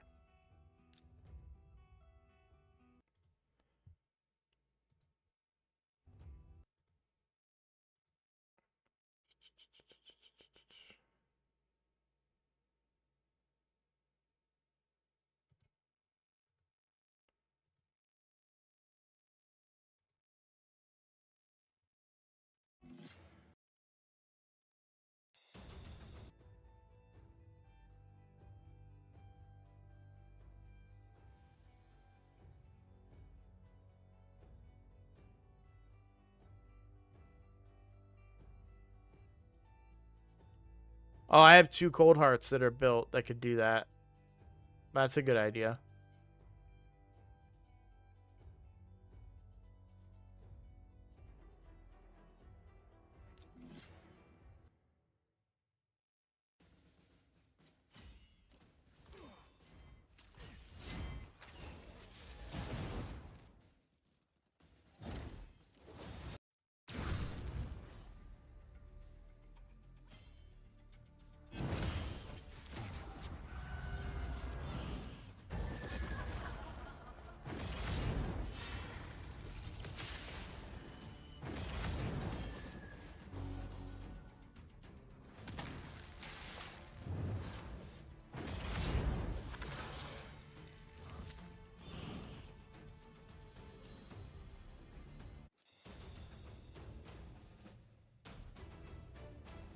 They say you better sell that for me.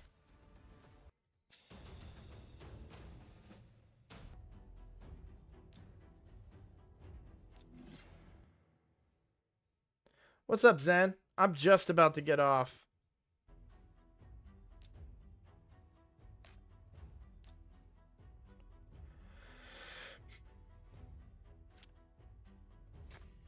I'm really frustrated by these faction wars too, guys, because I don't have anybody in this faction.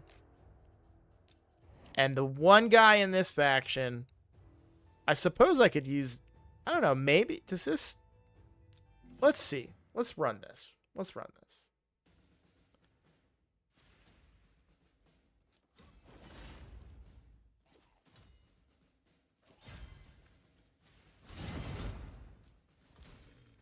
Okay, he actually is not bad, so this might work.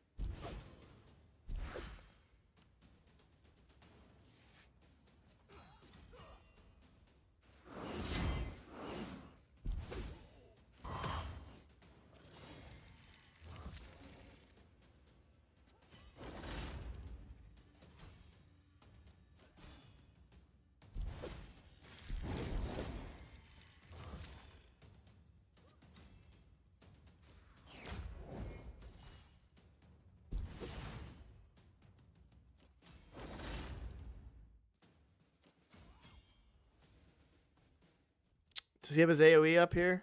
Please.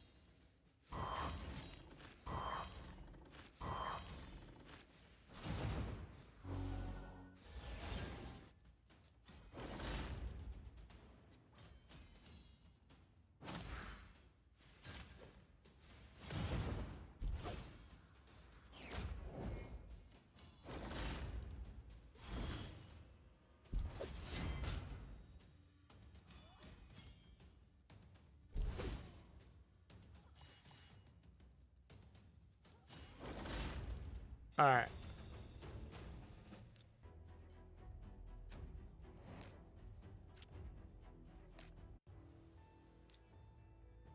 $12 keys, that I can do without losing a champion. So we just need to put some gear on them.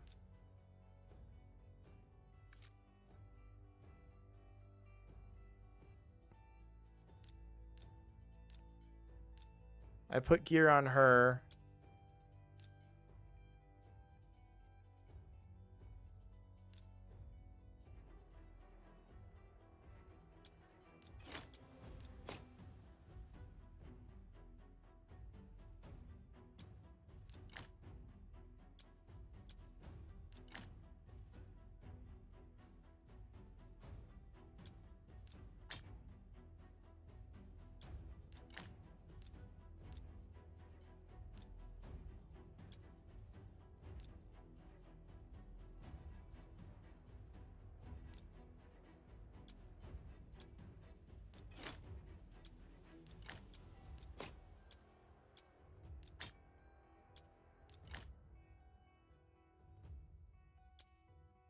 Yeah, it's a bad helmet. I'll get rid of it.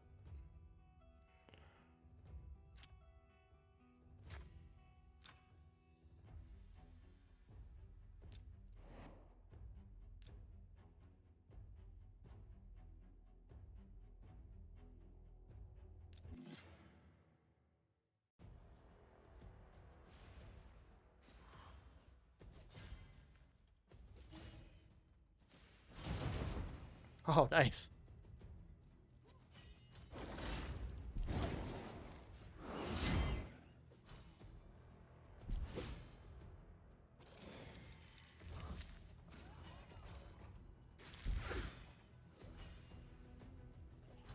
Please don't die.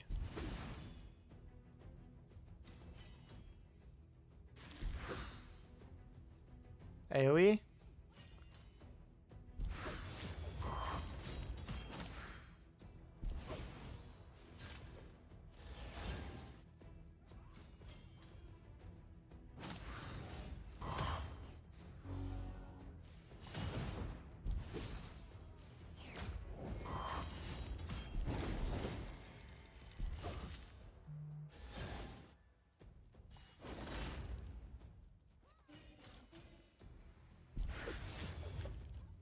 There we go.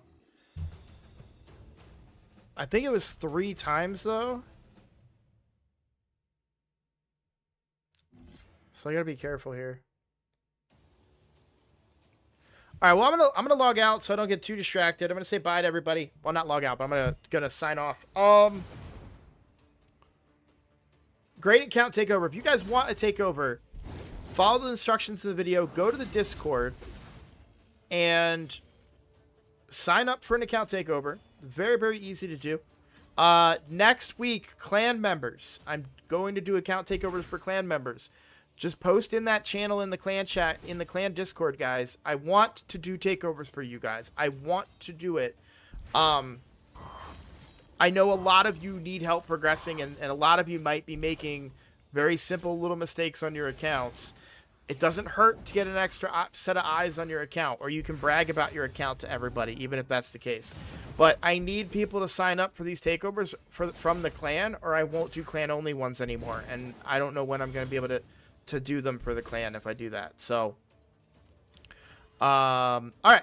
Thanks for watching. I'm going to end it quickly. I will see you all tomorrow. We'll pull some shards. We're going to have some fun. I'm excited. Take care, guys.